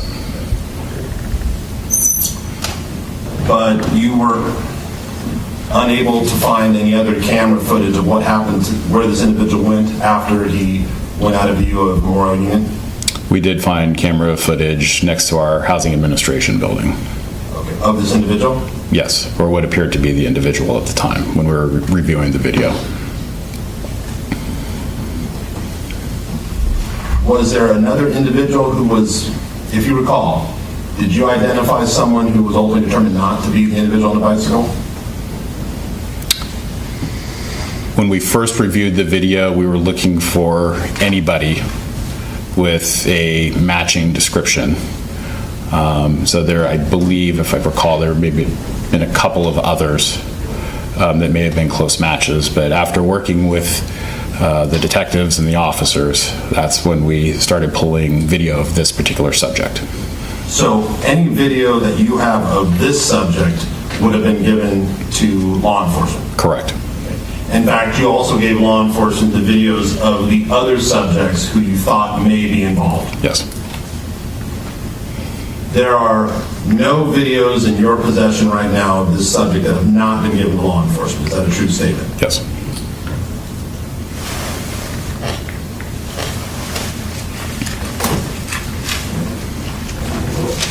Are you familiar with the cameras on the ATM, like how they operate? Those are managed by the banks and their respective corporate security organizations. I understand that, but are you familiar with what type of cameras they are? No. So you've never reviewed footage from the Bank of America ATM? No. Your cameras that we're seeing, these are constantly recording. There doesn't have to be movement to trigger them. Is that Correct. right? Yes. You do know that there are other cameras that only start recording when there is movement. That is correct, but not on our system. Not on your system. Yes, our campus policy is continuous recording. If you don't download a video, how much time can you go back and retrieve video? In other words, if I wanted to ask you, can you get me the video from this time 3 months ago? Can you still get it now, or is it gone by that point? No, our retention period is 30 days. So within 30 days, you can look at any camera on the UC Davis campus and get a copy of that video. Yes. After 30 days, it's deleted. Correct. And then there's no way to recover it. No.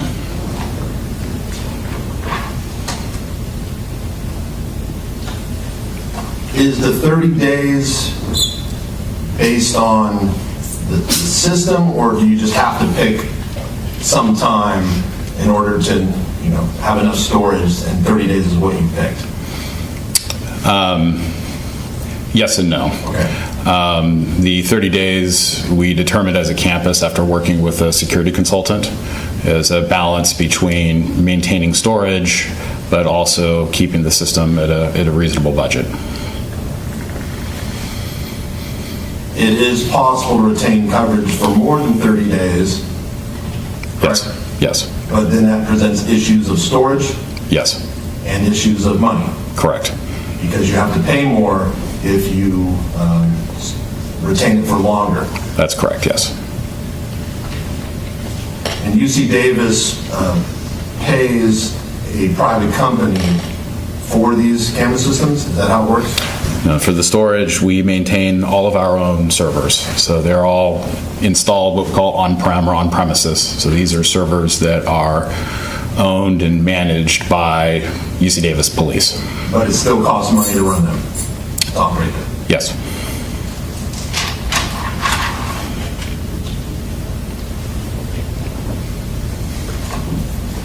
I have nothing further. Thank you, sir. Thank you, counsel. Any redirect? Okay. Sir, defense counsel is asking you about viewpoints that may have captured this person longer than the camera angle from Young that we were looking at. Do you remember that? Yes. Right, so I have up on the screen people's 26I. I'm looking here at the one marked Young Hall call box area view camera 4. Are you able to see that? Yes. Is there a camera that would see that person longer than call box camera 4, or is that the longest view that we would have? That would likely be the longest. That camera 4 is looking northbound on East Quad. So Young Hall would be on the kind of the right side of that view, and so East Quad would be on the left side. You can see the lights from the ATMs. So the ATMs are at the top left of the screen here? Correct.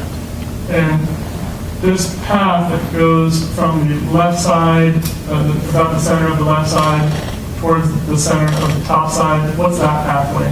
East Quad. So I'm just going to advance this camera view to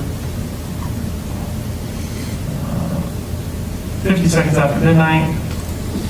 Play it from here. Are you able to see the individual here in the video? Yes. And from, I'm just going to let it play for a little bit here.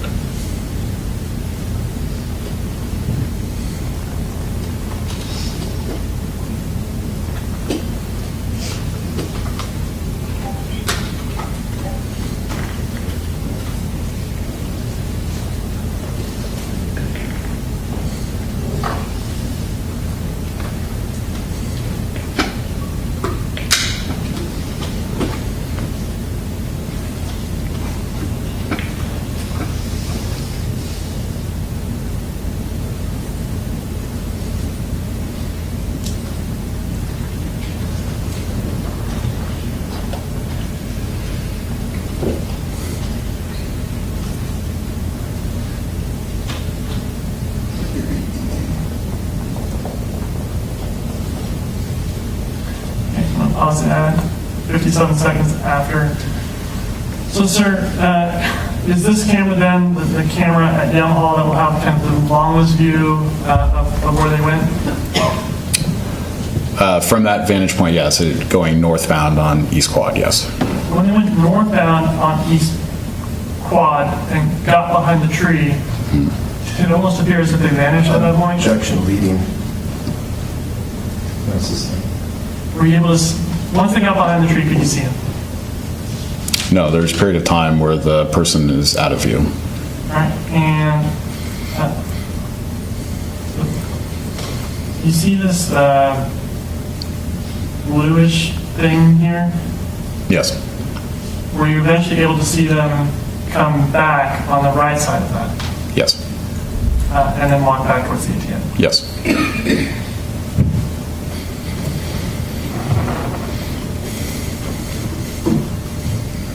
I don't have any additional questions. Thank you, Mr. Banjo. Any final questions? No? No. Okay, all right. Mr. Rod, I appreciate you making time. Yep, have a great day. Thank you. Thank you. Okay, I'm going to stand up and stretch, folks. We're going to take a break at 3. So get a good stretch in. Off start.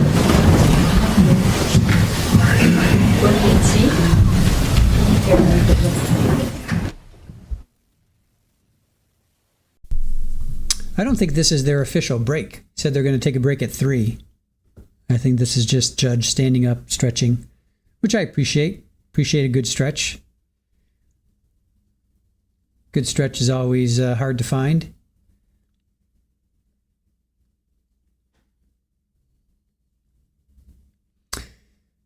Mel, how's the trial going? It's going.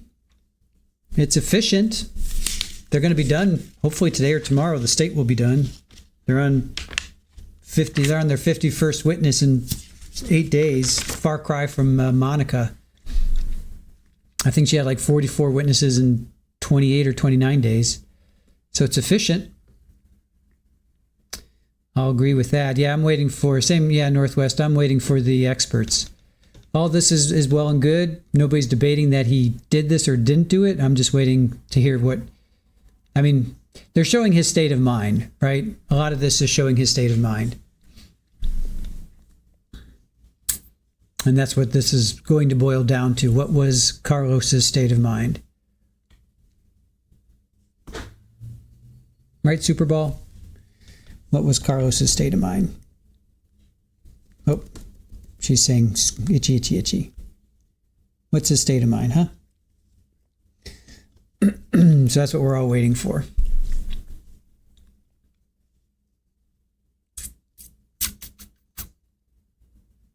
The sleeping juror is gone. That is true. I couldn't focus yesterday. Oh, now you're making me yawn. Dang it. Oh, what are you doing? Dude.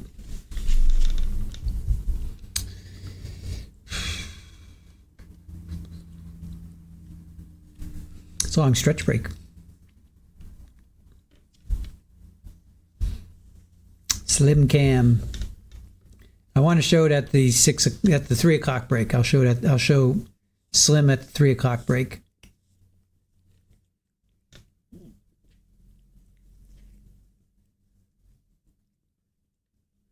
You have to wait till the top of the hour. Long stretch break.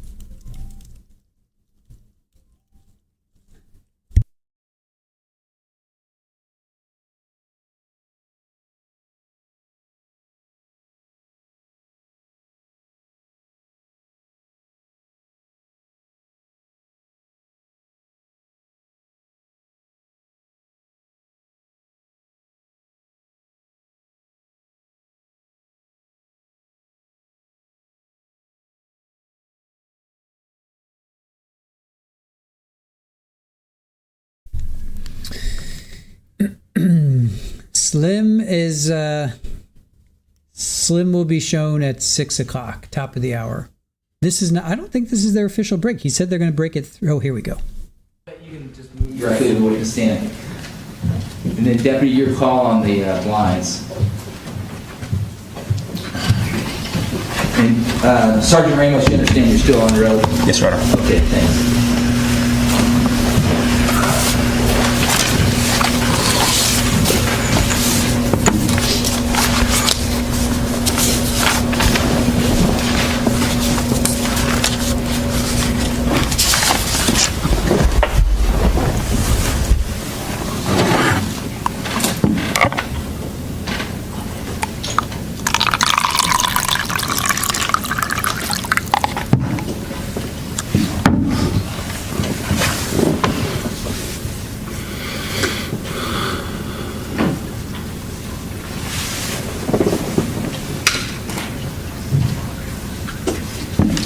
Sorry, I didn't know we were... No, that's all right. Mr. Vanderhook, your witness. Thank you, Mayor. Yes. Detective Ramos, or Sergeant Ramos, we've just been talking about People's 26C, and we've been talking about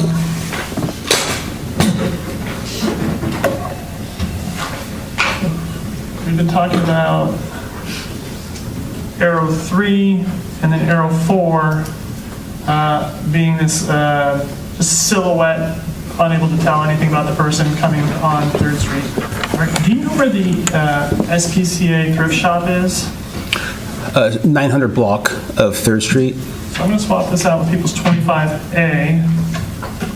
On People's 25A, are you able to show us where the thrift shop is? 9th Street. So it...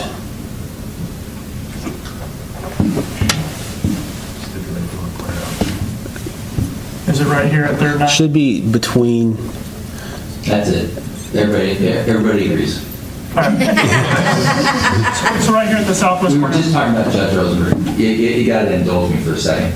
His wife, Leah Rosenberg, has been Citizen of the Year in Davis numerous times, and she's a volunteer at the SPCA and a bit of a landmark for the city of Davis. Judge Rosenberg had been mayor of Davis, and his wife is incredibly active, even more active than he is. And anyway, if you ever want to meet Leah, just go down to the SPCA, but not right now during the trial, because don't go see that, but when it's over. Anyway, thank you. And so, sir, were you made aware that there was video collected from the SPCA thrift shop? Yes. And were you able to review it? Yes. And so, I have here People's 26D, and I'm gonna play files two different ways. First, I'm gonna open what's titled Lorex Player. Put the player up on the screen, and then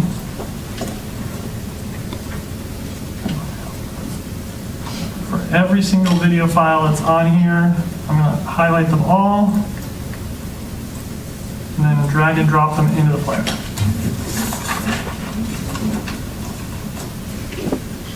And are you able to see that, sir? Yes. And what is this kind of camera view of? So the store is on the south side of 3rd Street. This camera is the interior of the store facing north, so it should be facing, this is the south sidewalk of 3rd Street. And so is this an interior camera inside the store that looks through some windows and we can kind of see the 3rd Street area? Yes. And here there's a sidewalk in front of the store. Is this the north or south sidewalk on 3rd Street? South. Understood. Now, these proprietary players, can they be difficult to work with at times? I think most players can be, but yes. Did you go through the videos from this camera? Yes. And were you able to find video of a person that you'd seen in other videos? Yes. Rather than use the Lorex player, I'm going to go back to VLC, and I'm going to get a particular file ending in, so this is file 2023 05 02 02 1239.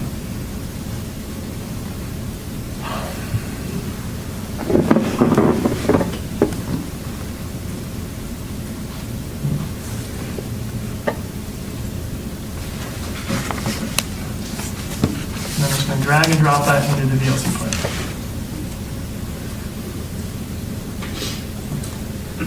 Are you able to see this, sir? Yes. And so here at the top, we have a timestamp of 2:12. Are you able to see that? Yes. And were you made aware that this video is actually 3 hours fast? Yes, I was. And so real world time then would be what? I believe 11:12? Okay. 11:12 the Or previous PM, sorry. So yes, it would be May 1st, 23:12, or 11:12 PM. I'm going to take this video to its very start and play it from there.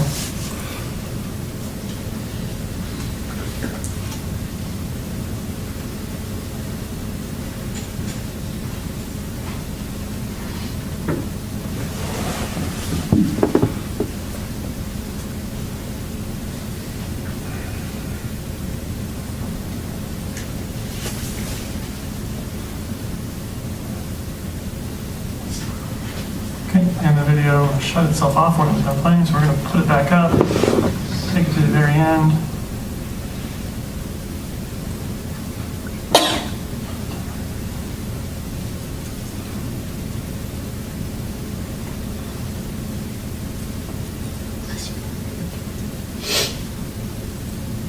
Okay, and here at the timestamp of 2:12:38, are you able to see a person in the video? Yes. And where are they?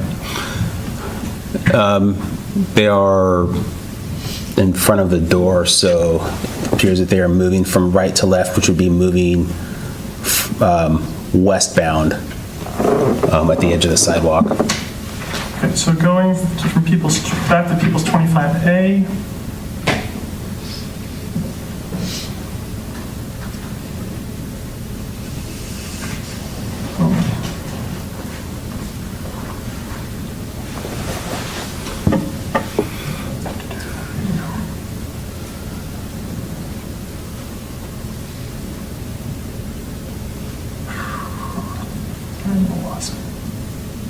There we go. Back to the Goodwill. You see the Goodwill here at Third Eye? Yes. And so which direction are we then seeing? If the camera's inside the building here, which direction are we then seeing? So if the camera's inside the building, you're looking this direction, Right. which is north, and that person would have been traveling this direction. So right to left would be west on the sidewalk of 3rd Street. So the person then is on the south sidewalk of 3rd Street, Correct. west of I Street, Yes. headed westbound. Correct. So this particular folder has just like tons of tiny clips. So I'm going to play the very next tiny clip in sequence, which ends in 2023 05 02 02 1336.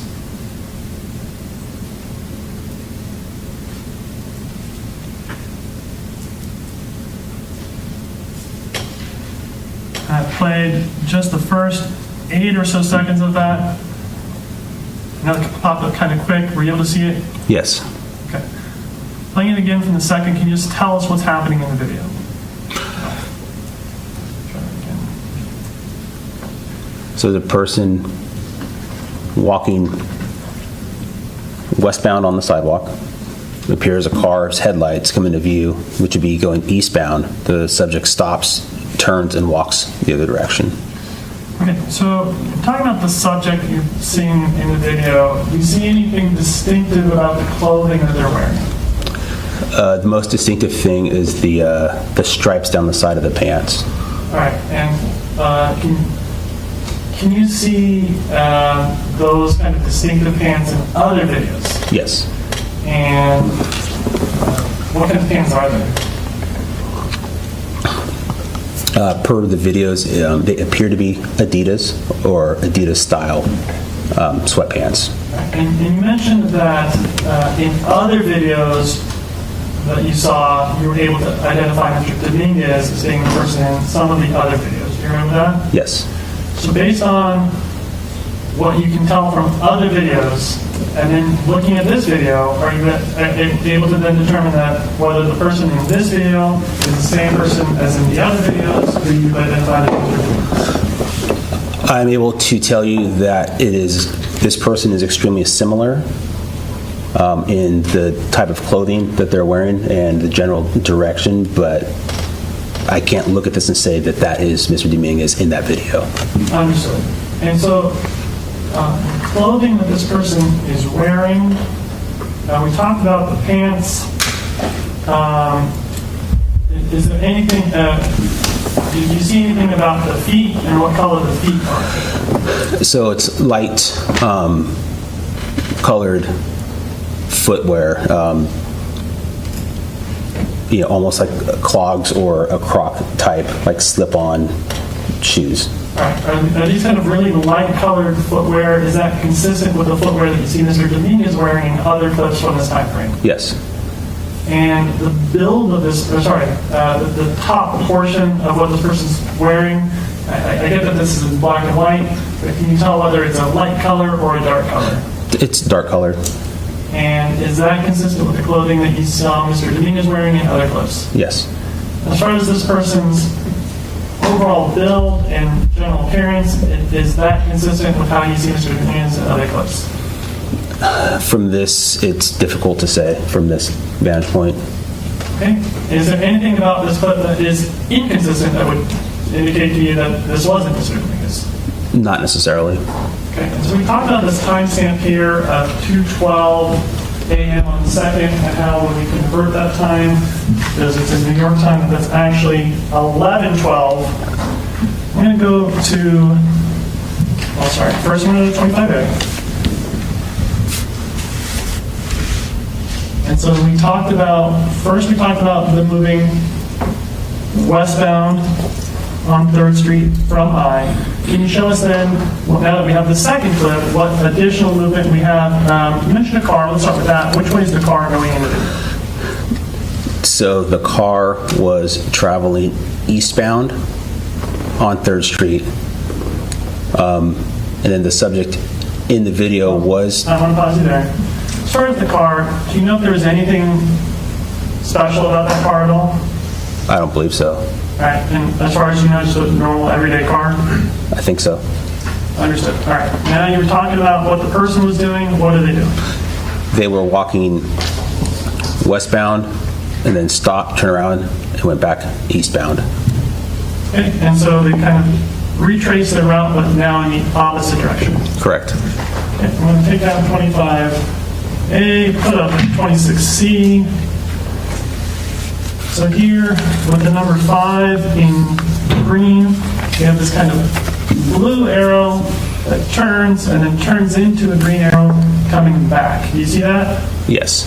And I get that it doesn't line up perfectly with the streets here, but is this just kind of a rough approximation of the movement that you're seeing for the individual here at the SDCA thrift shop? Yes. And so this number 5 here, look at the legend. For number 5, this time of 23:12, is that the correct real-world time that this person is seeing at the SDCA thrift shop camera? Yes. Okay.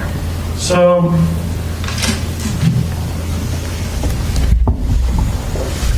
we talked earlier about 320 K Street and that camera.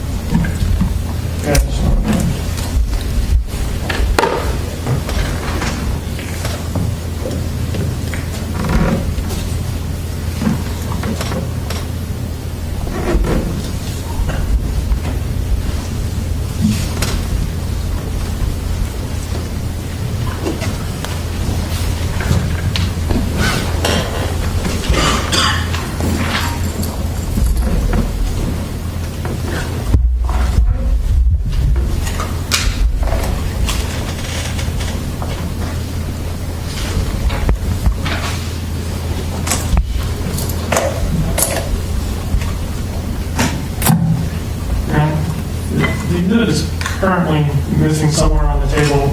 Would there be any problem if I just pull this up from another device? Show you this portion? No, that's fine. Yeah, with the representation where it is. All right, so we talked earlier about the surveillance video from 320 K Street.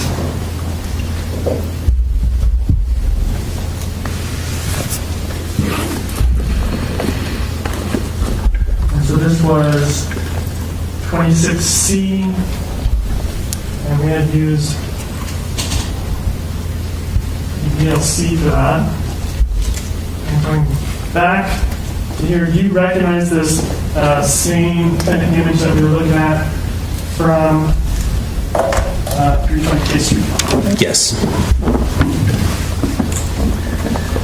So earlier we talked about movements at 320 K Street that were at 6 minutes after 11 and 8 minutes after 11. I'm going to take the same video and I'm going to advance it to 36 minutes after 11.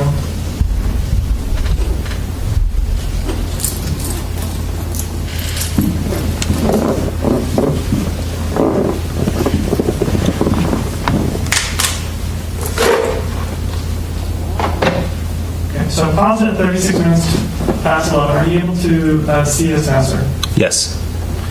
And from the video, can you tell what the weather conditions were like on May 1st at 11:36 p.m. On May 1st? Yeah, so within the last probably 20 minutes, it started raining. When we found it. I'm going to use the same zoom.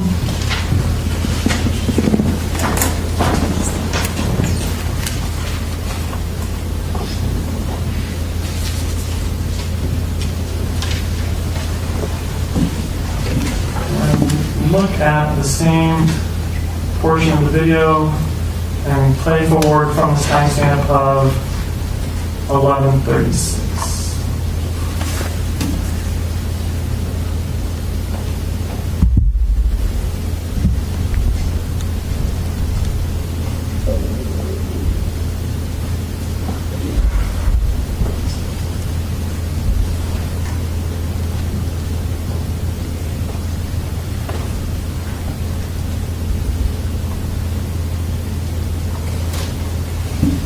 So I pause the video. The timestamp is now 11:36 and 25 seconds. Were you again able to see a shadow or a silhouette of someone walking through the video recording? Yes. Play it for just a couple more seconds from this point.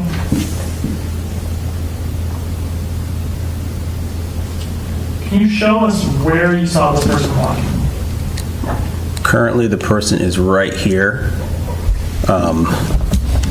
They came into view. This is a tree on this side of the street, but right around here, as they came into view and were walking eastbound on the south sidewalk of 3rd Street towards L Street. Understood. And for this person, in all the videos, have they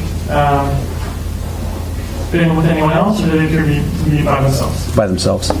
And since these videos are all from different times, are you able to say whether the person in any of these clips that we've seen from 320 K Street whether or not they're all the same person?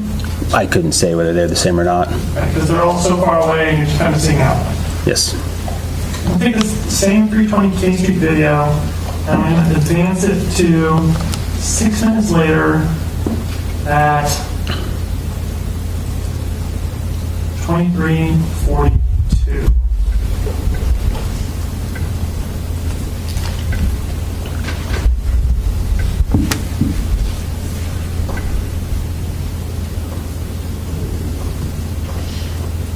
So I advanced it to 23:42 in 1 second. Turn on the same zoom. And I'm going to advance it from this.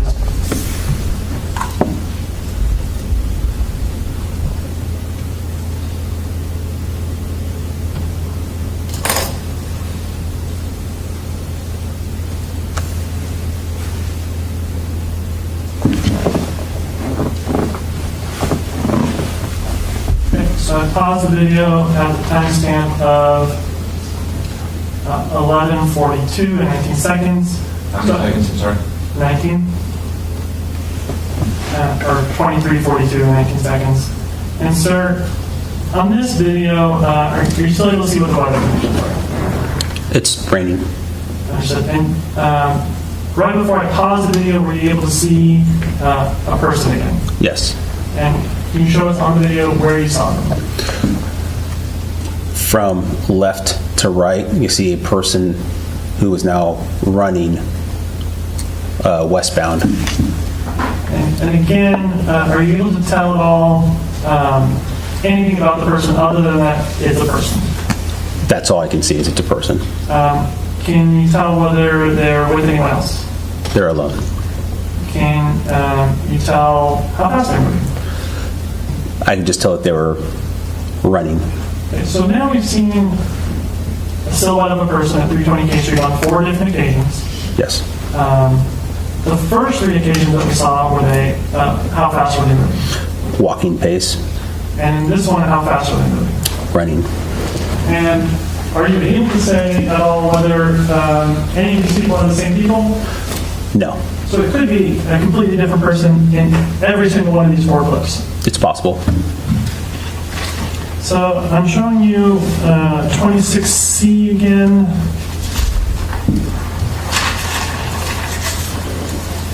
And so the exact same arrows that we had here that were marked 3 and 4 are also marked 6 and 7. Are you able to see that, sir? Yes. And for both those movements that we saw, are they both again on the south sidewalk of 3rd Street, kind of just west of Bell? Yes. And do these arrows again show the movement of the person in those? Yes. So would the green arrow here be the first, be the walking clip that we just saw, or the running clip that we just saw? The green arrow is going to be walking eastbound, and the blue would be running westbound. All right, so we have these 6 and 7. Go to our legend here. You may see that it got marked up a little bit while you were gone. And so we have 320 K Street, 2336, and 2342. Are you able to see that as 6 and 7 on the legend, sir? Yes. And so do these times and location match up with the video that we just saw as far as the shadow figure moving on 3rd Street? Yes. Okay, so I want to talk about Davis Glass. Let's stop. You'll do it on the other side. Thank you, Sergeant Ramos. We've got more questions for you. We're going to take our mid-afternoon break. To the jury, do not form any opinions, do not discuss the case, and do not research the case, and we'll see you for the rest of the afternoon after our break. Thank you. Thank you, counsel. Off break. All right. I'm going to just stay here just in case they come back. Sometimes they come back for a note. Oh, Brat, lightning storm. Oh, wait, how come that didn't come up? Oh, there it is. Lightning storm. Power has flickered off a couple of... that lightning storm here, power has already flickered off for a couple of times. Fortunately, didn't take down the internet or my laptop, though my external monitors were down. Interesting. All right, interview with Slim Pickens. All right. Are you guys ready? Here we go. Drum roll. Slim Pickens. So Baca actually got it right. Baca guessed that it was a saxophone. So it's a saxophone.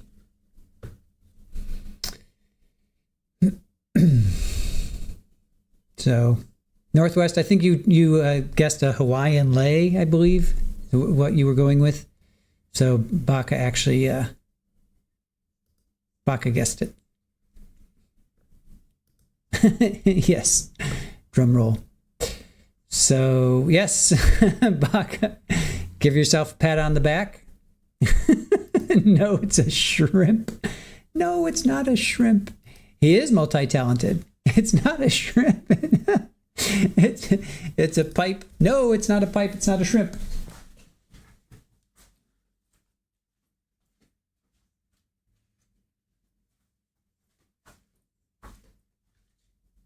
Can you see? There.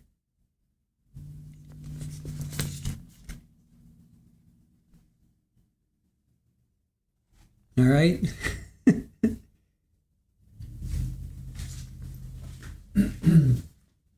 He is multi-talented. There you go.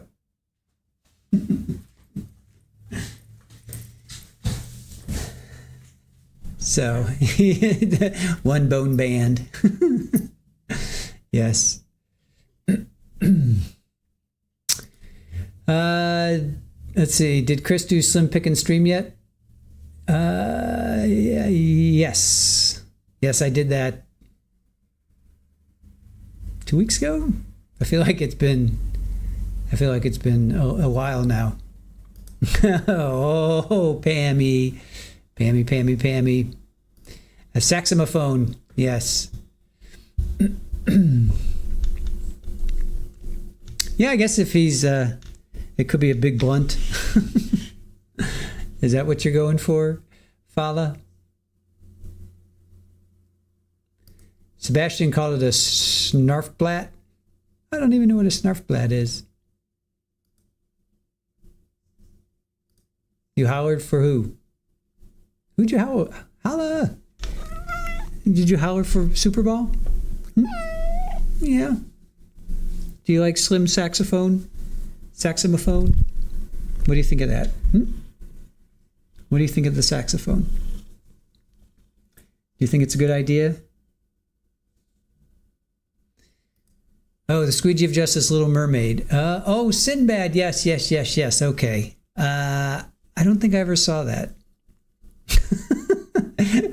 Baka, that's funny. Hi. What do you think of Slim's saxophone?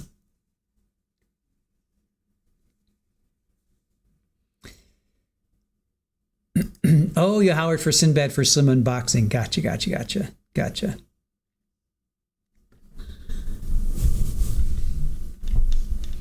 Sinbad, it was a members only. It was a morning. I forget when we did it. I feel like we did it like 2 weeks ago. It's somewhere. It's somewhere in our feed.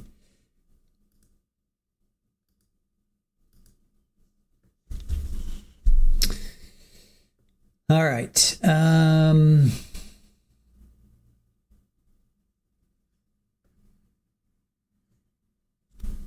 Oh, Slim Pickens playing guitar though? No, we don't have that. I don't have that on the feed. That is not. Have not done that. He did go on tour though. He did a quick little East Coast tour up to North Carolina and back down again. And yes, he is multi-talented. Just wait, there's more. I'll find it. You're invested into Slim. Okay. Oh, here it was. Oh, it was Scuttle. Yeah, Lori's trial was definitely. It's just a break, Baka. Just their break. They still have hour and a half to go. It's just their afternoon break. It's 3 o'clock there, so it's 3 o'clock there. So it's their afternoon break. You're trying to get down to Slim's body fat percentage. Well, here. Speaking of. There. Oh, nope, not that. Hold on a sec. You're trying to get down to.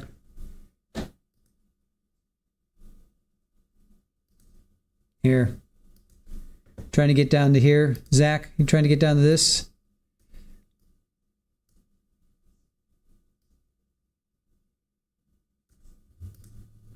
That's one skinny dude.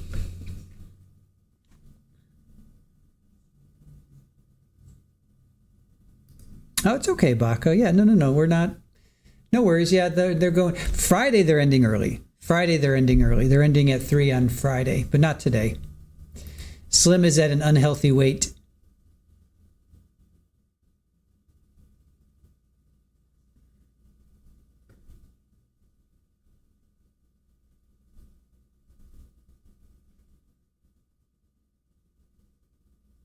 You watching Lori on the tablet? Yeah, we were dual streaming there. We did a dual stream today.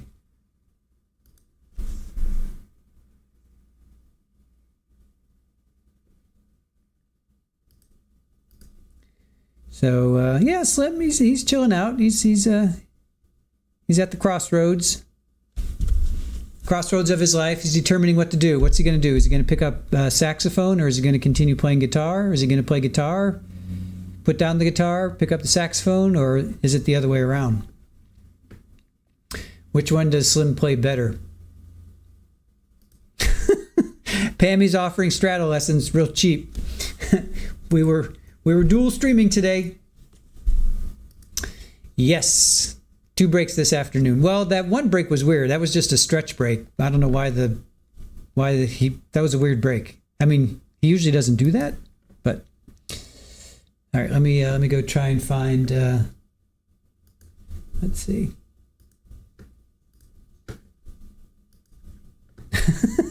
Pammy, you're a mess. Not the body shame Slim, but Slim is Slim. That was the defendant. Yep, that was when he got caught.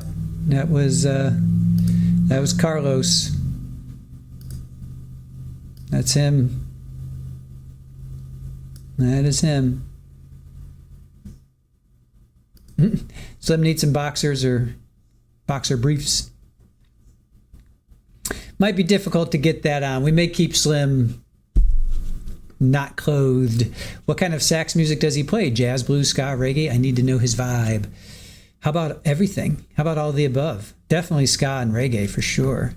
Jazz and blues? Yeah, why not? Whoops, what did you just do? Are you okay? What did you just do? I think she just fell. You okay, kiddo? What did you do? What did you do? She just like wiped out. Yeah, it might be difficult to get some clothes on him. So he plays all of the above. If it's music, he plays it. How about that, Capri? If it's music, he plays it.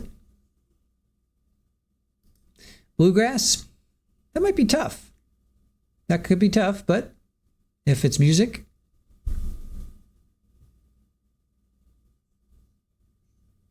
yeah, for sure about Curiosity and the Cats. I smell sax and candy. Like most musicians, Slim has a variety of musical styles, for sure. Love it. Sax players unite. All right, Zach, have a good one if you are indeed taking off. And if you're not, then that's cool too. Appreciate you being in the chat. Oh, okay. So Brad says this is why. So Davis is considered to be the bicycle capital of the U.S. Each year we receive many requests about what makes Davis special. So every 4 years, the city completes a recertification application to be designated as a bicycle-friendly community, which it's held since 2005. So the infrastructure is 63 miles of pathways, 102 miles of bike lanes, 75% of roads have a posted speed limit of 25 miles an hour, 169 miles in the road network. Wow, 140 miles of roads, 25 miles or less.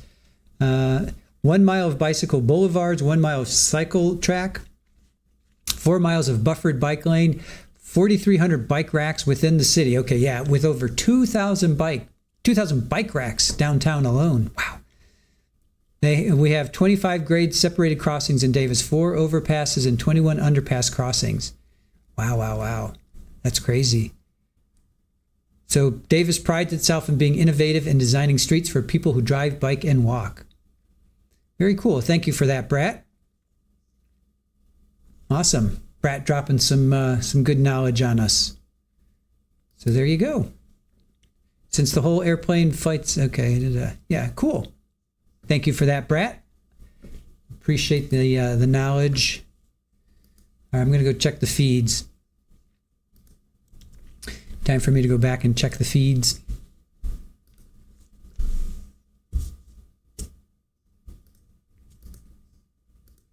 What's up, kiddo? Here. Super Ball. Yeah, it's a good girl. Ouch, ouch, ouch, ouch, ouch. Then I wonder why I have all these cuts on my arm. All right. I'm just trying to pet you. I'm literally just trying to pet you. Why? Why? Ouch. Ouch. Just trying to pet you. Stop it. Stop it. Stop it. There's a little girl. Yeah. Ha, I gotcha. All right. Take it down a notch. All right, let's see here. Yeah, super ball. Super to the ball. She wants to play. She's like, Squeegee, come out to play. Squeegee, come out to play. All right, where is that feed?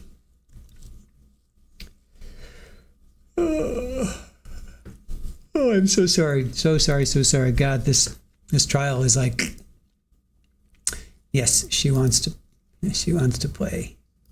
Yeah, bite kings everywhere. Affection on her terms, indeed.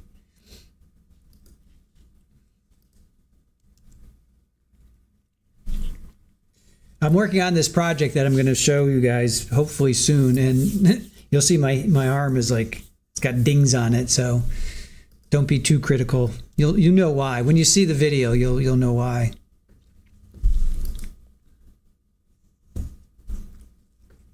Yes, in bed. Are you done? Erin just did a short, or she did 2 shorts. So check that out. Superball got that Florida spice in her. Yes, she does. Hi. So Erin clipped 2 videos, 2 shorts. So guys, go check them out afterwards. Of Judge Bareski saying, "Are you done?" And yeah. So Erin was hard at work, creating two shorts from the clip today. So go check those out. Superball has that Florida spice. She's a spice girl. What kind of spice girl are you? What kind of spice girl would she be? Superball spice?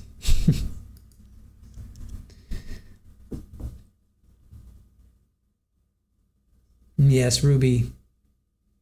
Judge Bareski definitely put her in his place. He was cool though. He's like, I have, she's like, you've ruled against me in every motion. He's like, well, if you give me a motion of merit, give me something that's based in law. And then he's like, actually, I was here today. He's like, I believe I was here today, and I've ruled in your favor. So take that, Lori. Salt and pepper. She's salt and pepper. Are you Salt and Pepper? Is she Peppa Pig? Salt and Peppa Pig? That'll do, Superball. That'll do. Coffee Spice? She's Coffee Spice. She'd be like vanilla, right? Because she's mostly white. She'd be like a vanilla bean. She could be a vanilla bean. Vanilla bean spice. All right. We have a feed. Yes. All right. Let's go to the feed. Let's pull this up.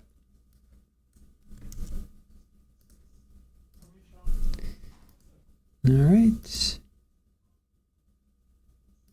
Rewind it. All right. Get you back into the courtroom. See you on the other side.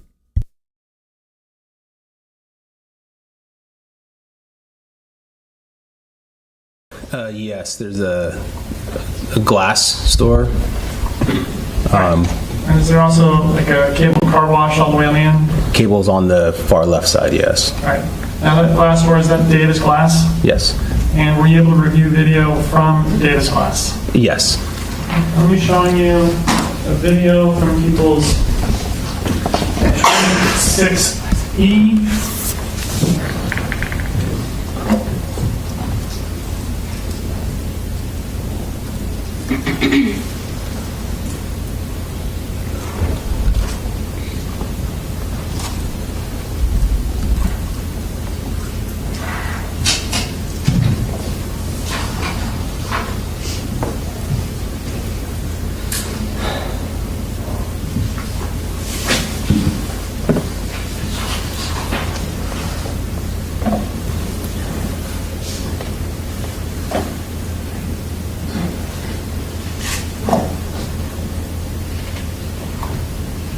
composite 26 seconds in the clip. Have you been able to see that, sir? Yes.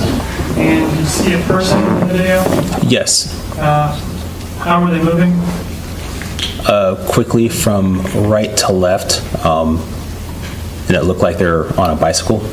And do they appear to be walking the bicycle or riding the bicycle? Riding. And I'm just going to ask you a little bit. You familiar with the Ace hardware in downtown Davis? Yes. So all the way here at the end where these overhead lights are, is that the Ace hardware over there? Yes, that's the south side of the yard. Going back to People's 26C.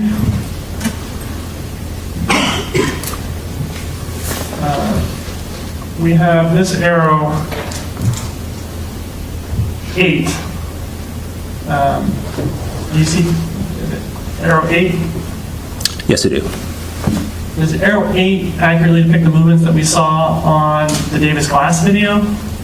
Yes. And so here, the arrow on 8 is on the north sidewalk of 3rd Street, not on the south sidewalk. Is the bike moving on the north sidewalk or the south sidewalk in the video? North. And so it's on the correct side. The arrow here for 8 is on the correct side? Yes.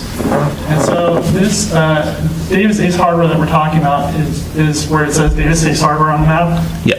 Okay, so going back to 8, let's just look at the legend real quick.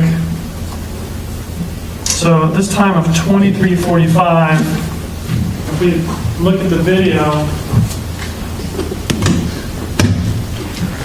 timestamp 11:45, is 11:45 the same as 23:45? Yes, it is.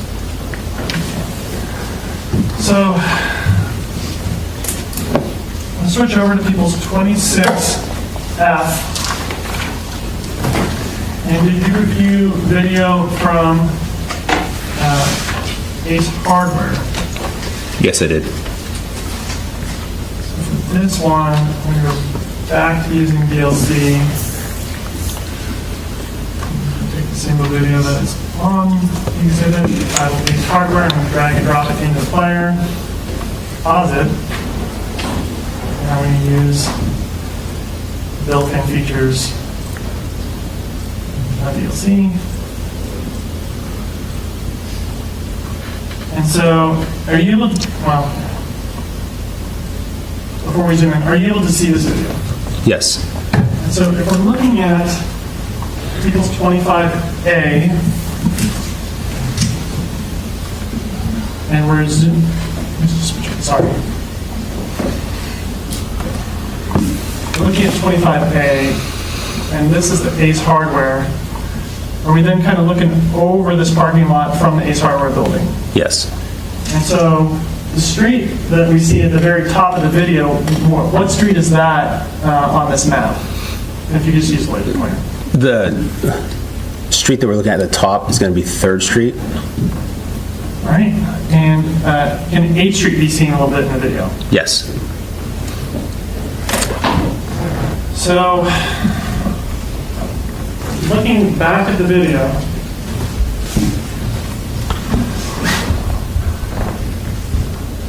I'm going to zoom in.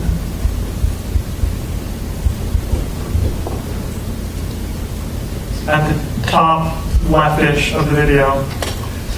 On this video with the laser pointer, are you able to show us where 8th Street is and where 3rd Street is?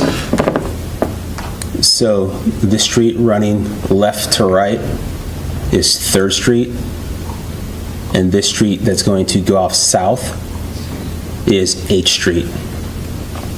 And so I'm going to take this video and I'm going to advance it to just before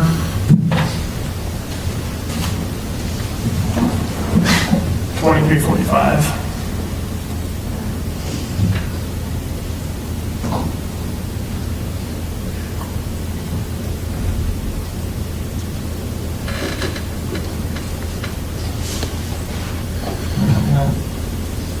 Interactive zoom, same area, and play forward from here.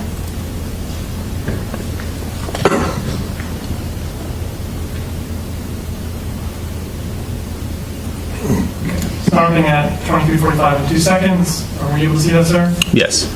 And so, were you able to see a person? Yes. And what direction, what streets were they on, if any, and which direction were they going? So it was a person on a bicycle that was riding from left to right, which is westbound on 3rd Street, making what appears to be a left turn to go southbound on H Street. And so we go back to people's 26C. Kind of map with the arrows. And we look at arrow 9. Do you see that? Yes. You see how the arrow at 9 goes from 3rd Street and sort of making a left turn on 8th Street? Yes.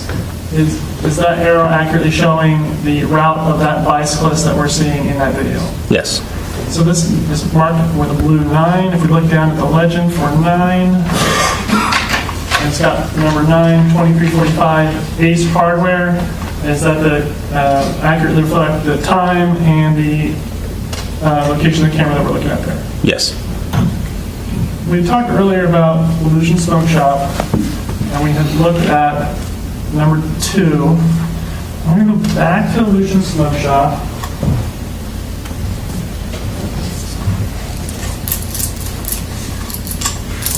Which is People's 26B.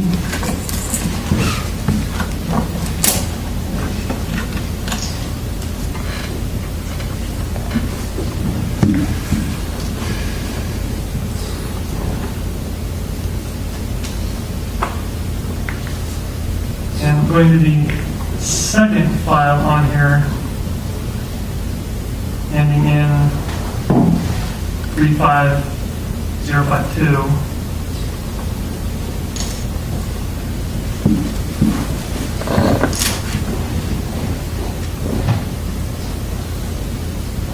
Are you able to see this, sir?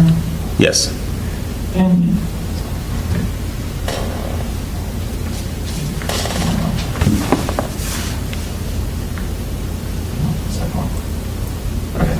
And do you remember the camera view that we did earlier when we were talking about Illusion Smoke Shop? Yes.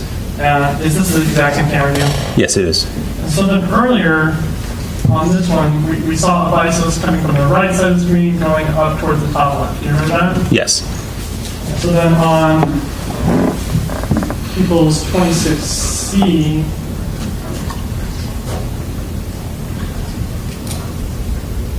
last time the person was going eastbound on 2nd. Do you remember that? Yes. So for this video, I'm going to go back to the video and I'm going to advance it to the timestamp of 2350.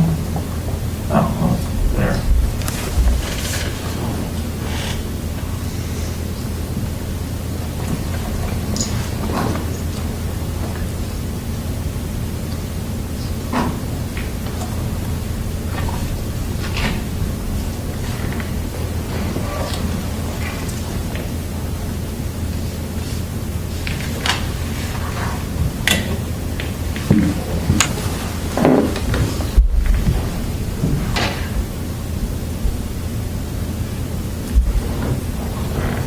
Paused it 32 seconds in the video. Were you able to see that, sir? Yes. And did you see the person on the video? Yes. And earlier, do you remember identifying Mr. Dominguez in court? I do. Is the person in this video, can you identify them as Carlos Dominguez? Yes, I can. And earlier in the video, or the last video that we saw in this area, the person was going across 3rd Street from the right to the upper left. Which area is Mr. Dominguez coming from in this video? This video is coming south on G, then making a right turn, which would be to go west on 2nd Street. I'm going to pull up People's 25A. And so, do you see this kind of intersection at 2nd and G here in Davis? Yes. Can you show us with the laser pointer where we pick up this person in this clip and which direction they're going? About here is where they come into view, and then they're going to make a turn onto 2nd Street. So southbound G to westbound 2nd. Going to 26C, the map with all the arrows, you see the blue arrow 10, how it starts on G Street coming southbound and then west onto E. Yes. Does this arrow 10 correctly kind of track the approximate movement that we're seeing of that person in this second video clip from Illusion Smoke Shop? Yes, it does. And so this 10 here, if we look at the legend, we have 10, 2350 Illusion Smoke Shop. Is this then legend correct as far as the location that we're getting the camera from and the time and the correct corresponding number to the arrow? Yes, it is. Have you confirmed that exhibit again? Look at the back of it. This is 26C, Your Honor. Do you have video also marked as 26C? You know, this may be an L. I'll show it to the clerk. Okay? Yeah. I've been calling to see this whole time. Right, but you've also identified video as 26C. No, okay. In any event, this map that has a demonstrative legend on it, it's 26L for our record. Thank you. Thank you, Your Honor. Apologies. Okay. So going back to 26L.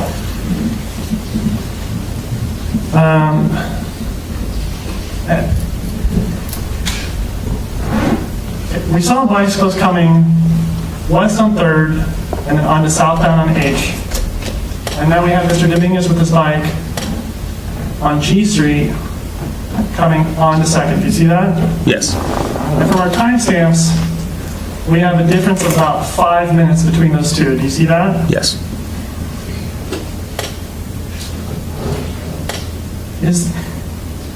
Is there any way to like, can you help make the sense how someone can be coming south on H and then appear on G? Objection, speculation. Overruled. Right about here, is there a driveway between this parking lot, which is the G Street Wonder Bar, and so he can cut through right here. Also, there was a difference in the way that the person was riding their bike. They're actually riding quickly, and then now they're kind of sitting on the bike, kicking along, as if maybe the chain was off the sprocket or there was an issue with the bicycle. Understood. And so, is it possible then to come down H and before you get to 2nd, cut through to G? Yes. Now, in this video clip from Illusions, where the person is kind of kicking the bicycle along, was there was it ever discussed that this person may have become injured and that their leg was injured or something to that effect? Yes. And so, if in a later video we have officers asking to look at someone's leg to check for injuries, would officers have suspected that maybe they're looking for someone with a leg injury? Yes. Okay. So,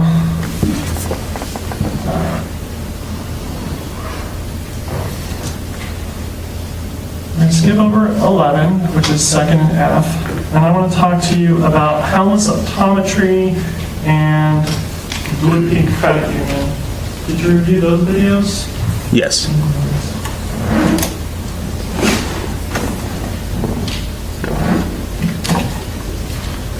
So I have People's 26H.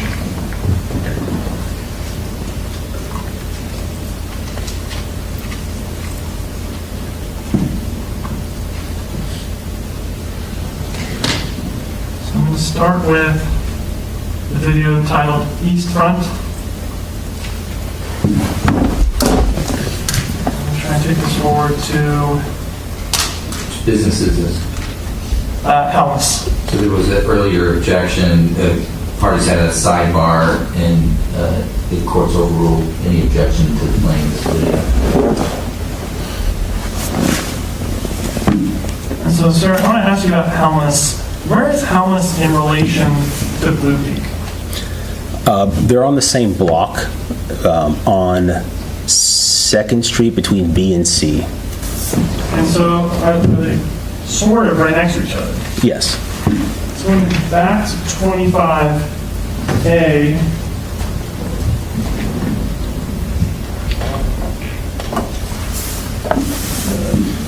so you said between B and C on 2nd? Yes. Are you able to see those two businesses on the map now, sir? Right here. And is that Helmus? I believe this is Helmus right here, and the Blue Peak is one of the businesses, not necessarily this entire complex. But in that complex? Yes. And so these two are both right next to each other? Correct. If we had a timestamp from Helmus where we weren't sure that that timestamp was accurate, but we had a timestamp from Blue Peak that was more reliable, could we use the timestamp from Blue Peak to figure out when something was going on in the area of Helmus? Depends on the view. Okay, if someone was just going westbound on 2nd past these two businesses, then could we? Yes. All right, so I'm going to go back to the Helmus video at 23:55, and this is the east front video.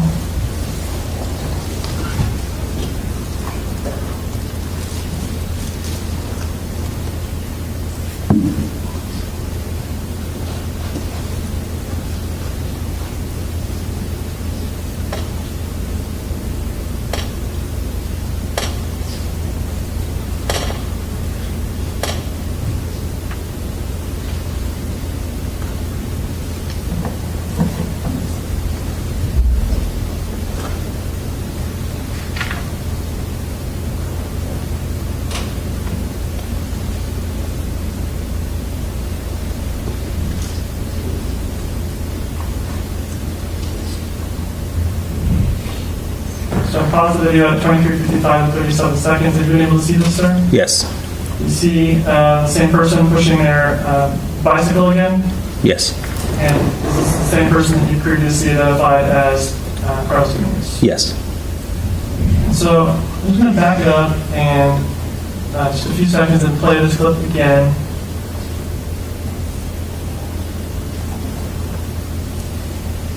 And I'd just like to look at their feet as they come by.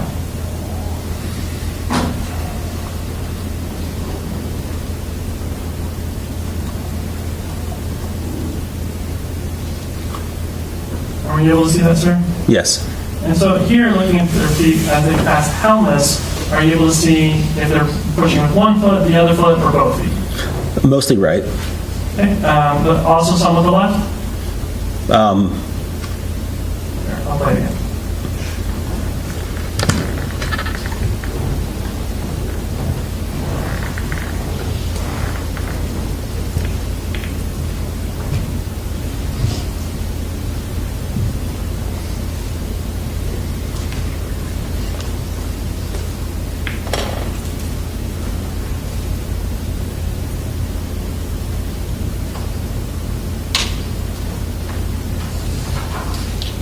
Able to see that, sir? Yes. Okay, do we have pushing with the right and the left? Yes, both feet. And so, from this video, does it appear like the illusion video that they're injured?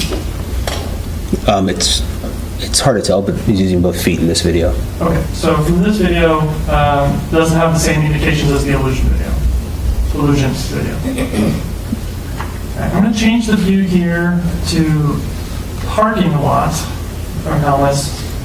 Again, I'm going to advance it to 23:55. In this video, what viewpoint are we getting?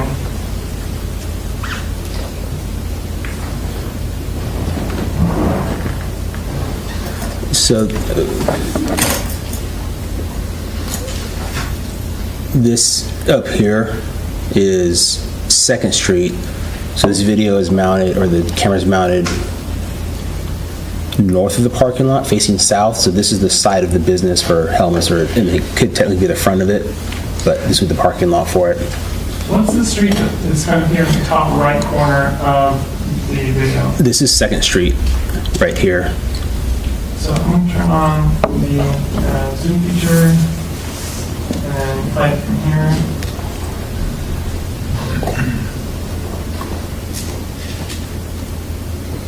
And were you able to see a person pushing along? Yes. And which direction are they going? West. And on what street? Second. All right, last video from Helmus. This is west front. And we're going to go to the same time frame.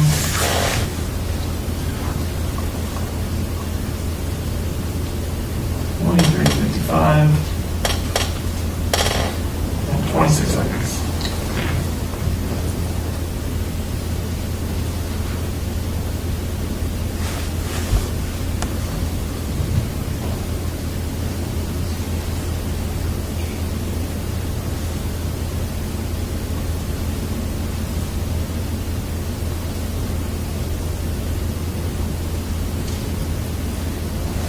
Are you able to see that, sir? Yes.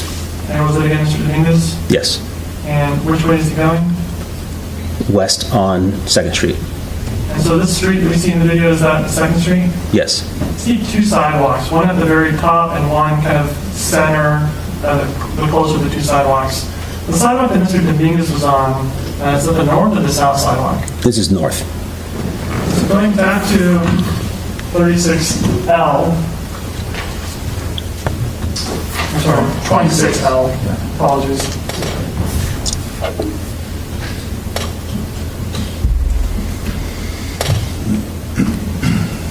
Going here to 13, do you see that, sir? Yes. And is this blue line that we have consistent with the direction that Mr. Dominguez is seen traveling in this video between C and D? Yes, it is.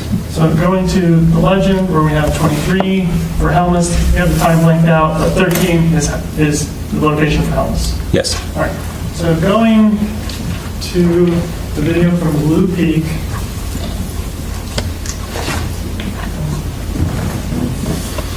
Which equals 26G.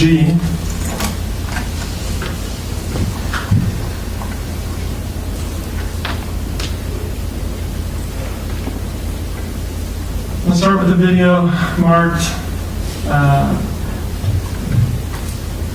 Blue Peak Credit Union 3rd Street view.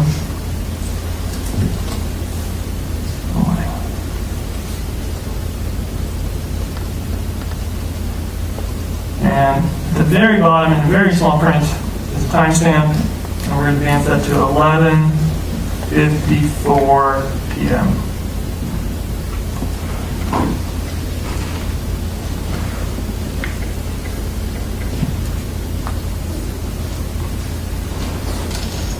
So I have it at 11:54 and 10 seconds. It's playing forward from here.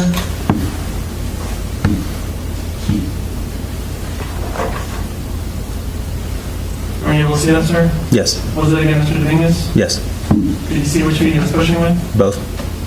And which sidewalk is he on? This appears to be the north sidewalk of 2nd Street going westbound. So the same sidewalk as Helmus? Yes. I'm playing the Blue Peak Credit Union, the video Blue Peak Credit Union doors view.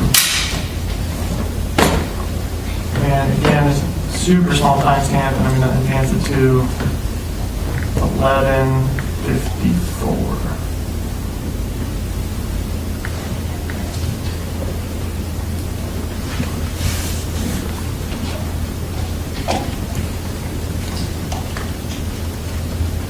I'm playing from 11:54 and 11 seconds. Are you able to see that, sir? Yes. And I stopped it at 11:54 and 20 seconds. What did you see? Person on a bicycle kicking along westbound on the northern sidewalk of 3rd Street, or I'm sorry, 2nd Street. Was it again Mr. Dominguez? It appeared to be. And then come to the video that's marked Blue Peak Credit Union B Street view. And we're using that same timestamp of 11:54.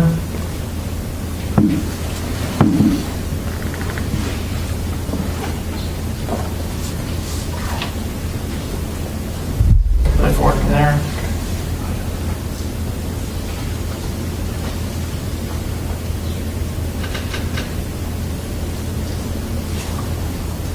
sir, I've stopped it when the video is now at 11:55. Were you able to see Mr. Dominguez at all in this video? I did not. So, going back to 26L,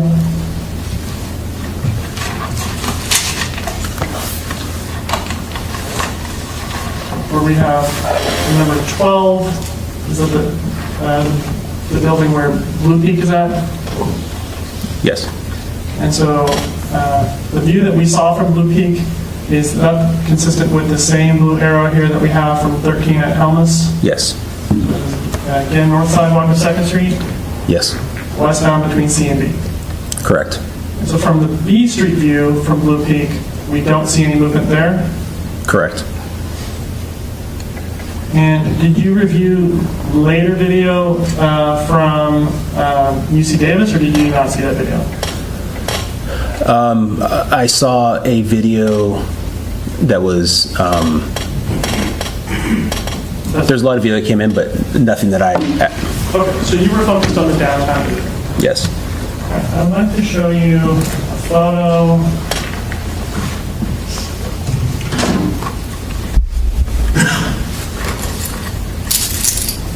People's 50.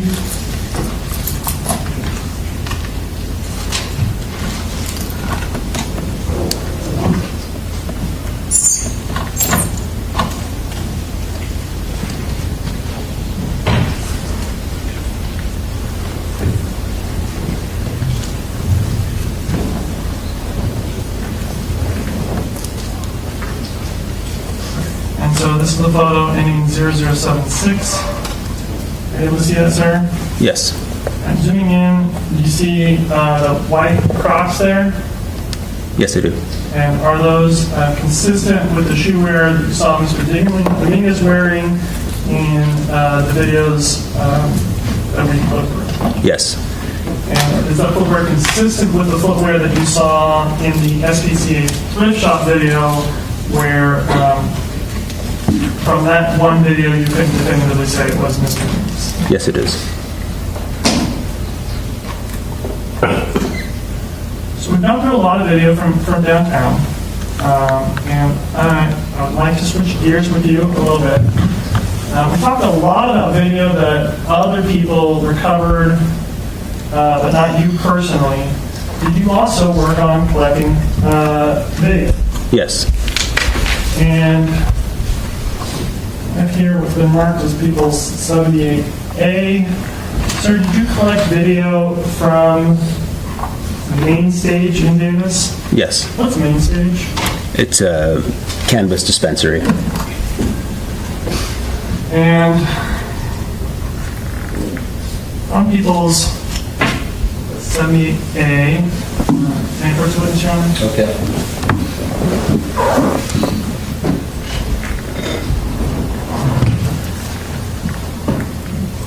I'm going to pull the video marked Southwest Front Analytic Main Stage.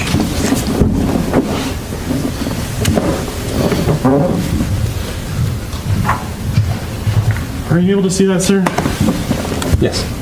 And is this video that you collected from Main Stage? Yes. And did you check the timestamp on Main Stage? Yes, I did. And the timestamp that we see in the video, were you able to confirm whether that's accurate as far as being real world time or whether the timestamp is off? It was accurate. So I want to talk to you about where the location of Main Stage is. I handed you with the mark as People's 78B. Are you able to take a look at that for me, please? And what is 78B? It's a map of the area of the intersection of 2nd and L Street in Davis. Thank you. My brother, can you publish, Your Honor? Okay.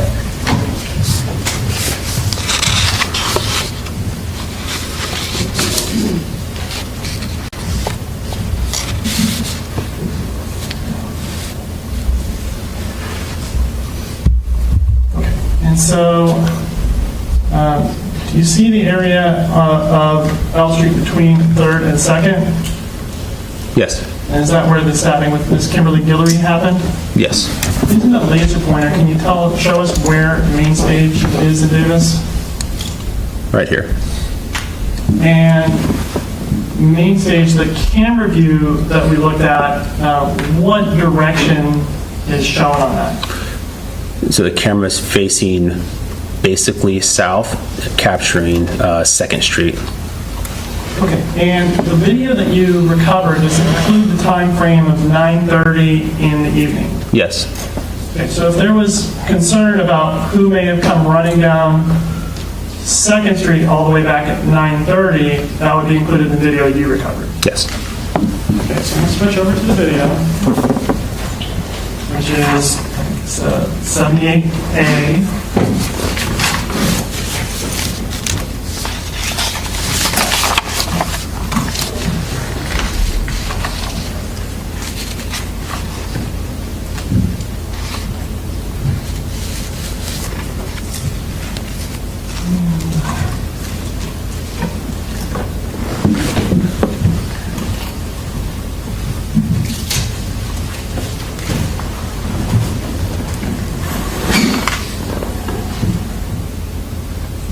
Advance.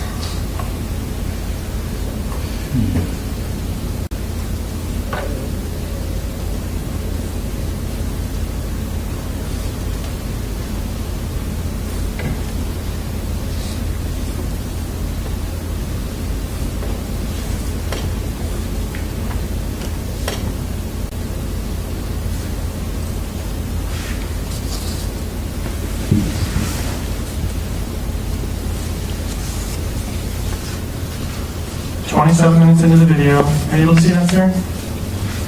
Yes. And is this video from main stage that the location you just showed us on the map? Yes, it is. There's a street that runs in the back. What street is that? In the view of the camera? Yes, sir. That's 2nd Street. And so behind 2nd Street, what's back here? Railroad tracks. And so I stopped the video at the timestamp of 21:27:27. You see a person running? Yes. And so I'm going to go to the Zoom feature. Filters, video effects, geometry, interactive zoom. And I'll play a little forward from this portion of the video.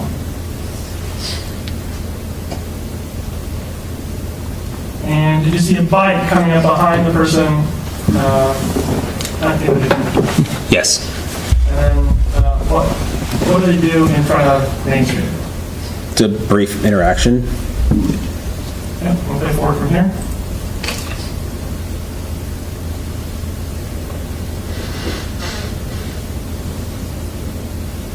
Sorry, main stage.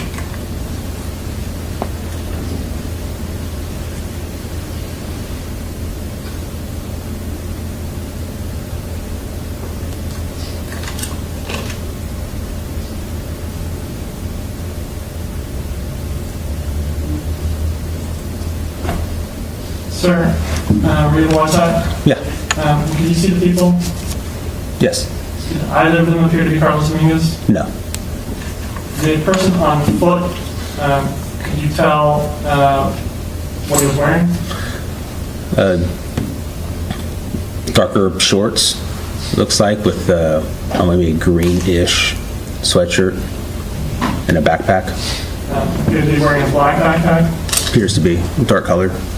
And so you secured this video? Yes. And then after securing the video, you booked it in? Yes. And so if anyone was curious about what was going on with people running down 2nd Street at about 9:30 earlier in the evening, this video would show it? It would show anything happening within, the camera view. Within view of main stage? Yes. And so just to clarify, this timestamp is 21:28 on there. What's that in normal civilian time? 9:28 p.m. No additional questions, Chairman. Okay, thank you. Can we turn the lights on or not? Yes. Thank you. So I appreciate that, Mr. Vanderhook, and now we turn to cross-examination. Mr. Hudson. Good afternoon, sir. Afternoon. You indicated you have been a police officer for 22 years. Almost. You've been a sergeant for 6 years. Correct. So you've been a sergeant for the last 6 years since approximately 2019? No. You've been a sergeant for a total of 6 years over your career? Yes. You were initially promoted to sergeant in 2015? Correct. And you remained a sergeant until 2020?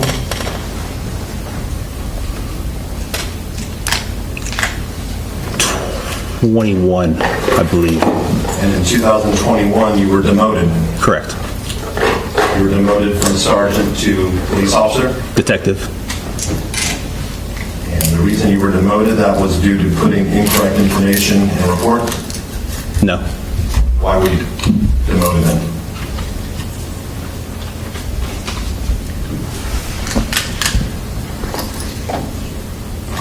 I believe it was a use of force issue. It involved an incident with a SWAT team? Yes. Where a subject was bitten by a police dog? Correct. And the officer who was handling the police dog was someone you were in a relationship with at the time? One of them.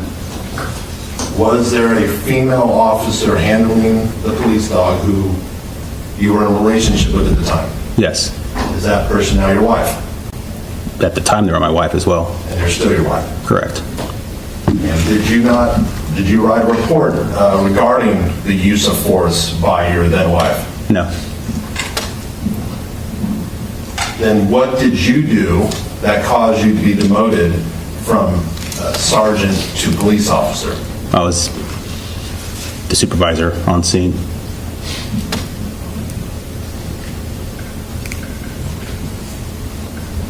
So, again, you may be the supervisor, but what did you specifically do that caused you to be demoted from a sergeant to police officer?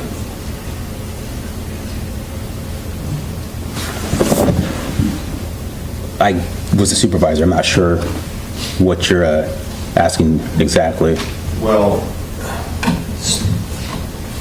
many times people can be supervisors and someone underneath them does things that are wrong or a mistake. You would agree with that? Yes. Okay.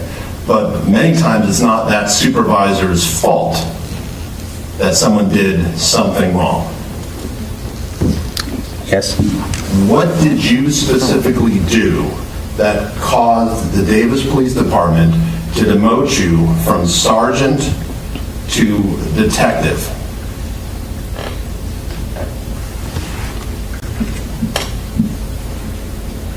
I'm not exactly sure.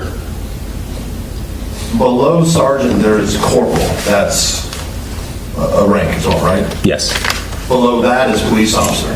Correct. You were demoted 2 ranks, from sergeant down to police officer, correct? Yes. So, sir, does the Davis Police Department demote people for no reason, or is it only when they've done something that is determined to have been improper? You would have to ask somebody other than me. Sir, yes or no, are you aware of the purported reason that you were demoted? I was made aware at the time, yes. What is the reason, the official reason that you were demoted? I would need to go back and look at that. So is your testimony under oath that as you sit here today, you have no independent memory of why you were demoted 2 ranks from sergeant to police officer? I remember one of them being a failure to intercede. As far as what else was on the report, I don't recall. And failure to intercede means failure to get involved when someone underneath you is doing something improper? Specifically, the failure to intercede was the expectation was for me to get between a police canine and a person that was apprehending.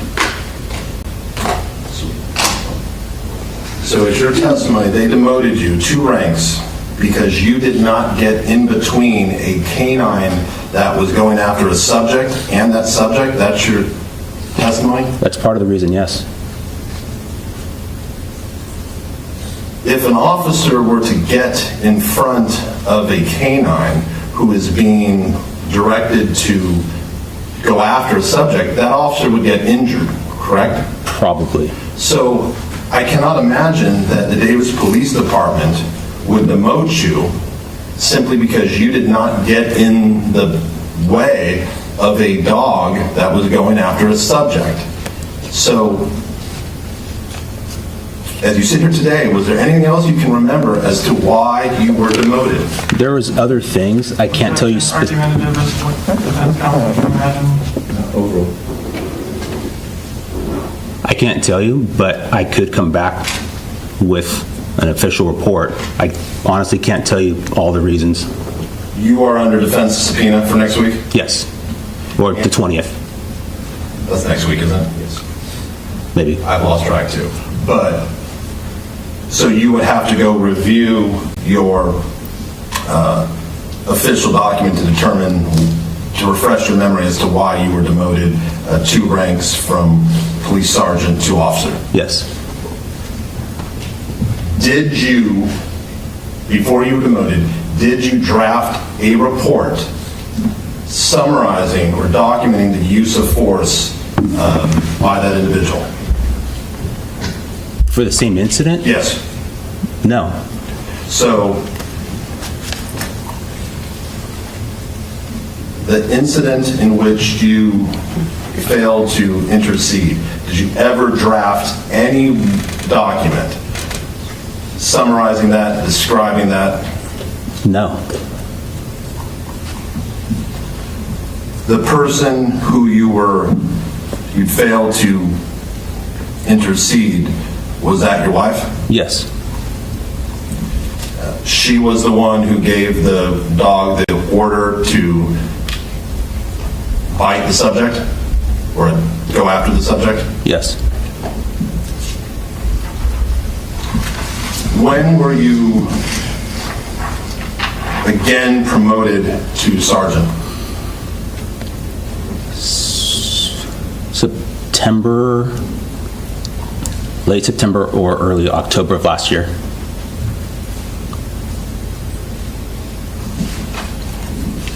So when Mr. Dominguez was arrested, what was your rank at that time? Detective.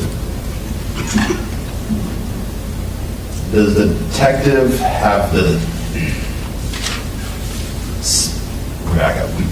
Is detective a rank or is that an assignment?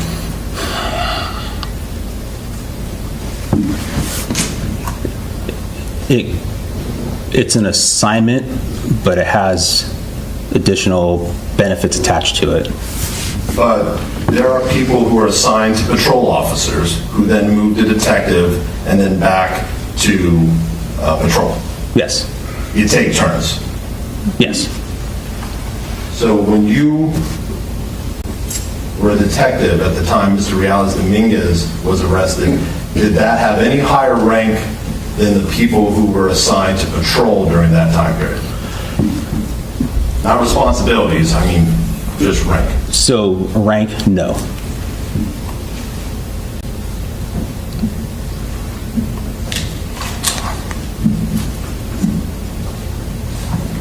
Sir, when you ended on on direct examination, they were asking you about a video that was taken in front of a dispensary? Yes. That is main stage in Davis? Yes. You collected that video? Yes. What day did you collect that video? I went there the morning of the 2nd, I believe.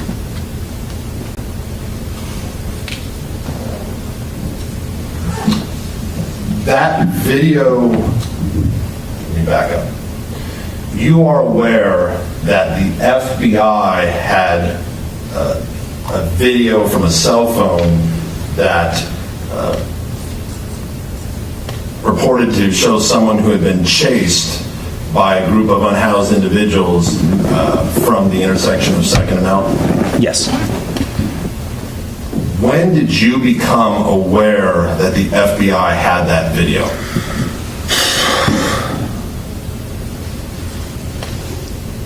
I don't know, but I believe after I collected this, because I collected this the morning after the 2nd and L Street incident. And I think I was made aware maybe that afternoon, but I'm not sure.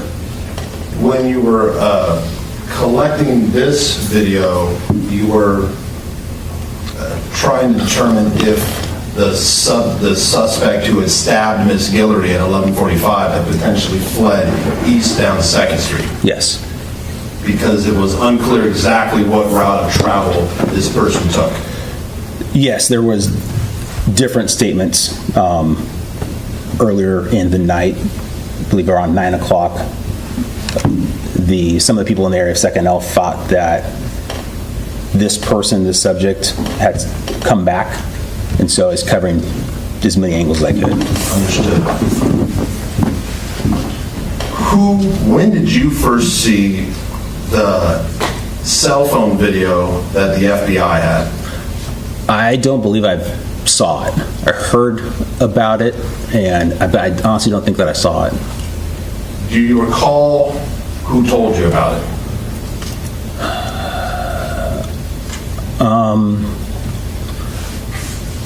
I know Detective Russell was tasked with trying to track down the people involved. I'm not sure who else. There's a lot of video going around. But as you said, you don't recall ever seeing it. Did you ever have a discussion with anyone who had seen that video? Yes. Who did you have a discussion with? I know I talked to Detective Russell. Other than that, I'm not sure. Do you recall who told Detective Russell to conduct that investigation based on the cell phone video? I don't. Do you recall, or do you know which FBI agent, or the name of the FBI agent who had that cell phone video? No.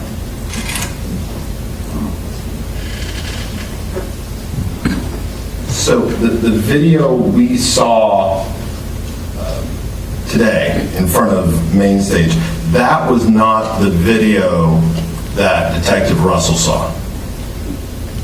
In other words, it was not surveillance video that he saw. He was shown a cell phone video. Yes, that's correct.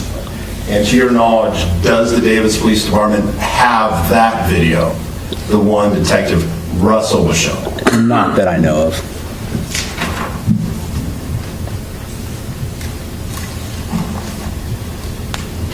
But you did speak to Detective Russell about the results of his investigation regarding the person who was chased at approximately 9 or 9:30? Yes.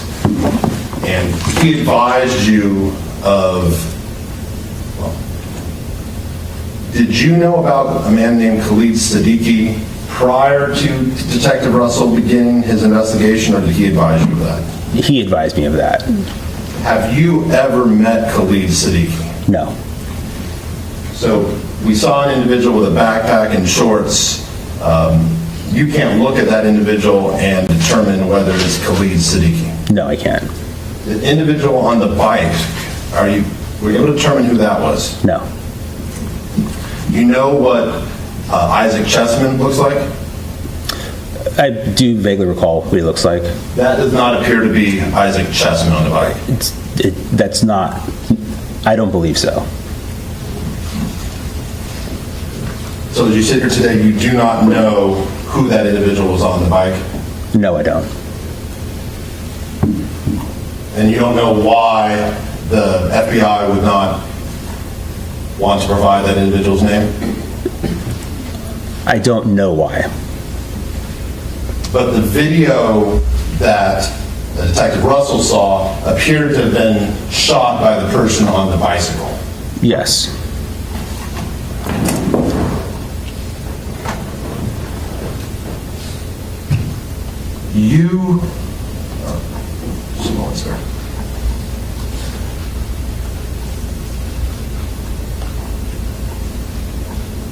ultimately, Mr. Siddiqui was completely cleared of any involvement, right? Yes. And you actually drafted a report in which you stated that this subject was later identified as Khalid Siddiqui and was cleared of any involvement. Correct. You wrote that report, well, when you wrote that report, you dated it. I'm sorry, what do you mean I dated it? Do you recall writing a supplement 7 in which you wrote that Khalid Siddiqui was cleared of any involvement? I do. Do you have supplement 7 with you? I may. And when you write a report, most often you will put the date and time of the report that it's written. Typically, yes. And then at the bottom of that, you will also note the date that the report is complete, typically? Typically, yeah. So it's once you're done with it, I believe it's a completed button on the bottom, which auto-populates the date. And then that report is sent to a supervisor? Yes. And the supervisor reviews it? Yes. And approves it?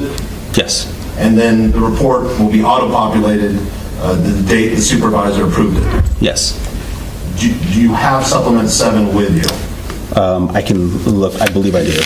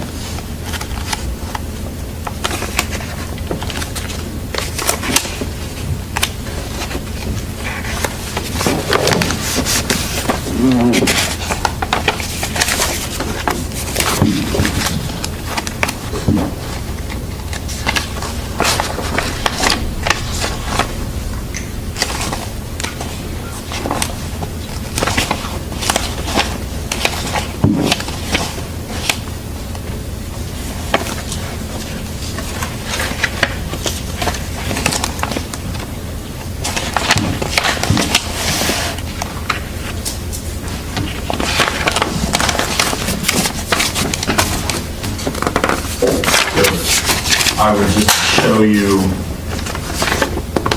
a copy on my computer. Would that be helpful? Yes, it would be. Yeah, go adjourn. Page.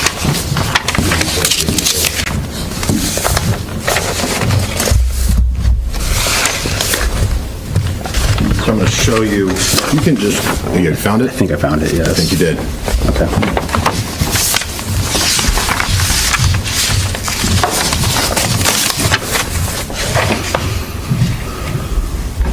So, sir, do you see supplement 7? Yes. And in reviewing the first paragraph, is that the report in which you indicated that Khalid Siddiqui was cleared of any involvement? Bottom of first paragraph. Yes. That the date on that report is Tuesday, May 2nd, 2023. Yes. The time of that report is 0304 hours. Correct. So that would be 3:04 a.m. on May 2nd. Yes.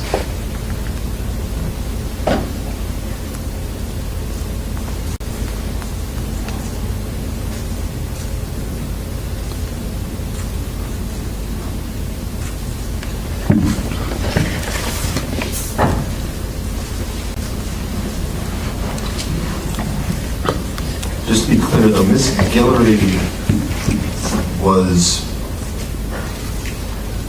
was stabbed on the night of May 1st, approximately somewhere around 11:45.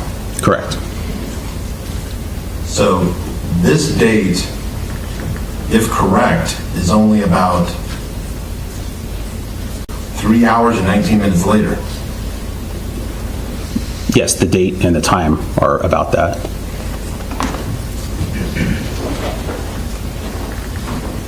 So was and this would be before Detective Russell even met with Mr. Siddiqui, right? Yes. So how was he already cleared 3 hours and 19 minutes after the incident? My statement says this subject was later identified as Khalid Siddiqui and was cleared of any involvement. So you went back and modified a report you'd written on May 2nd at some later time? No, this was a running document until it was completed. And it was a running document, and on the bottom, the date it's completed is May 2nd.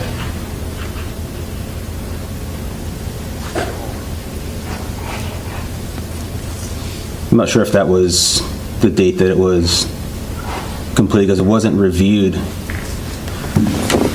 until May 24th. We'd have to look at the audit trail to see exactly when it was completed. Sometimes, I guess you can start a document at one date and time and then add stuff at a later point. Yes. So, as you sit here today, clearly you began writing this document on May 2nd at 3:04 a.m., but you can't recall when you added the information that Khalid Siddiqui was later cleared of any involvement. I didn't start writing the document at 3:04. I began interviewing people on scene at 3:04. I know I went to the dispensary at 9 o'clock in the morning. I didn't start writing this document at 3:04. It would have been later in that day. But fair enough. So the date on the top is actually not the date of the report, it's when your involvement in this case. Yeah, for this specific supplement, this is when I began, was at 3 o'clock. Got it. But at the bottom, it's the date that the report has been completed and is then, as you said, auto-populated. That is May 2nd. Yes. So it appears you finished this report sometime on May 2nd. That's what it appears, but I don't believe that that's what happened. But isn't the May 2nd date you said something the computer adds when you finish a report? Yes. And that date was May 2nd? Yes. And the date Janelle Besvich approved it was May 24th? Yes. And what was Janelle Besvich's position at that time? She was the investigation sergeant. So she was your superior? Correct.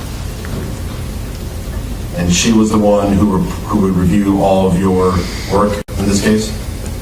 In this case, I believe so. We saw the individual in the dispensary appeared to be wearing shorts. Yes. Okay. It was clear from the video that person was not wearing pants. Yes. And certainly that person was not wearing Adidas track pants. Yes. With a stripe down the side. Correct. Did you become aware that witnesses to the stabbing of Ms. Guillory were speaking to the media and speaking among themselves, stating that this person who stabbed Ms. Guillory had been there 2.5 hours earlier and had been chased? Do you recall becoming aware of that? Yes. And you were aware of Mr. Chessman being on television telling that story over and over again?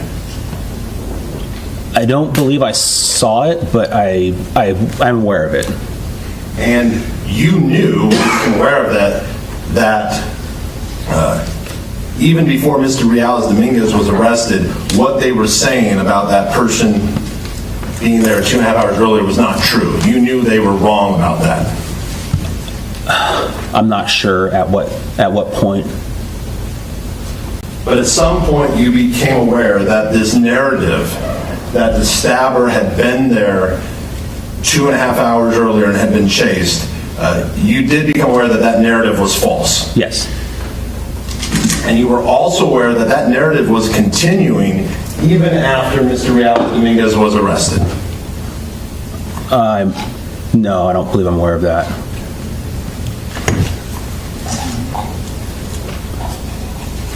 Did you ever speak to Ms. Guillory after she was released from the hospital? No.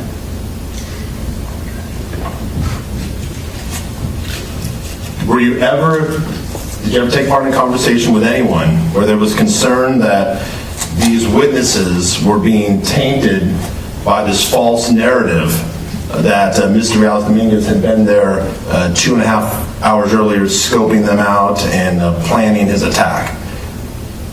Was there ever a discussion that these witnesses may be influenced by this false information? I'm not sure. Was there ever a discussion of, after Mr. Dominguez was arrested, of advising the media that that earlier report that had been broadcast and in television and paper was not true? Was there ever a discussion about that? I don't know. You don't recall having any such discussion? I'm saying I don't know if one occurred. Did you participate in such a discussion? No. Did you ever have a concern that after Mr. Dominguez was arrested, that this false narrative that was being, printed and shown on television could basically taint potential witnesses? I'm sorry, you're asking if I was aware, or? Did it ever occur to you that maybe we should tell the media that this report about Mr. Dominguez being there 2.5 hours earlier, that was not him? Did that ever occur to you? I know we specifically don't like to give information about cases, especially pending cases. So as far as the tact on that, that is up to the PIO, and but I don't see why we would go out and put information like that out over the media. Even if the media is reporting false information that is prejudicial to a defendant, you don't feel any need to correct that? It's not my place. Whose place is it? Probably our PIO. What does PIO stand for? Our Public Information Officer. Who was the Public Information Officer at this time? I'm not sure. It's usually a lieutenant.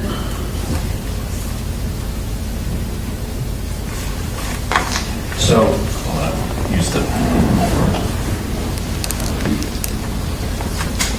I'm going to switch gears here, sir.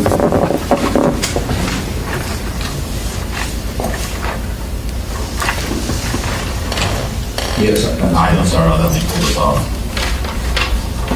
Senator Reynolds, can I have you pull the mic?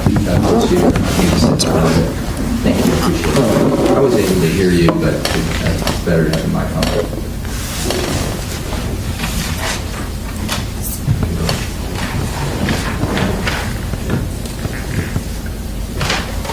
Sir, I'm showing you what's been marked Defense Exhibit A. You recognize this exhibit? Satellite view of...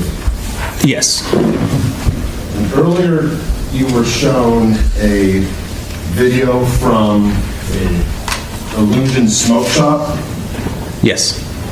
And you can see Illusion Smoke Shop in this map. Yes. That video showed a person on a bicycle, appeared to be Mr. Dominguez, traveling eastbound on 2nd Street through the intersection of 2nd and G. Yes. That was approximately right at midnight. No, it was earlier than that. 10:50, somewhere around 11 o'clock. I misspoke. That was approximately at 11 o'clock. Yes.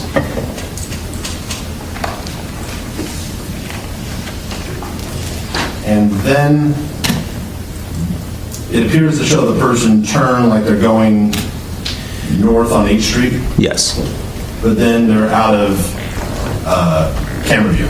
correct. You're familiar with this area between, so go back up. Where my cursor is right here, kind of right at the intersection of 2nd and H Street, that's approximately where Mr. Dominguez, the person believed to be Mr. Dominguez, went out of view. Correct. And then there was no video recovered of his route after he went out of view. Correct. But if he had continued north on H Street and turned right on 3rd Street, he would pass by the glass store and then the thrift shop. You agree? If that's the route that he took, then yes. And I know it depends on how fast the person is pedaling, but probably a person on a bicycle riding at a regular rate could make it from this location right here at the intersection of 2nd and H, make it up to the glass shop probably about 45 seconds. Would that be a fair estimate? I would say within 2 minutes, but yeah, it's 1 to 2 minutes, I think. I guess it depends on how fast you're riding. Did you review, well, let's back up.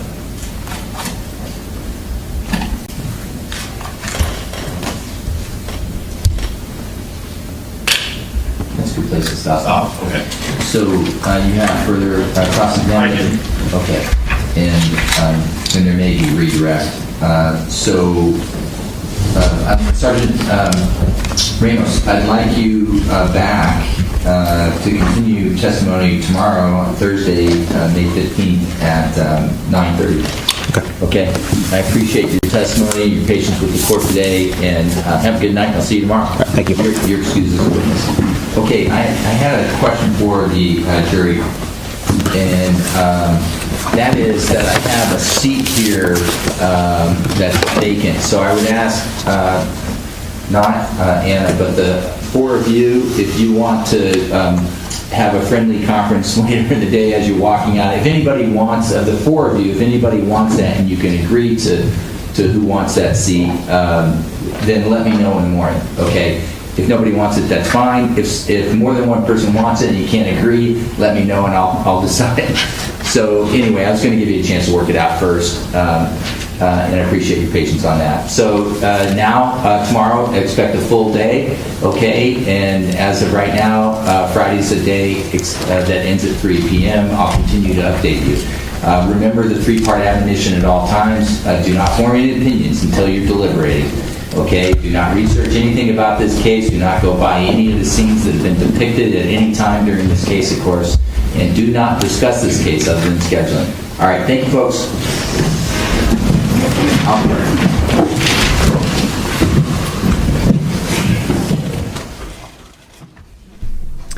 Just going to stay here for a moment in case they come back.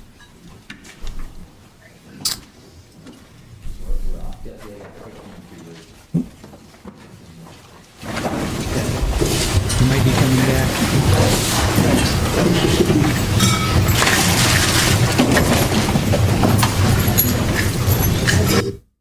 Oh, just cut the audio. Still have video. And that's it. Okay, done for the day. All right, Northwest, yes, we watched it earlier. We did stream it earlier, so I'm not going to restream it. It's on another stream if you want to go watch that. But after this trial is over, I'm hoping that the state rests like tomorrow or Friday, and then the defense kicks in next week, and then we have yet another week. I'm hoping that they end before Lori starts, because I want to do some deep dives into the Brandon Boudreaux and show his testimony. Melanie's testimony. So I'm fingers crossed. I'm hoping that I'm hoping we have time to do some deep diving into Lori before she starts. So Northwest, I'm not going to play it on this stream. We did do it on another stream if you want to go check that out. And Erin has, she uploaded a short that's pretty funny with some crickets. So, that being said, all right, so let's just recap. It got a little spicy here at the end with Sergeant Stephen Ramos. He was demoted from sergeant to police officer. Apparently, he was with SWAT. There was an issue with SWAT, and it was his wife who was in control of a K-9, and the K-9 went and attacked some suspect or subject, and he didn't step in. Go figure. So that was pretty much it. Failure to intercede, but he's going to be recalled. He's going to be coming back. He'll be recalled next week. He's scheduled for next week for the defense. And I think at the very beginning of that, the defense said you were demoted because you made a false report or you falsified something in the report. So I think that's really what he was going for versus him stepping in or not stepping in. So anyway. All right. Yep. You're welcome, Baka. No problem. Yep. Definitely head over and check that out. Deep dives would be really cool if we have the time. Yeah. We are hoping, fingers crossed, if this trial ends. Depends on the. Well, then we have stage 2. Then we have phase 2. Oh man, I hope this doesn't run into Lori because that's really, really, really gonna stink.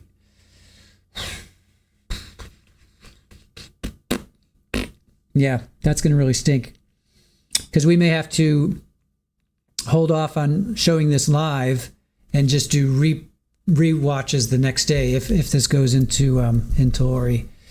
Because we're not going to not watch Lori. We're definitely going to watch Lori. So, all right, hopefully it'll work out. We'll see. Because phase 2 may be 2 weeks. And that'll definitely run into Lori.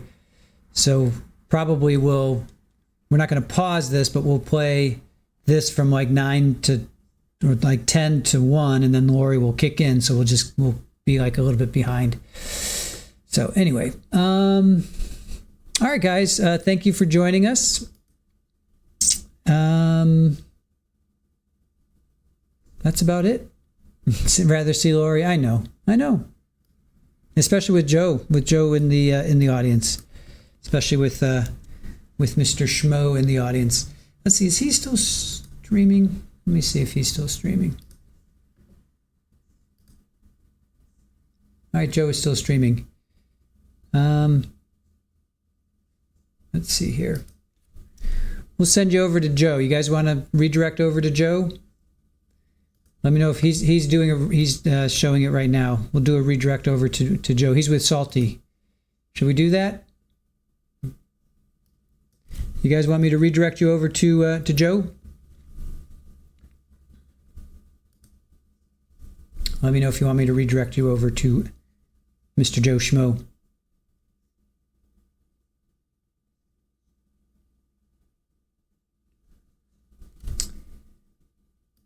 Okay. All right, I will add the redirect. Let's go do a raid on Joe. He's got more people watching. He's got 77 people watching. So let's do a redirect to the Schmo-meister. The Joe Schmo-meister.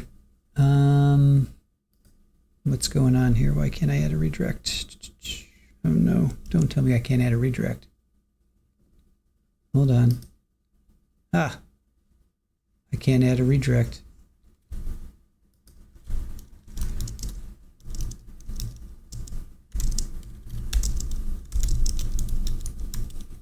For some reason, it's not available in the back end. Hold on a sec. Let me try undo changes. Hold on.